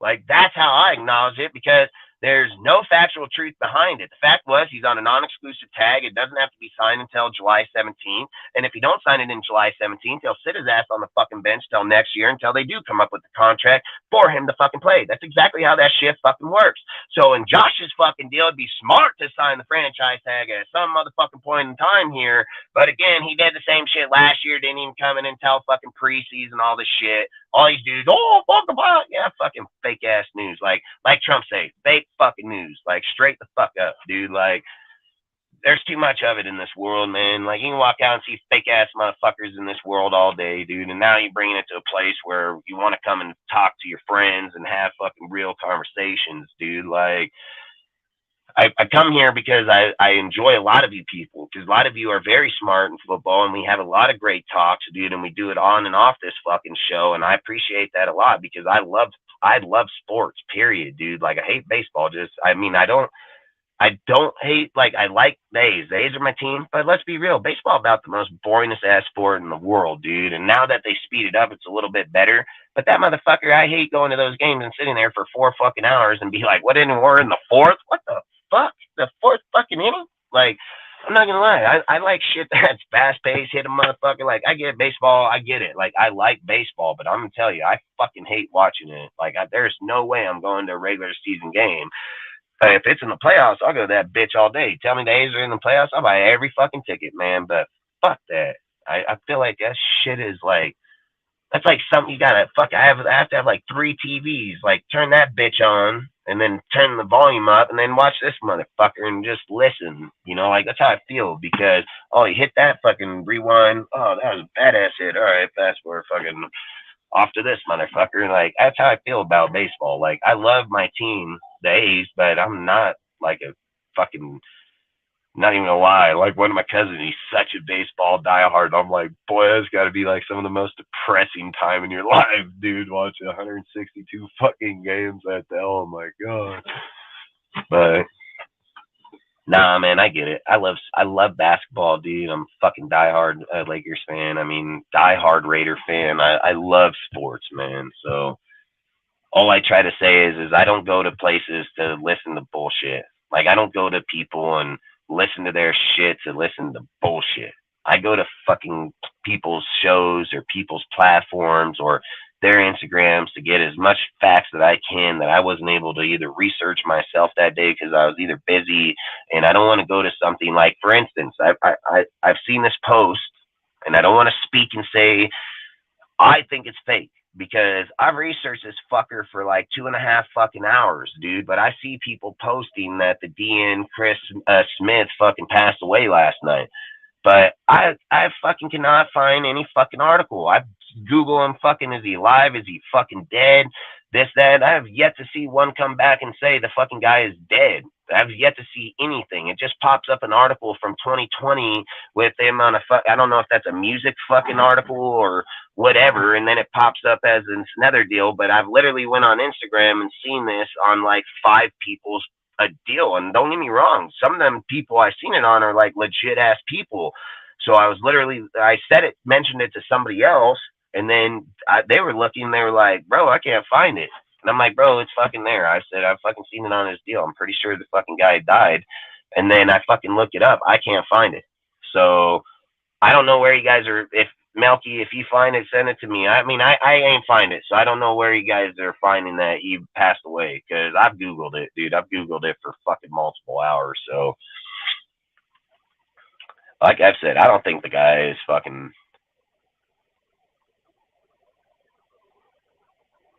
What is that? FFG? San Francisco Giants? Yeah, I mean, I've been in multiples. I mean, fuck, I was raised in the Bay, dude. Fucking Raiders just got to start studying their team and stop making up scenarios from out of their asses. That's facts, bro. Like, that's facts. That's how fucking a lot of these fans are these days that do come up with that bullshit. Because, dude, a lot of those people, I feel like they want to have conversation, but instead of being educated on the conversation, they just want to make up shit. And then I'm like, looking at them like, what the fuck are you even talking about, dude? Then I'm like, you know, there's times where you'll know right away. Like, there's days I just want to just shoot a dude down. Then there's other days I think about it, I'm like, I'm not going down this road again. Like, if you see me on my Instagram, when some motherfucker just, like, keeps persisting back and forth, I just tell him, have a great day. Like, I'm not gonna fucking write you a fucking paragraph of a fucking essay and then have your stupid ass say some dumbass shit right after it. Like, I'm not fucking, no fucking, it is not happening here, bro. Like, you know, fucking think it. I don't care. It don't hurt me. JJ probably getting traded draft night. He said, in my opinion, says, I like JJ. He is my dude. Affy knows how I feel about JJ, but even I will tell you he getting traded and most likely draft. Like I said, I have no qualms against Jacobs. It's not personal. I've never came to me as a Raider fan and held any player personal. And I always tell people, Cortez punching a Kings fan right now. Fucking facts, Belk. Hey, he is so mad in here. He is in here. He's like, we're about to beat him. Fuck Sabonis. Fuck that. We're about to beat him. Then he goes dead quiet. I'm like, hey, Cortez, where's the points? Yeah, fuck that, man. You know, fuck that Sabonis, bro. I'm like, what, you losing, you winning? Fuck it. He said, yeah, we're down by 5. All right, fuck, we're all talking. He's like, down by 1. Next thing, what the fuck was that? Fucking down by 3. What the fuck is down by 6? Next thing you know, Cortez leaves. Warriors pop up on my screen. Warriors light the beam. 2-0. Fuck, dude. I tell the fucking Kings, man. What the fuck? I always said Brady was plan A and Jimmy was plan B. Fuck, I hope both of them were plan F. Fuck off. Like, I don't give a fuck about either one of them. But, nah, I mean, like I said, the more I got into Jimmy, studying him, I actually didn't know he was actually as good as he was. I mean, like I said, to sit and just trash Jimmy, like, I get that, dude. But, like, look, dude, I don't just trash people. Like, I did trash him because I've never really liked him. But I also went, the second that we signed him, I went and fucking read up on him, all kind of shit, read his stats, read everything about him that I can get knowledge on. And Jimmy is really not a bad player. It's just like, I guess after so long, Patriots, everything of that factor, like, you just hate. But, like, when you actually look up Jimmy and study who he is, he's actually a really fucking good quarterback. He's a winning-ass quarterback. He has one of the most, I mean, fuck, he's one of the, this is the other thing. I think he leads the NFL for the last 3 years in most yards per, average yard per throw at 8.6. That's fucking saying something over all the motherfuckers in this whole league. So, I've said, like, he has a 40-17 record. He's 54-20 as a deal. He has a 10-2 record with no touchdowns. Like, Jimmy has played and been a winning quarterback. I don't think that 10-2 bullshit gonna work here. But again, if they change the defense and everything, who says the 10-2 shit can't work anyway? So, and what I mean by 10-2 is no touchdowns. Like, that's his record. He has 12 games with 0 touchdowns thrown in that game, and he's got a 10-2 fucking record. So, but all I'm saying is like, if this regime can build it, then why hate it? Like, I hate when motherfuckers keep saying, like, the Patriots. We are not the fucking Patriots, dude. And you want to be the Patriots, go fucking be on their team. I don't give a fuck. We wear the silver and the fucking black. I have a fucking Raiders emblem. I have this shit right fucking here on mine. I don't have no fucking Patriot fucking deal. And if another motherfucker sends me one, I'll probably block him. And if I see him in real life, I'll slap the fuck out of him, dude. Like, if you support the Patriots, go support them. You want to build an emblem with them, go support the motherfuckers. Don't fucking come share that shit with me, because I think you're stupid as fuck, dude. I think that's so dumb. Like, you're just shitting on my team, bro. Like, there's 2 things you ain't gonna shit on: my family and my team. Like, it's not gonna fucking happen, dude. So you have some personal fetish or personal vendetta, that's your fucking problem. That ain't mine. You know, like, we ain't the fucking Patriots, and we're never gonna be the fucking Patriots. And every fucking head coach that's ever went to any fucking team has always brought their fucking players or personnel with them. And if you don't fucking know that, get educated on the goddamn fucking sport. You know, like, I hate how these motherfuckers are just sitting here saying, like, oh, this and that. Listen, who gives a fuck? They played for multiple other teams too, not just the fucking Patriots, dude. So just because they had a Patriot affiliation, just because they've been part of it and succeeded in it, just because they didn't want to pay them and pass them on, doesn't mean they're not good players, dude. And why would you hate on people that win? Like, that's the fucking dumbest shit I ever heard. Say, well, I don't know if that guy's go. Well, show me the last time that they were under 10 wins, and I'll show you how good that player is. Like, fucking get the fuck out of here. You ain't been fucking by 10 wins by 2 times in 20 years. Like, motherfucking, you're over here hating on a motherfucker bringing people here to win, right? Yeah, you're fucking dumb. You're just fucking dumbass motherfuckers. Like, I just think, like, anymore, dude, I don't even know why people even do this shit. Like, I'll just be a dead ass honest. I don't know why they do this shit. It's fucking dumb as fuck. And too many people are just putting out dumb shit.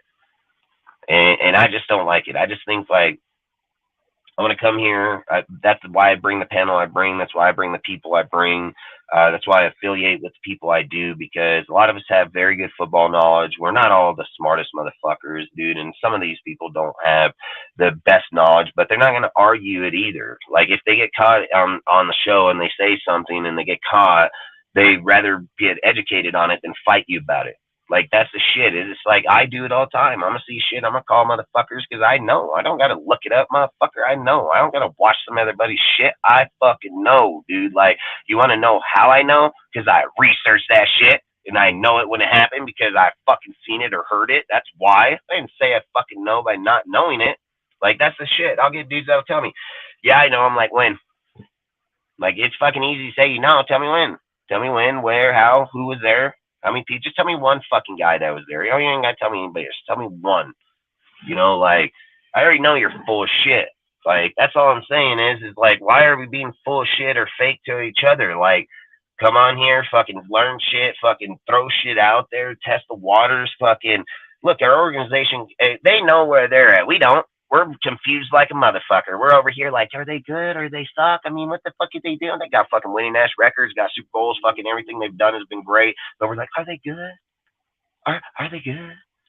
Our fucking team sucked for like 20 years, and we're asking if they're fucking good. Like, what? Okay. We're really at that point in life, right? We're really there. Like, that's where we really are. In 2023, we just really got some stupid-ass motherfuckers in this world. And you got it in politicians, you got it in sports now, you got it everywhere. Like, we're just got stupid-ass motherfuckers breeding stupid-ass motherfuckers, and then putting them out here on this fucking street, and then to our channels and to our shit, and they want to talk about it, dude. So, fuck, I think it's crazy. He said, I want to tell Cortez about how the Warriors. Oh, Cortez is probably in there listening. You can probably tell him. He said, I don't like drama. I can't handle drama. You know that. And he said, what a lot of drama stuff. Yeah, I believe me. I know, man. That's why I don't deal with it, dude, because I just fucking can't, dude. Jimmy is very good in short and intermediate passes in red zone, and also he can read a defense well for the most part. And it's facts. And then he'll thrive in the red zone because that's where Jimmy's thrived this whole time. Jimmy don't really have problems down there scoring. It's like, yeah, we can all sit here and say, like, some of us can. Like I said, I'll never trash Derek Carr. I think you're fucking sorry, motherfucker, if you trash your quarterback or your team that's only put his heart out there for our whole team for 9 years. Like, I just think I'll fucking spit on you, you know? Like, I feel like he didn't choose to leave here. He didn't even want to leave here. He wanted to be a Raider his whole entire life. And just because you don't fit your fucking mold doesn't mean that he ain't a good dude or a fucking good player. Like, I think it's crazy that we just off a dude with 32,000 fucking yards, 217 touchdowns, 99 interceptions. He's the 32nd all-time leading fucking passer in the NFL right now. And we just oust that bitch like he ain't nothing. And I just sit here and think, like, boy, fucking people are stupid as fuck. But I get why Ziegler did it. So I don't want to speak on that because I know why Ziegler did it. So so I feel that way, but at the same time I don't, because Ziegler did it because he needed the money. So it was nothing personal against Derek. It ain't nothing about his production or not. It was just that, hey, man, we put a guideline, you didn't reach it, and I need that $40 million, like, straight up. And I don't want to cut fucking 20 people with these contracts that are here and then try to maneuver that shit with dead cap and all this. I can just cut your ass, eat $5 million, and get 40 back. Like, I'm just going to do that. So I've always said, like, business is business, and I have zero issue with it, because dudes like him are dudes that keep fucking that last longer than the other motherfuckers that hold on to it until it spoils and rottens, and you don't have nothing in return or nothing to gain, and then you have jack shit. So I have zero issue with the way he did it. I've done it in a heartbeat. So, and I think Jimmy is the better player for Josh's system here. Said I have a Broncos controller that don't work anymore. Want it? I thought, fuck him, burn it. Like, burn that fucking controller. Like, that's what I'd do. I'd take that bitch right outside, get my baseball bat, throw it up in the air, and be like, home run. Then walk over to fucking my gas can, take that bitch, and then take my lighter, fucking watch it burn and melt. The controller is just like last season. Like, that's fucking funny. He said, not in this chat, SBS. You can take that controller somewhere. Hey, that's facts, bro. That's facts. I told him when he showed me that shit when we were FaceTiming one day, and I was like, is that a fucking Broncos controller in that back? He's like, yeah, I was just putting it. I'm like, fuck, I'll break that motherfucker. Like, what the fuck? You got a Broncos controller? Nah, that shit's funny as fuck. He said, I'll keep it so I can say that the controller is just like the Broncos last season. But broke? Oh, fuck, I'm dead, bro. He said, so I can say fucking, so I'll keep it as a prized possession to tell people that Broncos suck. I just tell them they suck. Like, straight up. Nah, man, but like I said, dude, I've always said I try to be a fair evaluator to everything I do in life, dude, because I'll be honest with you. I can't raise my kids if I'm not honest, and I can't be honest to my kids if I'm not honest to myself. And if I always look at shit and fabricate it to my liking, then where do you fucking put reality, fantasy and reality at? You can't do that. You can't manipulate everything in life to be comfort or to feel good or look good to you. Like, you can't do that, and nor should you, because I think life is good as where it is as long as you accept it and acknowledge it. There's nothing wrong, I said, to learn from something that you don't know, grow from something that you need to learn from. Like, there's nothing wrong with those steps in life. So to sit there and just bypass shit like that and to think or not, like, look, dude, at the end of the day, I want to give this best information to the nation on Raider information. But at the same time, I don't want somebody to, for one, be disinformed to themselves. Like, I hear people that come up with stuff and they truly believe that. And then I ask them, like, where did you fucking hear that at? And then they say, well, I was watching. Yeah, well, fuck, I would not watch that shit. Like, I'm going to tell you right now, because that's kind of shit that kind of just that sucks, because I don't know why they would do that to them. And look, dude, I feel like when you're doing that, you're just doing that to your friend. Like, do you not say Raider Nation is family? So you're just doing that to your family, and you think that's cool? Like, why do you use the words like Raider Nation's family, but you treat them like they're fucking dumb? Like I've always said, I've used strong words here, so I'm not going to say I'm perfect. But have I ever just put anybody down out here? I've always tried to educate people. I've always told people to come on here and let's talk. Did we get into conversations and debates? Yeah, because we know football. But I've never just shit on some motherfucker that don't know shit. And I've never just said you're the dumbest motherfucker and you don't know or not. I just say, like, when we're talking, because I'm talking to people that are educated in football, I think when I'm talking, like when I'm portraying to a lot of people in the chat or people that watch us, sometimes I do use words like, yeah, that guy's a dumb motherfucker, he shouldn't. But listen, I'm just saying it because a lot of you guys are educated like I am. So I don't want to basically be talking to somebody that don't know, trying to act like they do. What I would never just shit on a guy because he doesn't know what the team is about. I shit on the motherfucker that thinks he knows what he knows about and he doesn't. That's difference. And like I said, when we go, like we debate or going back, it's because he's as knowledgeable as I am, and we're just trying to find out why he thinks that or why I think that. That's why we're doing that, literally. But it's not to shit on nobody's education or nothing like that. So I don't want nobody to ever think like, I don't want anybody to ever think like when I use words like that, that you know me as well as anybody else, dude. I put myself out here every single day when we're on here. I always want to help people or educate people. So I don't want anybody to think that when I say stuff like that, that I'm just singling out. It's nothing like that. I just use strong words and strong deals sometimes because it irritates the fuck out of me. And like I said, I'm passionate about my team. I'm very educated on it. So when I hear a lot of things, just where I come from the strip, how I've talked my whole life, dude. Like, imagine trying to run fucking multi-million-dollar business and run into people and say words like that. You know, I do it all the fucking time. So I cuss all the time. I mean, I don't mean to, but it's just been something part of me for so long. Sometimes I don't even notice it, dude. My woman will be like, you know, you said the F word like 4 times there, right there.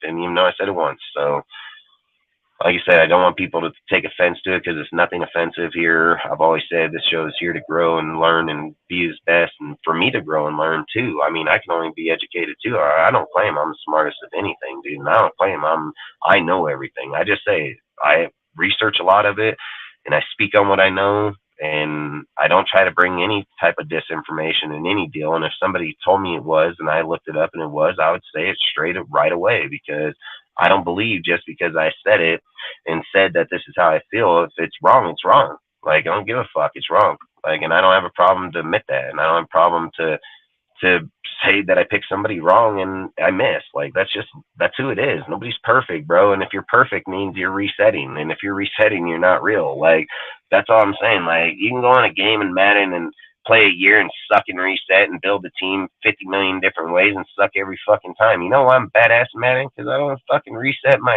shit, bro. I take my losses so I can learn how to beat the fuck out of motherfuckers, and that's why I'm badass in that motherfucking game, because I wreck people's souls. I beat motherfuckers so bad in there, they'll quit playing that fucking game. And when they hit me up, they don't even want to talk about the goddamn game. They'd be like, fuck that game, bro. I don't even play that fucking game against you. Because I tell man, well, you keep running the same stupid ass shit over, well, you're going to get fucking adapted on, get smashed on, bro. That's what that game's about. That game ain't for chumps playing on that fucking all fucking rookie level and tell me you're going to play me, motherfucker. You know, okay, sure. Okay, fucking all Madden all day, fucking never even gave back, played every competition across the world, 1,428 wins to fucking 39 losses, and you think I don't worry about some motherfucker play me? Fuck no. Fuck no. I know that game. Got that game. But like I said, I love football, man. I don't care. I loved it playing it. Love talking about it. Love playing it in a video game now. So outside of that, man, I mean, fuck, like I said, I don't know if we got much more to now we're just fucking yapping. I've already talked about Jalen. I think it was a fucking dumbass fucking deal. Al got a topic here. I don't know if he's coming back or not, but we can talk on about evaluating our cornerback room. I mean, I've been saying this for weeks on weeks on weeks on weeks, months, months. I've said I think the most depleted spot in the Raiders is the cornerback position, and I've said outside of not getting Lockett to re-sign, we are beyond depleted there. So when you're looking at Sam Webb and shit, like, do you have some Tyler? Yeah, you got Tyler Hall, but fucking Amit, bro. Like, I don't even like saying that guy's name. Okay, like, I get like he's a fucking Rudy, like he's a Rudy, and not Rudy on my panel, like the movie Rudy. Like, that's how I look at Amit. Like, Amit is like the movie Rudy, bro. And it's a great story and all, dude, and it's a good ass movie. Like, I've watched it fucking 100 times. But motherfucker, I don't want Rudy on my team, bro. Like, I don't want Rudy on my team. So for me, like, we need to get the fuck up off of fucking Amit. Unless he wants to go to safety, I have no fucking issue for it. But no 5'7" motherfucker need to be playing outside corner or anything. So, and like I said, I think what is it, Hodgins in the fucking TCU over there is you know, these guys, this guy don't get a rude awakening, bro. But again, he's a good. The thing about him though, I think he just is in position a lot, dude. Like, he doesn't get out of position a lot. Like, that guy is actually pretty flawless in getting in position, because I've watched a lot of tape on him, because I actually do like him. I think he's a really good player. And I've even right now talking, I mean, the only thing I can think about is like, I want to bash him because of his height. But the only thing keeps coming back to my mind before I can bash him is I'm like, goddamn, dude was always in position. Like, can't even bash that, because I feel like the only reason that motherfucker even going later in the round, just the size, 100%. There's not a fucking doubt in my mind, because that guy's elite, bro. And he might transpire that straight to the NFL, but I know what the NFL is saying, like, boy, you're like 5 foot fucking 5 nothing. Like, I think his height is 5'7" and 3'8", or 5'7" and 7/8" or some shit. Like, he's little ass motherfucker.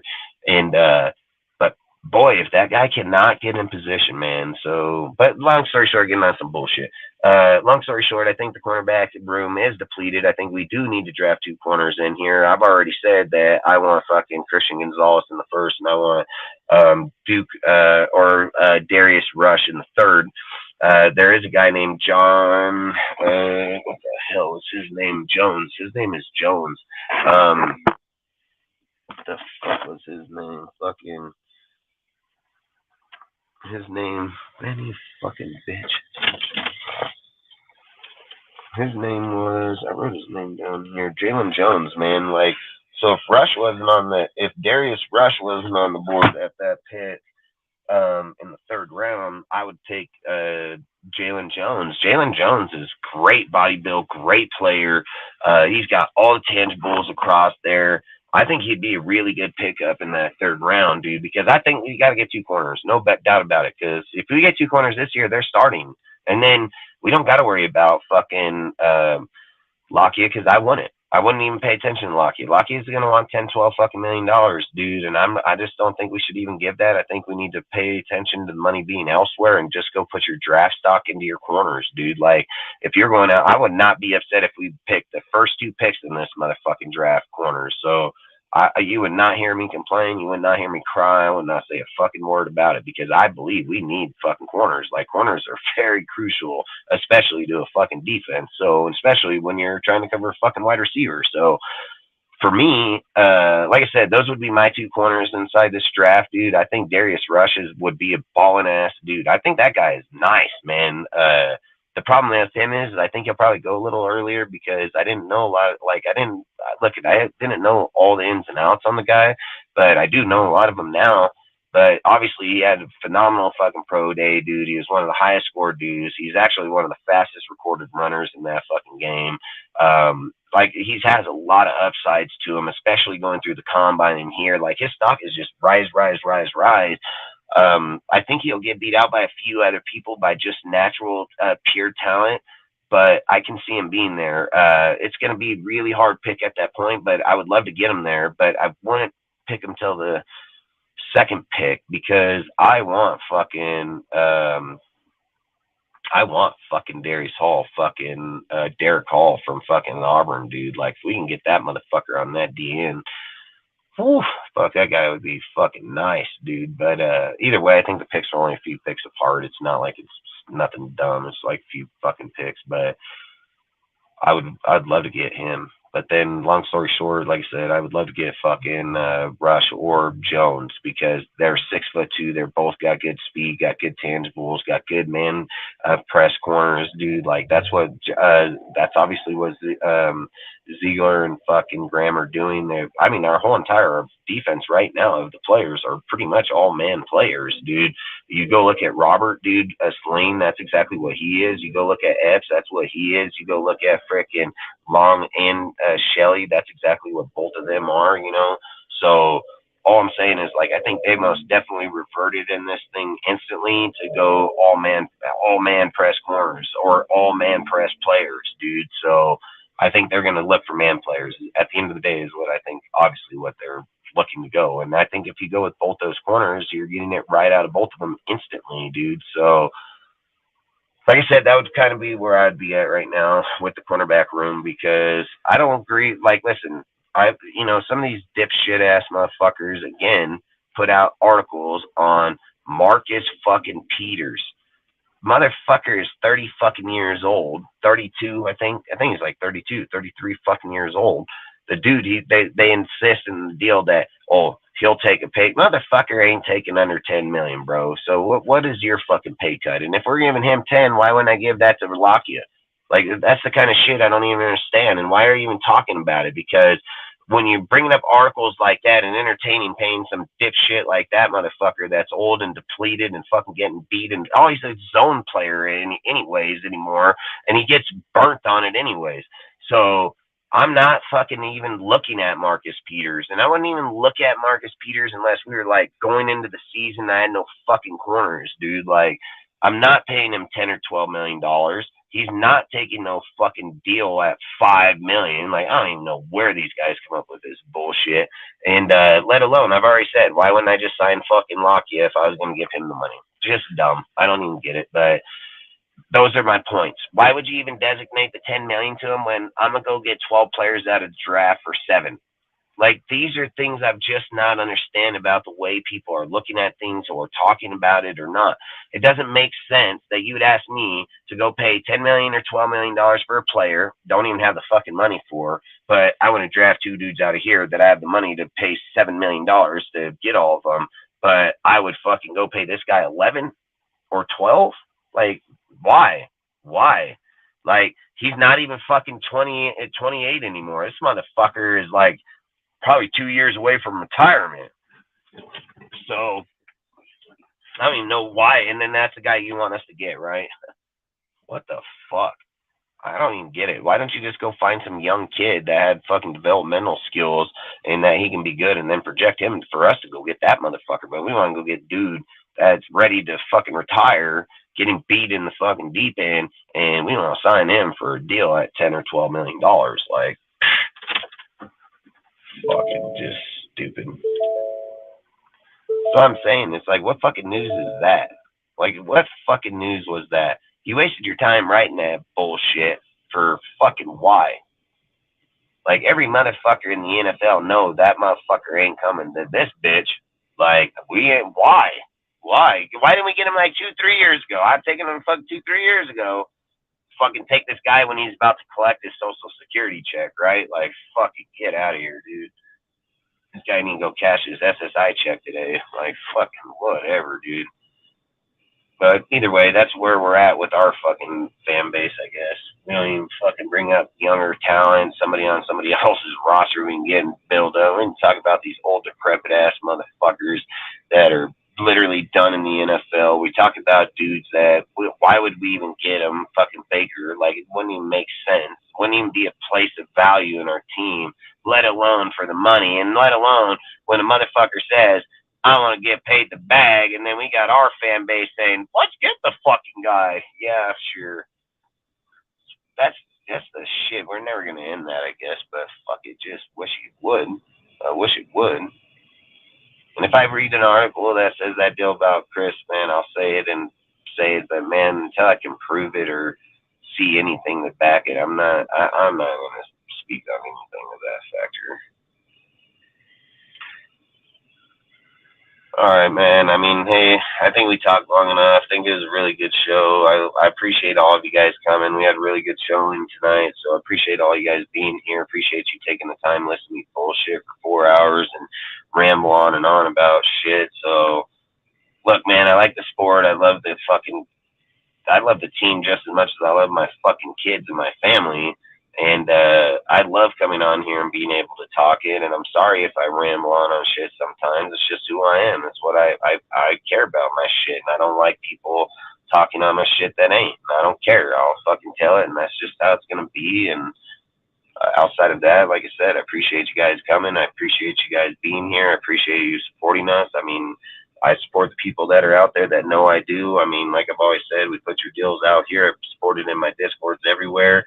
A lot of people out here I don't support. But listen, I'm not here to tell somebody who to support or not, okay? At the end of the day, I have my people. They have theirs. That's that. Pick who you want, man. I'm not your fucking mom and dad, man. You know what's right and wrong. And you're able to get your information wherever the fuck you want. Outside of that, I hope everybody has a great day. I hope you get educated, at least when we're talking about it, not fucking bullshitted. Stay off the donkey midget porn fucking for the weekend, you know, and fucking tell these guys to kick it up a gear. And outside of that, fucking I'm excited for the draft, dude. I can't wait till we get there in 27, 29. Like I said, we're going to have a Discord deal on my Discord. It's not mine, it's ours. I've always said I created it, but it's all of ours. So I don't like using words like that. I've always said every platform I have, it is Raider Nation. Everybody's entitled to it. Everybody's welcome to it. So basically what I was going to say is in our Discord, be doing a freaking draft party. So basically we'll just be in there, man. We're going to have it up on the live stream, dude. So everybody will all watch it. We can all talk inside of there. I was thinking about doing like $25 gift card, probably doing like the top 3 rounds, dude, and then just get people's picks. We'll probably put it in the, I have a section in the Discord. They can put their picks inside there. So basically they put like round 1, this player, round 2, this player, round 3 and 3, or these 2 players.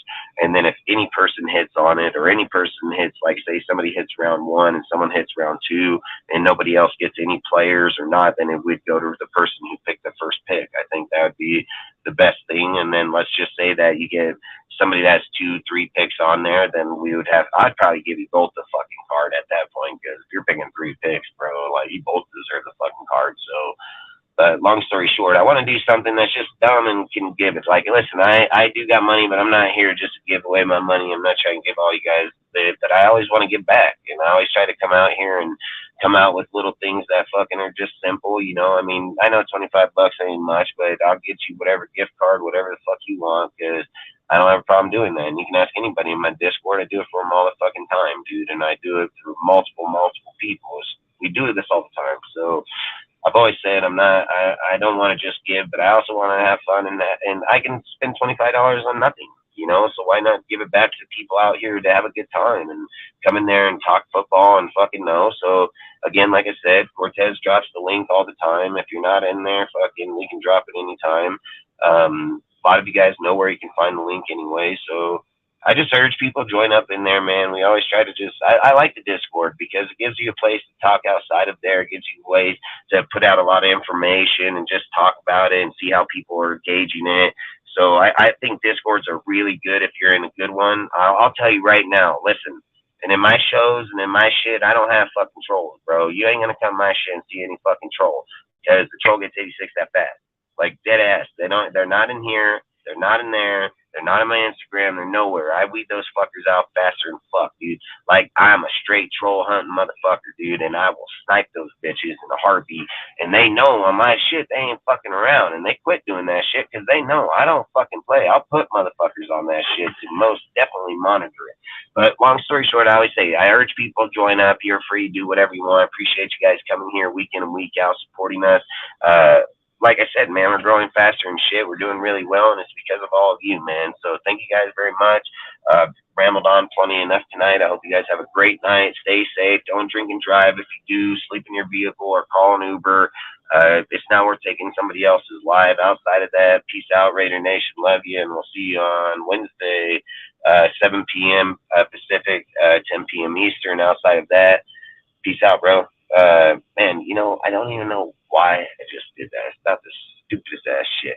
But I was literally going to my banner to push out the video, and for whatever reason, I went up here and started scrolling through my fucking messages, stupid ass. But outside of that, hey, I hope you guys have a great night, man. Peace out.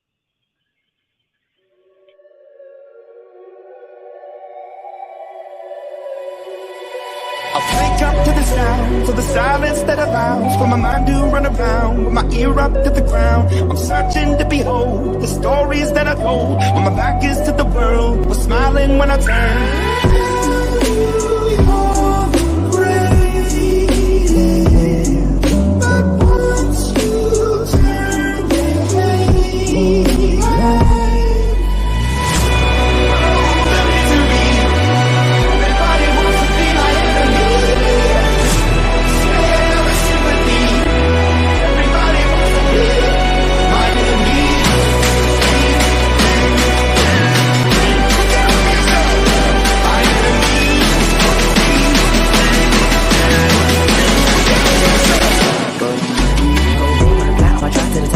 Thinking out the box, I'm an astronaut. I'm blasted off a planet, rock that caused catastrophe. And it matters more because I had it. Now I had a thought about wreaking havoc on an opposition. Kinda shocking, they want a static with position. I'm automatic, quarterback, I ain't talking shit.